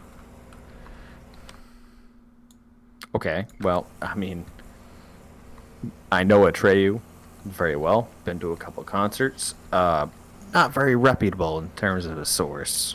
Their lead singer just left. Right. Yeah, doesn't mean that the drummer is going to be the lead singer. Yeah, he is. He's Right, lead so vocals now with the they- bass player doing the screaming. Did they get a new drummer then? No, he's still playing drums. Drummer and lead singer. That's Yeah. insane. Yeah, tell me about it. A lot of people are pissed Aaron. off about it. Yeah, which means no one's going to like it. Yeah, no. I listened to their new song. Not a huge fan. Right. And I'm saying Dave Grohl's the only person, but it's just like you'd have to take a huge risk because Sheryl Crow back in the mid 90s was Yeah, but where's Sheryl Crow now? Dude, it doesn't matter. Like you don't It look does. at that right now because you can't see what kind of music she's going to write in the future in the mid 90s. Like you have no idea. Because you don't know what the direction. I feel music like Nirvana is. was just as big as Sheryl Crow back then. Yes, but it wasn't Kurt Cobain. That'd be like, okay, if Chris Novoselic, I mean, R.I.P. He's No, still actually, alive. He's still alive. Yeah, sorry. I was like, what are you talking Chris about? Novoselic came up to you and was like, yo, I'm starting my own band. You want in? Would you have the same kind of. Okay, interest? I get. Okay, that puts As it if in Dave perspective. came? Yeah. As if Dave came to you and said, yo, I got a band. You have to put aside the success of Dave. to- Okay. Yeah. No. really 100%. I get. think I get about what you're that. saying. No. Yeah, it's a little sketchy because I'd be like, yo, if I'm like already touring with Sheryl Crow right now and got like a lengthy gig and no end in sight, like I'm pretty good versus your fucking cassette tape that's going on. I think I'm gonna stick with what I'm doing. So, Dave originally got a different drummer, but he didn't like the drumming style. So, after he left, Dave went and redid all the tracks and then kept calling Taylor Hawkins and finally got him on board. And then that's the album that they came out with. They had oh shit, what are the songs? Learn to Fly and all that crap. No, actually it was the album before that. It was Raygun. No, Raygun's the one that he did all the tracks over for. Hang on. I've read his biography too many times.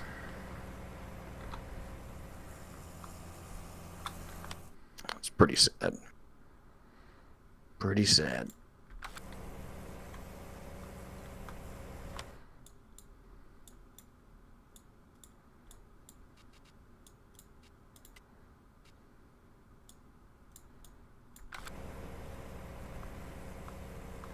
Finally done. Yeah. Why is YouTube saying right now I didn't have any viewers from like 11 to 11:15? Come on. Their analytics is messed up.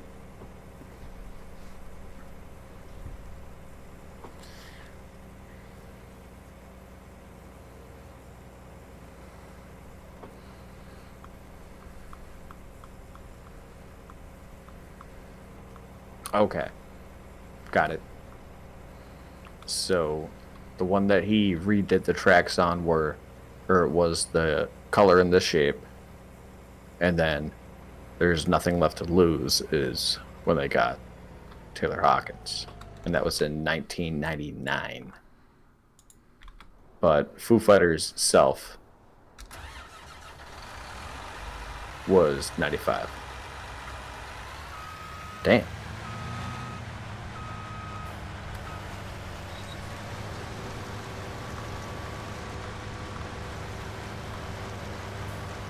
Welcome back. 25 years Darren? of Foo Fighters.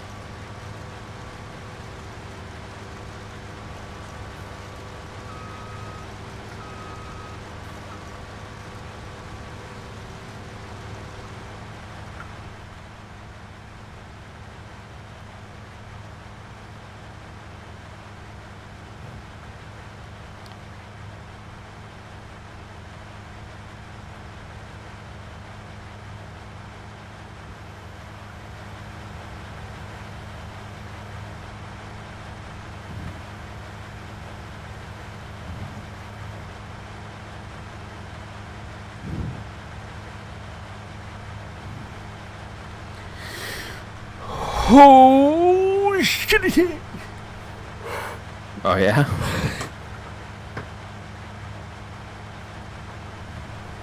Oh yeah.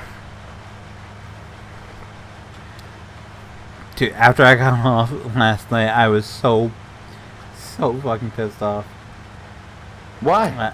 So I've been flirting with the idea of because I'm like heavy into action figures right now. So I've been flirting with the idea of starting a second YouTube channel and making it about action figures and doing like fig hunts and stuff, because I enjoy when I go out grocery shop and stuff, going around to other stores and seeing what figures they have and everything. And my wife, well, first off, I went grocery shopping and found one Kane figure. I picked it up. That was my birthday present to myself. Then my wife had ordered me, it was a Rock figure, the Ultimate Edition, that wasn't supposed to come till late November, but it released like late October. So she had pre-ordered it, and it came in the mail yesterday. I was like, oh, cool. So I can do like a unboxing for this channel I don't have a name for. Open up the Kane figure, and he's like ridiculously short compared to my other Kane figures. Like a good, I want to say, like 6 inches shorter. Like not scale. I'm talking about if you were scaled it up to his actual size. I was gonna say you have to look at scale models. Yeah, so his model size. His nose is they're the same scale, but his nose, like the nose on my other Kane figures are at his forehead. So yeah, he's not scaled with the rest of the Kane figures. So I was like, what is this shit? If you were actually going by like actual scale, he'd be like 6 inches shorter. Off. Yeah. So then, did you ever watch wrestling growing up? Yeah. Okay, so you know the boots that The Rock wore, how they were like kind of open in the back and they had the strap that goes around the top of his calf. Yeah, and they were like halfway up more like just below the kneecap. Yeah. Tall. Yeah. So The Rock was my favorite. This figure had them, and I looked at when I pulled it out. The front of the boot looked like it was like doubled over and bent down. I was like, that's weird. So I turned around, and the boot strap was actually at the top of the back of the boot, so it didn't go up to like the back of his calf. So I was like, that's weird. So when I went to like try to see if I could move it at all, it was hard plastic, so you can't, and it was actually cracked. So I was like, this is shit. Both my birthday gifts suck. And now contact Amazon to try to get a replacement, and they're out of stock. So well, probably just get a refund at that point. But I really want this figure. They're hard to get. The replacement's going to be any better. Oh yeah, because it sounds like it's going to be a knockoff regardless, dude. No, it's the actual one. That's how they release them. It's from Mattel, the toy brand. So it's a legit one. It's the only way you can get it is through Amazon. So well, that's shitty. So I have to wait till they come back in stock to get a new one, if they get it in stock. It's all about reaching out. Well, no, they're. So the way these work is there's X amount made, and the popular ones are really hard to find. Like Shawn Michaels has what they call Ultimate Editions. So they come with a lot of accessories and stuff like that, and you can pose them around better and dumb nerdy shit like that. So like The Rock, he's going to be hard to find. Shawn Michaels is hard to find. Guys like Triple H, you can pretty much find anywhere because nobody really liked Triple H that much. So I'm just hoping I can get. I like Triple H, the pedigree. Yeah, I like Triple H, but he's not well liked among people. Oh, really? Yeah, no. Everybody, there's a huge portion of the community because he's married to Stephanie in real life. So I know that. Well, yeah.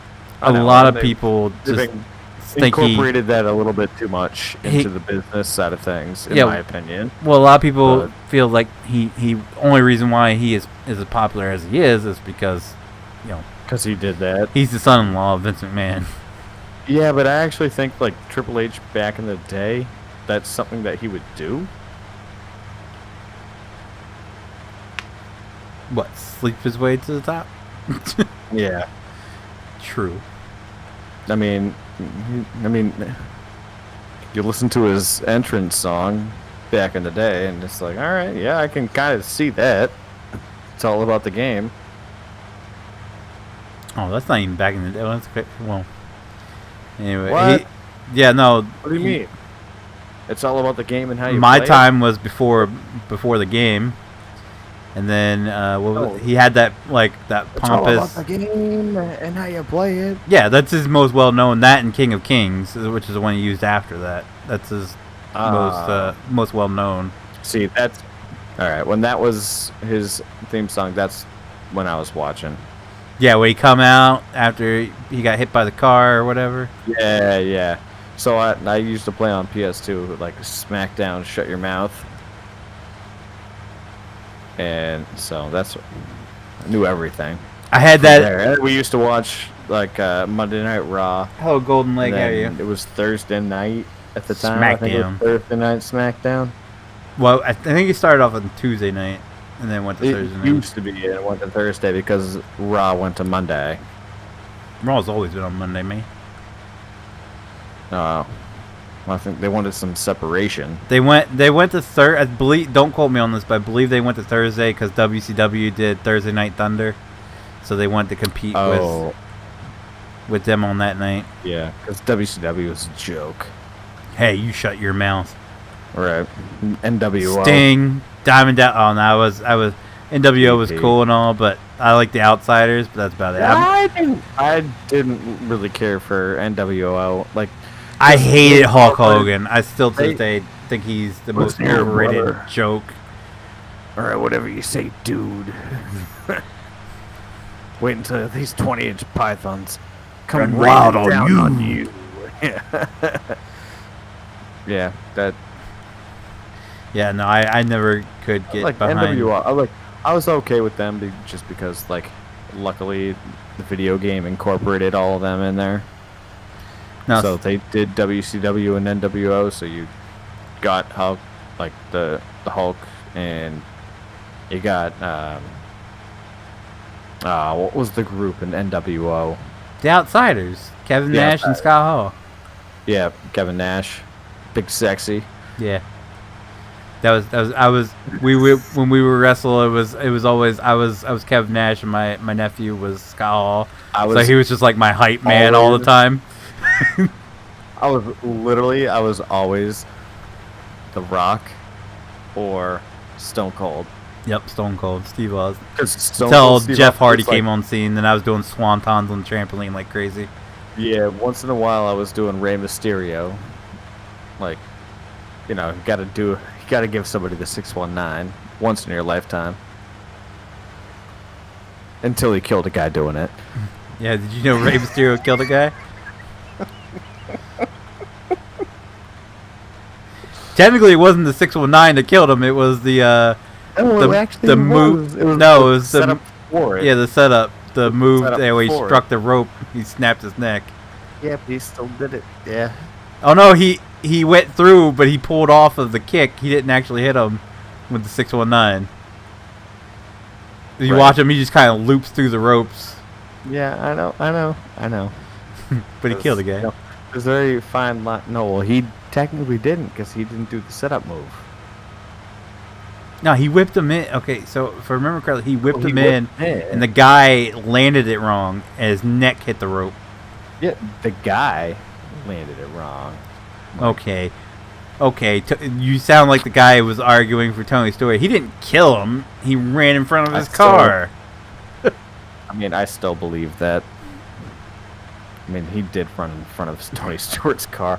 Like I said, Tony Stewart killed a guy. Like, if you want to talk about it factually, absolutely. Like, he definitely killed a guy because he did run him over in a car. However, like, that was the driver's fault 100%. He ran out in front of a race car. Like, it's one thing running out in front of someone in a Walmart parking lot. Okay? but he I ran. know. I out 100% agree with you. He ran out in front of somebody on a racetrack. Like, what do you expect? Like, they're gonna brake and just give you the wave to cross? Like, no, you're getting run the fuck over. I 100% agree with you. No, and that's it. But Andy was high. He was high. My dumb ass, if He was that was my case, on and drugs. He was on drugs, which is why Tony Stewart didn't get in any trouble, is because his toxicology came back that he was under the influence. I feel like that's the only reason why you would get out of a car in the middle of a race to confront somebody. Like, people have done it before. Like, even your boyfriend Chase Elliott, Sterling Marlin, didn't he chunk a helmet at someone's car? Yeah, even your boyfriend has sat on like the infield line, like below the white line, and has thrown his helmet. There's tons of people, but they know to stay out of the way because they're staying below the white line. Yeah, like, no, I wouldn't run out. And, no, this guy. I didn't even stand below the white line. I'm gonna come after you. I'll wait for him in his hauler. And beat the shit out of him. In front of a car doing like 60 miles an hour, like that. It's on a dirt track, therefore it doesn't have like the traction or ability to get away from you, and you're gonna walk in front of that car. Like, come on, No, I would do a who was it? Kevin Harvick beat the shit out of. What? I would love to hear someone beating the shit out of Kevin Harvick. No, Kevin Harvick beat the shit out of somebody. Did he? Someone pissed off Kevin Harvick, and he. Denny Hamlin, because he's a pussy too. I don't know. I just know they got on. They finished the race when they're all sitting on pit row. Kevin Harvick just goes up as the guy's getting out of his car and just starts wailing on him. I can't remember who it was. One of the most pathetic fights I ever saw was Joey Logano and Kyle Busch. That was just a slap fight. Oh no, that was Denny Hamlin. No, it was Denny Hamlin. Yeah, a couple of years ago. It was so sad because they're just both just pansies. Like, they've never been in a fight in their lives. And Joey just like shoved Denny and then walked away. And then Denny was like, wow. And the mute is. I want nothing to do with this, and then just ran after Joey and shoved him, and they got in a fight. But I'm pretty sure Jenny got beat up pretty good. And then Joey Logano and Kyle Busch got into it, and that's where Kyle Busch was bleeding. That was 2 years ago, maybe? Or last year. May have been last year.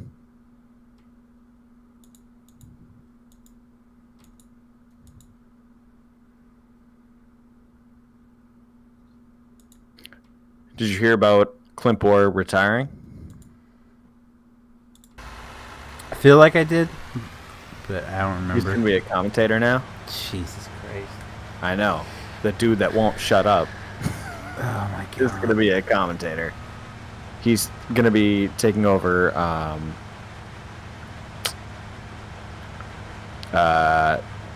DW's commentary. I feel like as much as I dislike him, I feel like Jeff Gordon's probably the best one that's transitioned. Even Junior, I love Junior to death, but he was a horrible commentator Junior with that sucks. accent.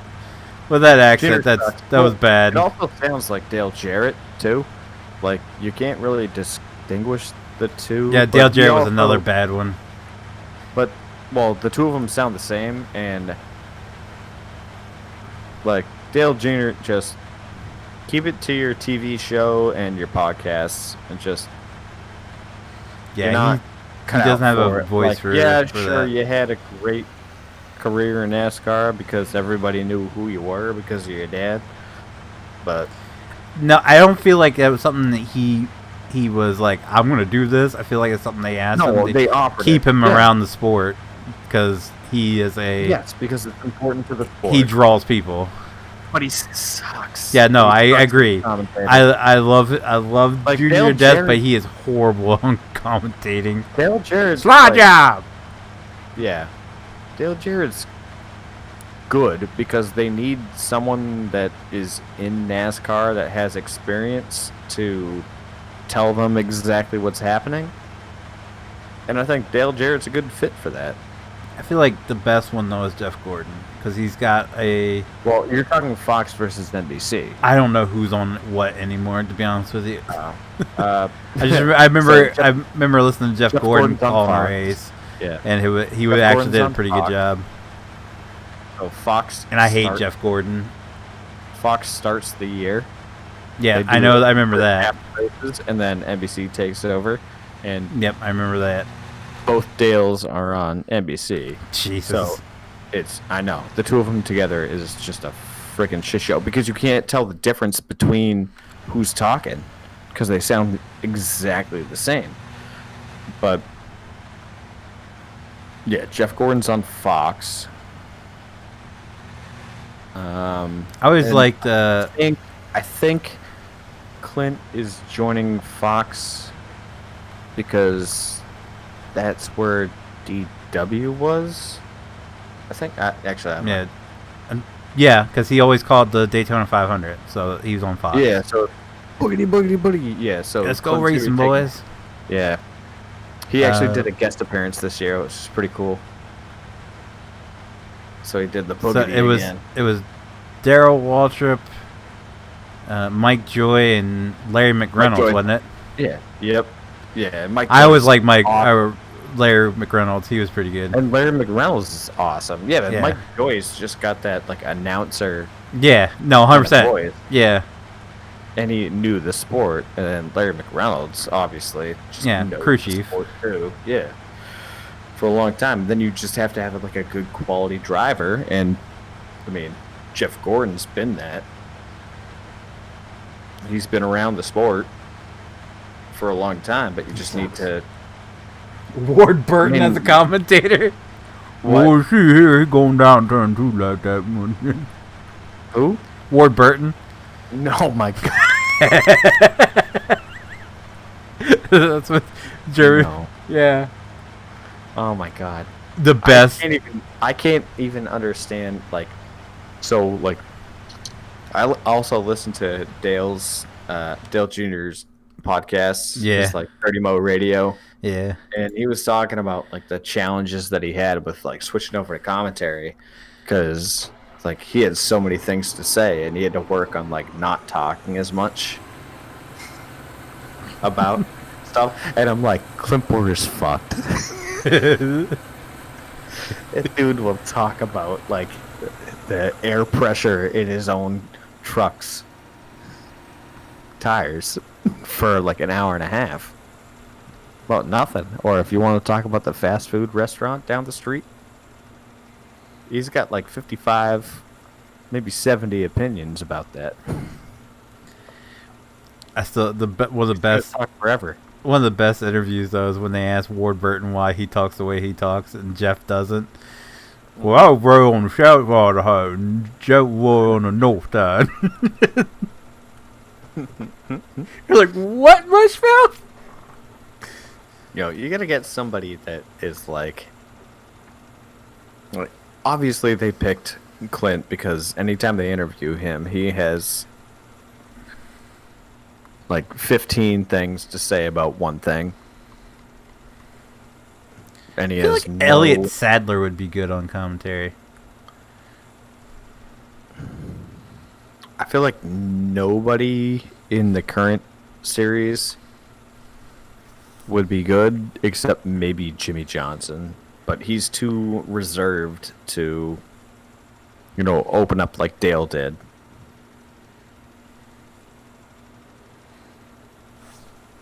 Yeah, well, But Jimmy's one of the most knowledgeable people in NASCAR. is Elliot Sadler even still racing? Last time I heard he was racing hell Xfinity. no.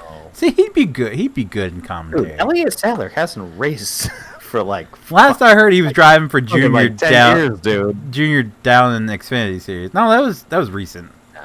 A couple years What? ago. Yeah, he Elliot won a Sadler was championship. Elliott Sadler was still in the Sprint Cup series when I went to my first race. He was there. Yeah, and he stopped racing and he was and done for a while. he stopped racing on Sundays and he started racing Saturdays for junior. This was a couple years. He won a championship, I believe, down there. That was just, I want to say, like 4 or 5 years ago.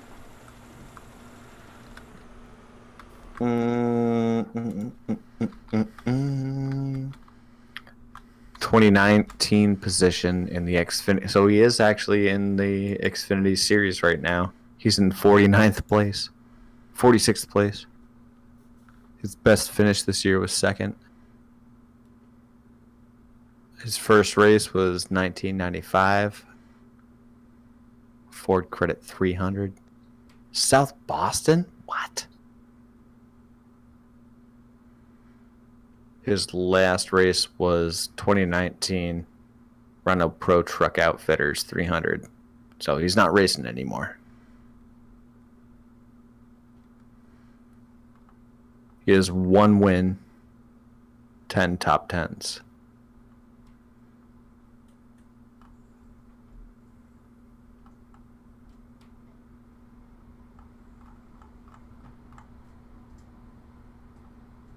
I thought he was better than that.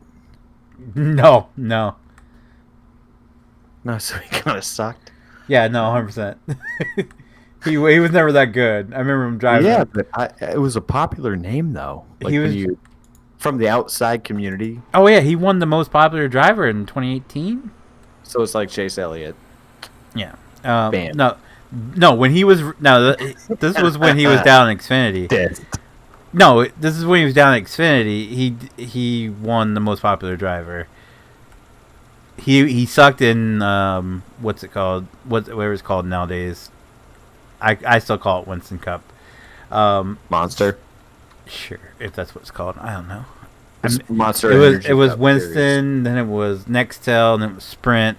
Last time I watched it was Sprint. So, but Nextel. he sucked. He drove the number 38 M&M's car for The Spring Cup Series. Robert Yates. Wait. Whoa. Back up. The M&M's car was 38. Yeah, he used to drive the number 38 M&M's car for Robert Yates Racing. No, I'm actually looking at a picture of that. Oh my god. Yeah.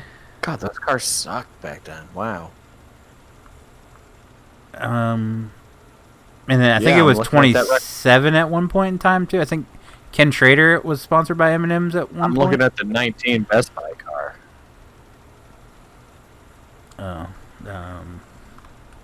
That was after he joined Everham Racing, isn't it? Yeah. And then I got a picture of him at a pit stop at Dover in the 19 RPM car. I have no clue what that It's one the is. Air Force. Good night, Golden Link. Blue and white.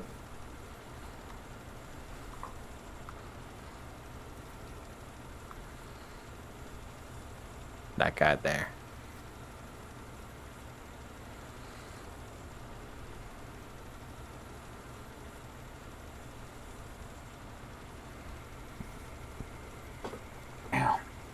Level 7.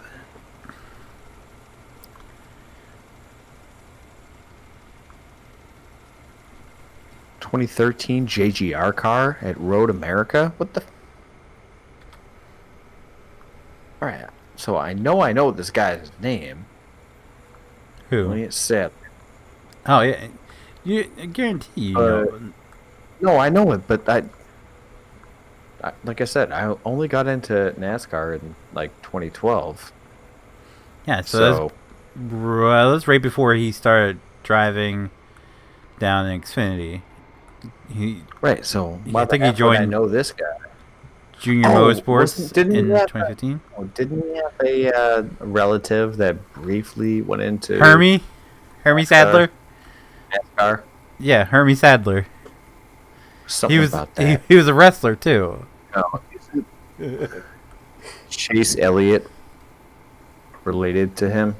Who? Hermes Sadler? Elliot. Elliot Sadler? I have no clue. I think he does. Oh no, I know why. Wood Brothers. Hermes Sadler used to be a commentator too, I believe. Oh, Wood Brothers. That's where I know his name. No, but Elliot Sadler was in the fucking games that I played. Nope.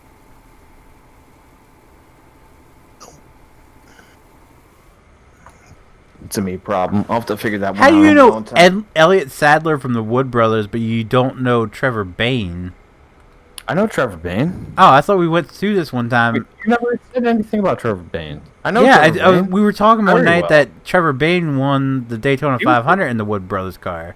He was the 21 car for a good amount of time. Yeah, I thought you. I thought I was like, you didn't know that he had won in the Wood Brothers car, something like that, something another. No, and I was know because I was love like, his Trevor name was Bain. Trevor Bain. That was one of the first couple of years that I was like actually watching NASCAR, and I didn't know that the Maybe 21 I'm car was. confusing it with something else. I didn't know the 21 car was Wood Brothers and affiliated with Penske. I had no clue, but Trevor Bain was running the 21 car at that point. And I liked him because he did win Daytona. Yeah, I had nothing wrong with him. And I played NASCAR 2013 too. Trevor Bain was running the 21 car at that point.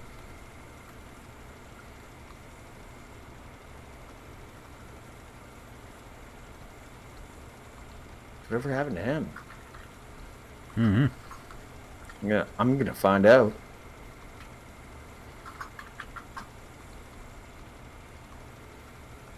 Oh, he's still racing. He's in the Gander Truck Series. That means he did absolutely nothing. It went that far back. He pulled a Joe Nemechek. Oh, he obviously didn't go beyond NASCAR. I mean, what else is he gonna do? No, I'm saying if you don't even go to Xfinity, you go all the way back to trucks, then yeah, you didn't do much. You'd be surprised. A lot of the people that don't make it in, like Sprint Cup, go back to trucks, and then they spend 99% of their time in Xfinity. So they do like a year in trucks to kind of prove themselves again, and then they get hired on by an Xfinity team. 35th. Wow, he didn't do well. Oh dear. Oh, DNF. Last race. Talk about the same person, right? Like, he's 29 years old. Yeah, he's a young guy. Yeah. 28 position, or 2018 position, 31st. Wow, 2016 position, 102nd. He has MS?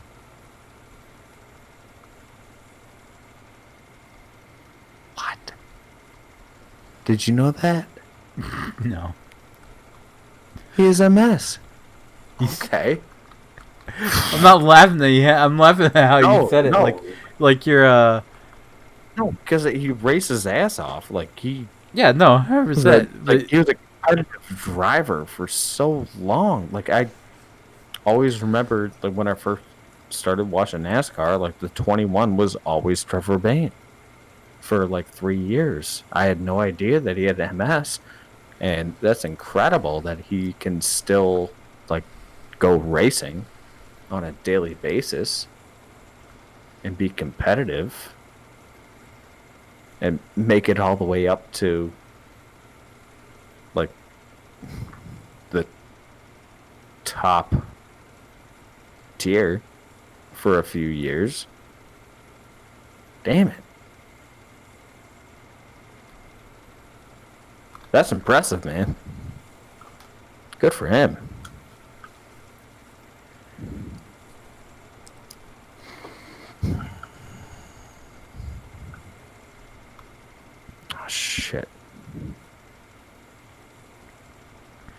I'm full.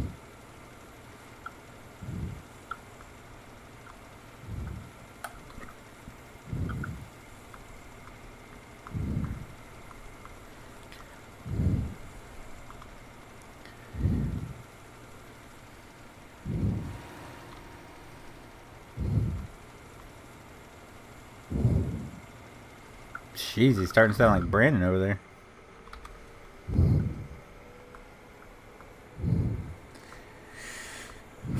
Whoa, it's almost 1 o'clock in the morning, ladies and gentlemen. I think we're going to go ahead and call the stream here. I didn't realize how late it was. If you guys did like the stream, wow, 64 likes, man. That's awesome. If you guys did like the stream, be sure to leave a like down below. It does help me out so very much, and I do appreciate it so very much. If you guys do want to see future streams, be sure to click that subscribe button. If you guys want to be notified whenever I do go live or upload a video, be sure to click that notification bell. And as always, guys, thank you so very, very, very, very much for watching. And I will see you guys tomorrow night. Bye.